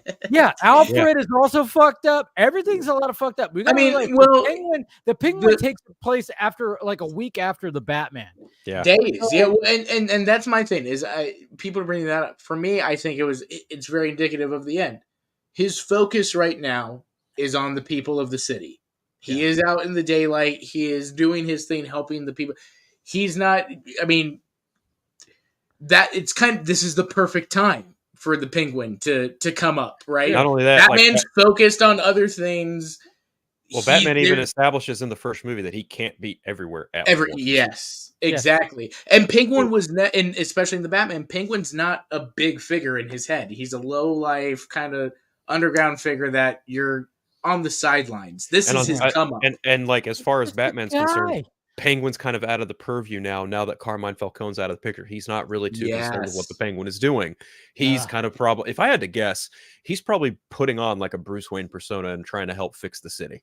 Yes. That's my guess. Yes. That's the thing is like, I see Bruce Wayne recuperating from his final battle that he had with all the fucking Riddler dudes getting shot in the chest. Yeah, even though he had armor and stuff like that. I mean, he took the serum or whatever. He's probably like in pain, but at the same time, he's still a human being. So when people go, "Where's Batman during this whole Penguin stuff?" I'm like, you're making it seem like this is like fucking what? This is like an MCU level fucking invasion. Right. Yeah, this is like underground shit. It's like. Bruce Wayne is like trying to probably do his best to rebuild the city, and he's also probably like walking around limping and being like, and Alfred's probably like, they're both fucked up because this is supposed to be a week.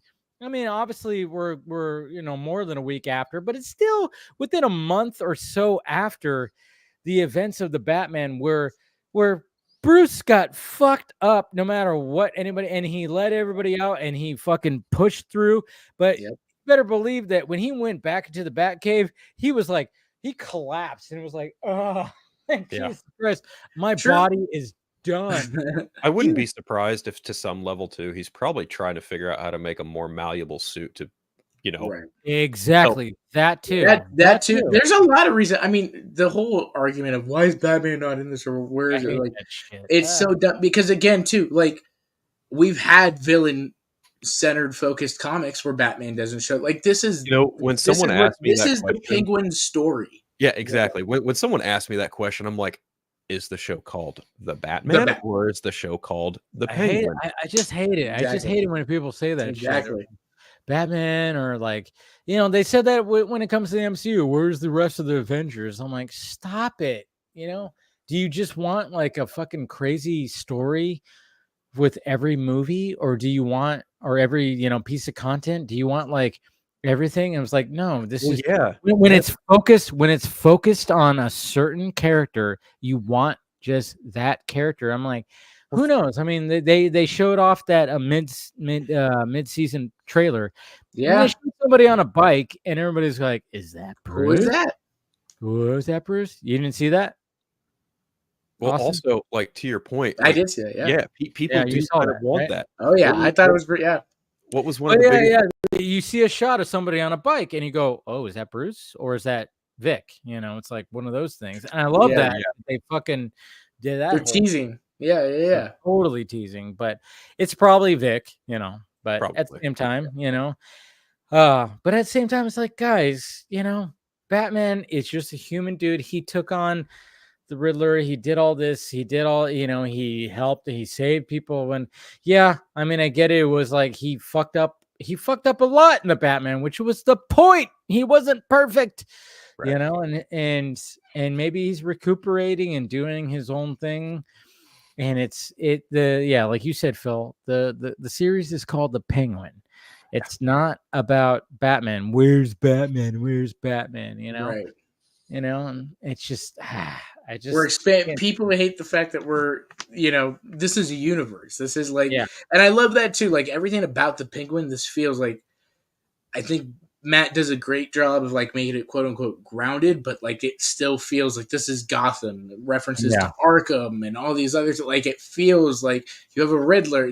They're calling these people by their names, like the Penguin and all these types of things. Like it's very much that fantastical comic book universe, but still feeling gritty and that underground of what Gotham is. It's a cesspool of just violence and crime and all these other that Batman has to kind of spread his time amongst, dealing with, like you said, he can't be everywhere at once, especially. But at the same time, people fear that. And that's what I love that was established in the Batman was the fact that people think that, oh yeah, he could be after me tonight. Yeah. And that's the thing. I mean, that was even established in Nolan, where like sometimes people would be like, there was like a montage of like, where it's just like the bat signal was out. I think it was in the Dark Knight. And he goes, and like you saw like somebody like trying to do a deal. He goes, "Nah, man, it doesn't feel right tonight." And then the guy was like, "What? You're lucky to win the lottery," and I'm running into him. But people were like, that was like establishing the fact that it's like, I mean, there's been many times where Gordon in like other iterations going, "Is Batman even going to show it?" He goes, "No. I just want to fucking put the fucking symbol out there because that way people know that he's out there." One of the dumbest criticisms I heard regarding the Batman. This is probably the last time I ever listened to this podcast. It was a Batman centric podcast I gotta too. pee, but I'm still listening. They were like, "Oh, well, they're doing the whole Dark Knight thing again, where the signal's up and it's Jim Gordon and Batman's beating up thugs and stuff. We're just doing the Dark Knight light." And I'm like, really? We're really gonna hit that level of lazy when it comes to criticizing a fucking Batman movie? Are you fucking kidding me? Like, I couldn't take it seriously. And then when you have also someone on this podcast who claims to be like a car buff, and then they say that Batmobile is like one of the worst and dumbest Batmobiles I've ever seen, I'm just like, well, I guess you really don't like muscle cars as much as you claim as you do, because that too. It was just dumb, petty bullshit, and I was like, okay, I can no longer take this podcast seriously. This is fucking ridiculous. You're all a bunch of children. You're nitpicking for sure.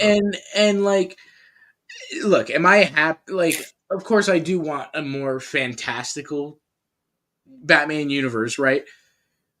I'll be honest, I'd be much more interested if and I, as a James Gunn fan, I say this, I'd be much more interested if Matt Reeves were to take on the more but I respect as far as everything that he's done with his quote unquote grounded take. I mean, this is Batman, like you said, it's the spirit of Batman 100% through and through. You have his kind of inner monologues of what he thinks about the city and Gotham and how he feels, and that's coming across, through these narrations and these different things. The villains, like I said, they're not afraid to hold back and call them by their name and still have that kind of fantastical element to it. I think that the movie is just nailing everything, or that universe is nailing everything that Batman and Gotham should be, as far as like on its own, and that's the other thing. We've had a lot of different takes. There's Batman and Gotham kind of on its own, Batman and Gotham with the Justice League and other superheroes and all that type of stuff. But in its own universe and stuff, I think it's absolutely nailing it. Yeah. No, I mean, like I said, like I always say what Kevin Smith said is like Christopher Nolan was trying to put Batman in reality. Matt Reeves is trying to bring reality into Batman. Yes. And I thought that was like a perfect way of looking at it. It was like, okay, yeah, they both try to ground it, but yeah, you look at when it comes to Batman Begins, it was like Christopher Nolan was like, all right, this is how I'm going to start it. And yeah, it was very much like a reality thing, but when it came to a lot of scenes in the Narrows, it was still kind of like, and Scarecrow and all that stuff, it was like, you're still teeter-tottering in between like fantastical and not. But then when it came to The Dark Knight, that's where it was like, oh wow, this is like, you took we're no longer in the Narrows, we're all full on Gotham is like Chicago, it's this, and you're gonna go to Hong Kong to do that. It was like he knew what he wanted to do and it worked very well. So then Matt Reeves was like, well, what if we made Gotham like how Gotham is, like gothic, and make it like it was in the comic books, but let's inject the reality into this world where we already have a Catwoman, a Riddler, a Joker, a Penguin. It's like, and that's where like when I see people complain about that, I'm like, do you guys just not like see the broader picture here? I mean, like Matt Reeves came in and was like, all right, we're gonna make Gotham City like its own thing. Like the dark, like Christopher Nolan didn't really make it its own thing. Gotham City was maybe in the first one when it came to the Narrows and stuff like that, sure, but other than that, Gotham City wasn't its own entity. And Matt Reeves was like, we're gonna make Gotham City its own like thing again, and he did right off the bat. And then he goes, yeah, but everybody's already established. We have a Catwoman, a Riddler, a fucking Penguin, and a Joker already there. That's never been done before because everybody wants origin stories. Now we're not doing that anymore. And it fucking worked. And I'm like, yes, all right, cool. You did it. You did it, Matt Reeves. Come on. I mean, but I mean, the people that can't accept that, I'm like, what are we doing here? I mean, what else do you want? But then I'm going, all right, DCU Batman. If we're going to make another Batman that's like, pushing 40 and has a kid, that's Damian, I'm all about it too, because that's something new as well. That's something different and new. There's a lot of things you could do with this character. And long as they go, all right, well, we haven't done this before, let's do that. So Matt Reeves went, I'm going to do this. This is different. Okay. Yeah. Good job, Matt Reeves. And then of course the Penguin spun off of that and everybody's raving off the Penguin. That works. And then it's like, all right, so if when it comes to the DCU, you got to have a Batman. We're going to have an older Batman who has Damian, and then we're going to add that aspect to it because, and I think again, just like how I said that Superman, when it comes to the whole Krypto thing and showing a dog, and I'm going, that should be the poster. And I hope that it is. It's like, oh yeah, you're showing a Superman that has a dog that is a super dog. That's never been shown before, live action in movies. It's been shown in shows, of course. But in movies, you know, somebody sees that poster of like Superman sitting with a dog and they go, yeah. what? Imagine seeing the Batman Brave and the Bold movie, and the tagline is like, you know, oh yeah, did you know that Batman had a kid? I don't know Right. what way that they're Well, with and we don't know with Brave and the Bold. I mean, are we going to get a Nightwing in there and all these other characters? Oh yeah. Oh, I'm sure we're gonna get that. You know, and that's the thing. It's like the selling point of the DCU is you haven't seen this before. So I'm just gonna go on like Superman with Krypto. You never seen that before. So put that on the fucking teaser poster at least of Superman sitting next to a fucking dog, and everybody goes, huh? Superman has a dog, and they start fucking, oh yeah, he does. His name is Krypto. What the fuck? I don't know. Holding a sword. No one's ever seen that before. Right. Yeah. Yeah.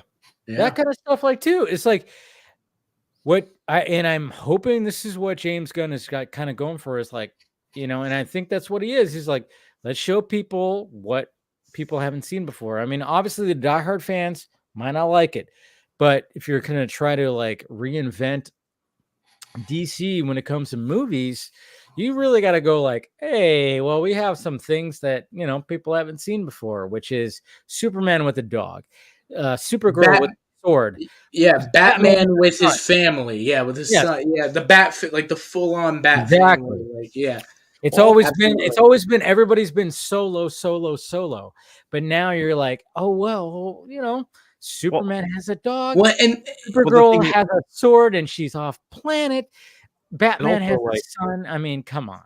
Like Superman is also a movie that has an ensemble cast featuring other heroes in it. Yes. Whereas Batman Brave and the Bold will likely follow kind of a similar suit in that you have, you know, the Batman, Robin as Damian as Robin, Nightwing, Batgirl, maybe a Jason Todd, maybe a Tim Drake, maybe I can't say for sure about those two, but Nightwing and Batgirl feel like safe guarantees. And then of course, you know, Talia, Raish probably as well as supporting characters, and then you get to something like Swamp Thing and Supergirl, very much more character solo focused stories, but also kind of broaden out the, you know, the intensity and also the tonality, if you will, of what this DC universe could encapsulate. And then you've also got something like Lanterns, which is apparently like a big, you know, like, oh, this is where we're getting into the like big story of the DCU. These two, you know, one rookie and one, you know, commanding chief of the Green Lanterns are investigating a death in the heartland of America. And I'm like, well, if you're like in the heartland of America, immediately, like, I'm thinking either Keystone City or wherever the fuck Stargirl took place. Like one of those two cities immediately come to mind because they're in like the Midwest. So I don't know. And then you've even got the Authority, which is something that's never even been like, you know, a possibility at all because people think that these characters are too hardcore or too edgy for a big screen. And I'm like, well, we've seen Watchmen, we've seen 300. We're about to see something called the Thunderbolts. I disagree. I think now would probably be the prime time to show a group of heroes who are just too good for justice. Like they will, you know, enact justice by any means necessary, even if that means crossing a fucking line that say characters like Superman or Batman won't cross. So, well, and I like that they're introducing those characters a lot earlier in the DCU than they are. Like it's taking the MCU all the way to this to get to a Thunderbolts, or even, you know, like the Captain America. Pretty Filipino guy also brings up a great point. The boys definitely opened up that door too. Yeah, sure. Absolutely. Yeah, the Boys was a big proponent of like, let's really like go there, you know, with the superheroes want to do their own thing type stuff. But, you know, like, yeah, I love that we're getting it this early. Like, we know this universe kind of has all these types of heroes. We've got heroes that are willing to play by the book and do all these. We've got heroes that are not and want to do their own thing. We've got heroes owned by an incorporation by Maxwell Lord that are kind of under this, whatever that is. Like, there's all these different types of heroes in this world. I think the whole Max Lord notion is really kind of also inspired by the boys, corporate superheroes, right? Like Right. the Justice League International, they all have the JL logo. It's all the Max Lord Industries shit, and it's like, okay, yeah, that totally makes sense. Like these, And to have Guy Gardner be a part of that, it just makes sense. perfect sense. Because, Yeah. Oh, for because sure. of how they, and I could see, you know, Hawk Girl probably not, you know, being a part of it, and maybe even Mr. Terrific. I don't know. It's going to be interesting to see the interaction, because I could totally see Superman and Guy Gardner not getting along. But Right. from set photos, it seems like Mr. Terrific and Superman probably get along a lot better. And there was even a behind the scenes, you know, not behind the scenes, but a video of him looking down at nothing that was there. And I'm like, oh, he's looking at Krypto. There's something, you know, there's something there when it comes to Mr. Terrific and Krypto. So I'm just kind of like going, oh man, there's going to be, you know, there's going to be some tension when it comes to at least those heroes, which who knows what they're going to be called. But I think also too, there's going to be like this, I don't know, this kind of amongst them, because like Hawk Girl too is a great example. Like a lot of these heroes are looking for places, right? In society, in the world. Hawk Girl is also from another planet that, you know, she's trying to find her place here. Guy Gardner, very corporate type guy, like, oh yeah, I'll be sponsored, you know, like there's, you know, so it all kind of makes sense within that type of, these heroes are looking for a place, and they went to that corporate world as their place, you know? Yeah. I mean, going back to what you said about, you know, like I think there's going to be a little bit of the boys element into it, because sure, yeah. I agree. Because I mean, we see that there's a shot, even like a video that somebody said where it's like, or somebody posted where, you know, all these kids run up to Superman and hug him, and they ignore all the other heroes because Hawk Girl and Guy Gardner are walking too, and they don't even give a shit about them. So it's just kind of showing that Superman is like the hero of the people, and they want, and it's probably going to be a thing where Guy Gardner's like, hey, you should be a part of this gig.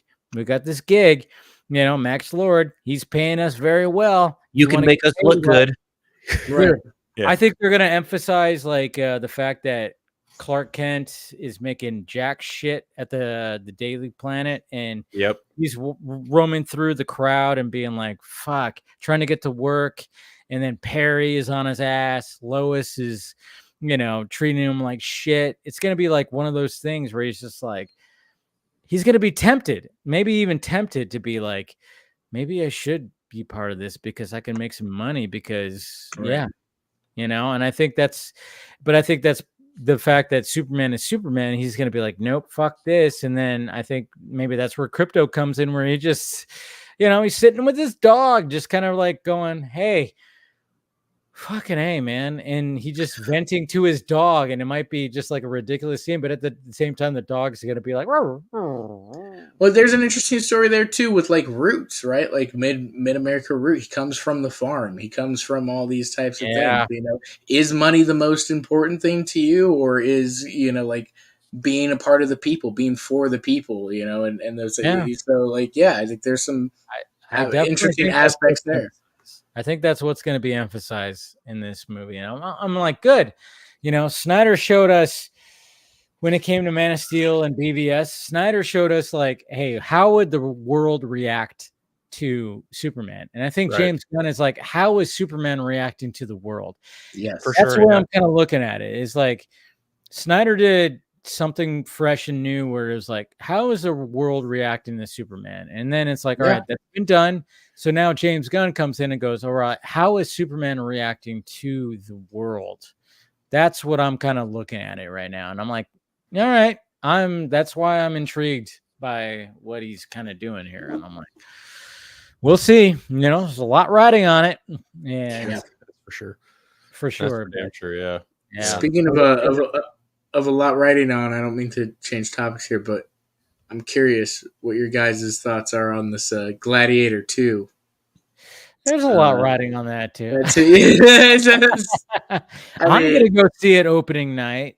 The first reactions are officially out. Oh, are they? I haven't even seen them. Holy shit. It premiered tonight. It had its right, it did. So I mean, look, Gladiator is one of my favorite movies of all time. It's up there. I cry every time. I love it. How are people reacting to it? People are, for the most part, saying it's pretty damn good. One of Ridley's best in years. Yeah, so, I wouldn't be surprised. Kind of needed. I mean, we've heard all the trials and tribulations that have been happening behind the scenes, but I mean, it's Ridley Scott still. He's still going to be producing some good shit, but yeah, I didn't see anything about that. Oh wow. Yeah, I'll have to look for that. Oh, yeah, because did they show it at Comic-Con? Is that no, why? not or maybe they did. Maybe they did show it fully. I don't know if it was at Comic-Con or somewhere. Yes. They did an industry screening at Comic-Con. Yeah, that's what it is. So they can do their viral Twitter reactions, and then the first That's reviews. cool. No, that's perfectly fine. I mean, like, I'm looking forward to it. I mean, obviously the first one is fucking gold standard. And it's funny too, because my dad was like, when is Gladiator 2 come out? I'm going with you. I love that. My dad's retired now, so like when there's movies that he's looking forward to, he's like, I'm going with you. It's a big deal. Yeah. Yeah, he lives like up the hill, in fucking Apple Valley. Okay, and nice. He drives down like 45, 50 minutes. He's like, I'm gonna go see it with you. And I'm like, I always tell him, he's like, what's the next movie? I'm like, and I think he's actually gonna I think we're actually gonna watch Venom Last Dance. I was like, do you want to see Venom Last Dance, Dad? I was like, I saw the first two. Yeah, I'll go see it. I'm like, hey, whatever, dude. I'm like, whatever you want to do to get out of your house. We'll have dinner. We'll fucking go see the movie. We'll have a couple of beers. Fuck it. Yeah. So like that's what I love. Like my dad's retired now because I'm like, do you want to see this, Dad? But yeah, he's been talking about Gladiator 2 for like 2 months. He's like, when's Gladiator 2 come out? I'm so looking forward to it. I'll probably be able to get my dad out of the house. Right, my dad's the opposite. He'll only go to the movies. This is a dad movie. This is a dad movie. See, my dad will go to the movies for the grandkids. He went and saw Despicable Me 4 and Inside Out 2 and all these. With all he does that. He does that without me. Right, yeah. These kind of types of movies, he's like, I don't know how many times he's asked me, when's Gladiator 2? He is so looking forward to Gladiator 2. He loves this kind of shit. I remember there's been many times where we watched Gladiator, the first one, together, and other fucking movies that has to do with swords and shields and sandals. He loves these types of movies. So like, there's been many times where he's like, when's Gladiator 2 come out? I'm like, it's November, Dad. Don't worry, I'll let you know. I'll get you. We're going. We're going.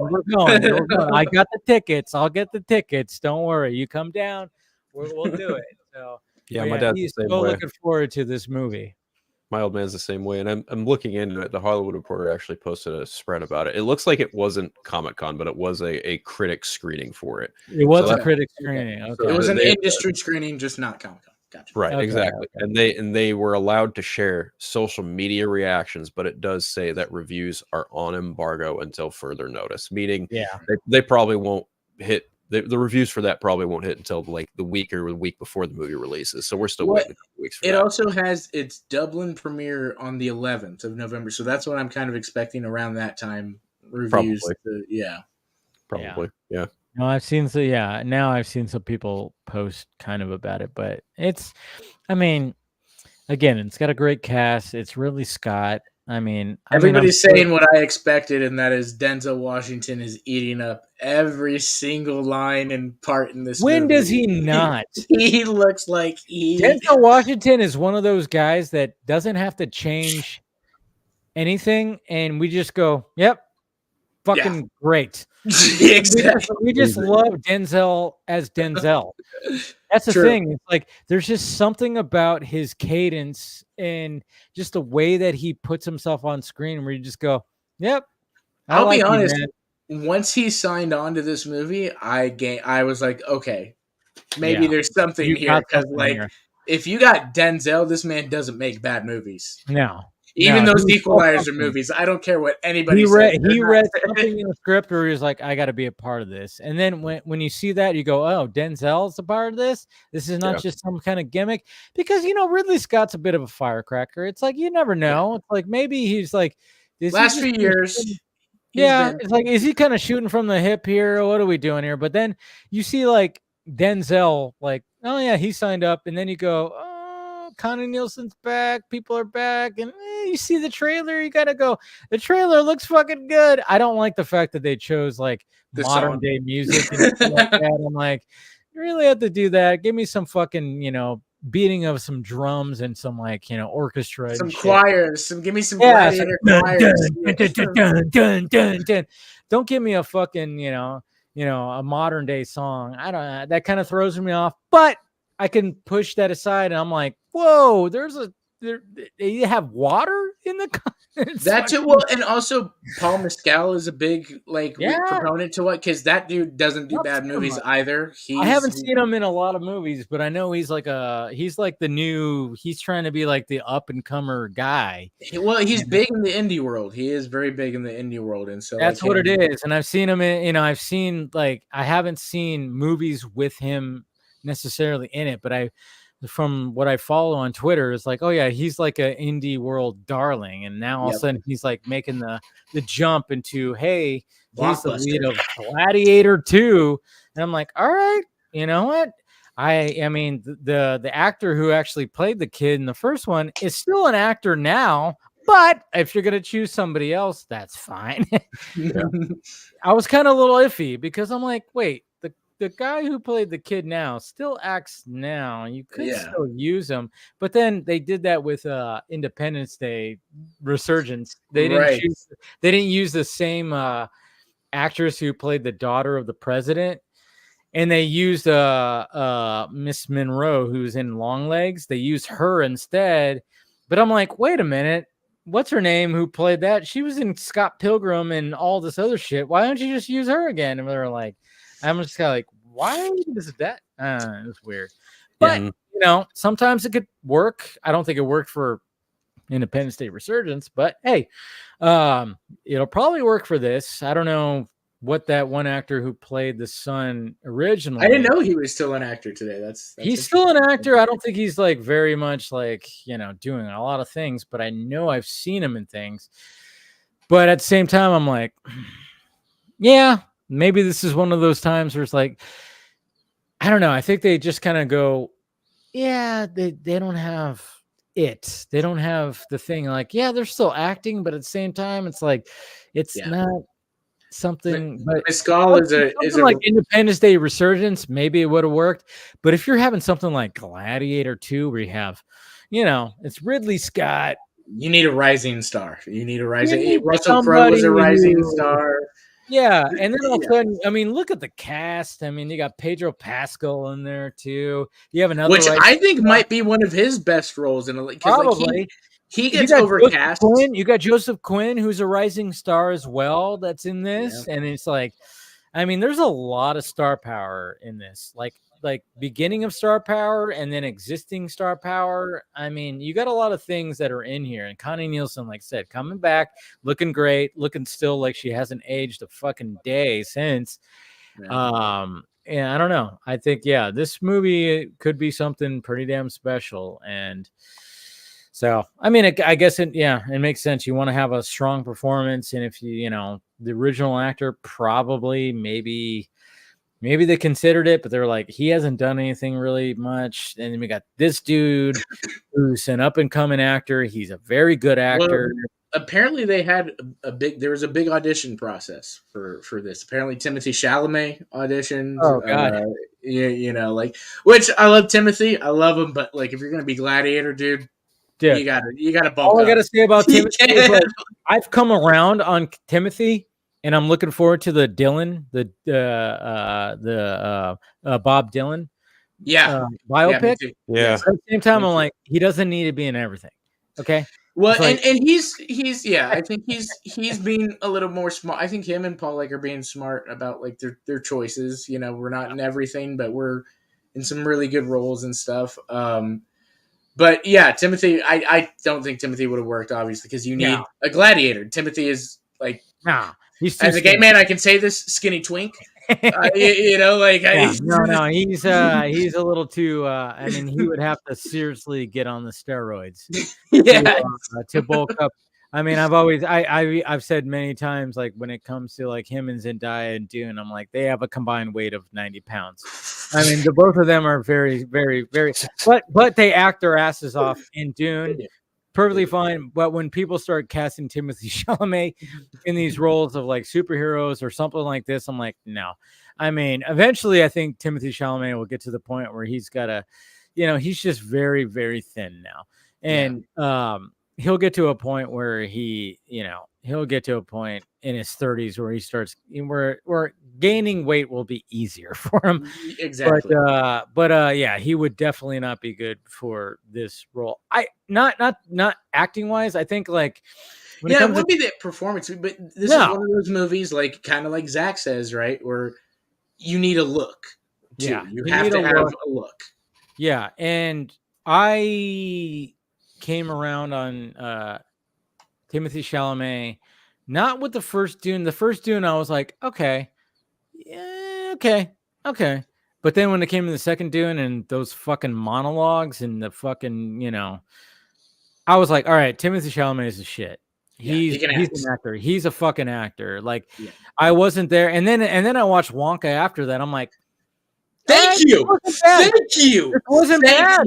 This wasn't bad. I was like, I watched it. I went, all right, this wasn't bad. He actually did a good job. I mean, like, this wasn't bad at all. Like, when I first heard about it and saw the trailer, I'm like, fuck no. I'm like, I'm not about this. I agree. I was the same exact way. And then Bradley, when it goes, you need to watch it. And I was like, all right. I watched it and I was like, I'm sitting here singing the damn song. I'm like, motherfucker.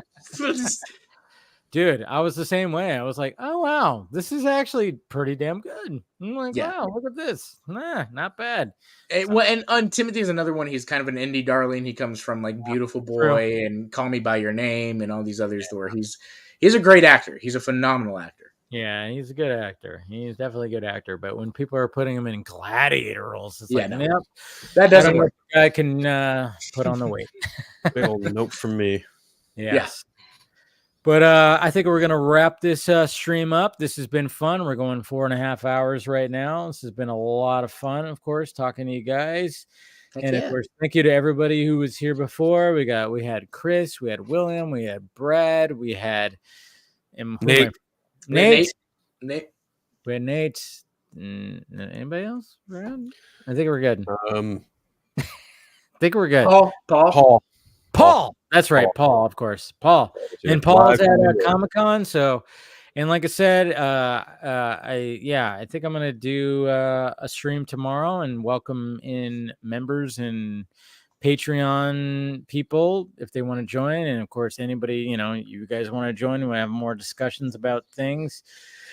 We can talk about it tomorrow. I think that'll be a lot of fun because I like to do that. To give the opportunity to people who support the channel to come on and talk and be part of these panels, which is always fun. We always try to keep it great and, we'll have our debates and everything like that. But at the same time, we always keep it cordial here, even if you don't like what things are happening. But anyways, let's go around the horn right here. And Phil, what do you got to promote? Well, I had my weekly issue of Friday Phil at about 4:05 p.m. every Friday, kind of doing the same thing that Dave does Mondays and Wednesdays, just kind of going over the stuff throughout the past week. New York Comic Con, Absolute Batman Batmobile, things of that nature. My friend Chris Evans and I did an episode of The Eternal Night where we talked about Absolute Batman issue 1 in full spoiler territory. So just a heads up, Dave, whenever you get the book, be advised. No. Sure. I'm getting it tomorrow. Heck yeah. Other than that, I have been toying with an idea of doing a video about the new Superman movie for my own channel, that is on YouTube, just at Unfiltered, which I do host the Friday Phil show on. Again, the Eternal Night podcast, just at Podbean is where it's hosted, but you can also catch it anywhere, wherever you get your podcast fix. I am on Instagram, Vero, Threads, and Blue Sky. And Discord. I'm in a couple Discord channels too. So yeah, you can DM me on Instagram mostly, but yeah. Nice. Thanks for the invite, man. Austin, what do you got? We kind of took the week off. this week on the channel, but we got the Stab film or Stab fan short film will be out on the 20th. So on Sunday, and then we'll do a kind of watch party on 2 days, huh? Yeah.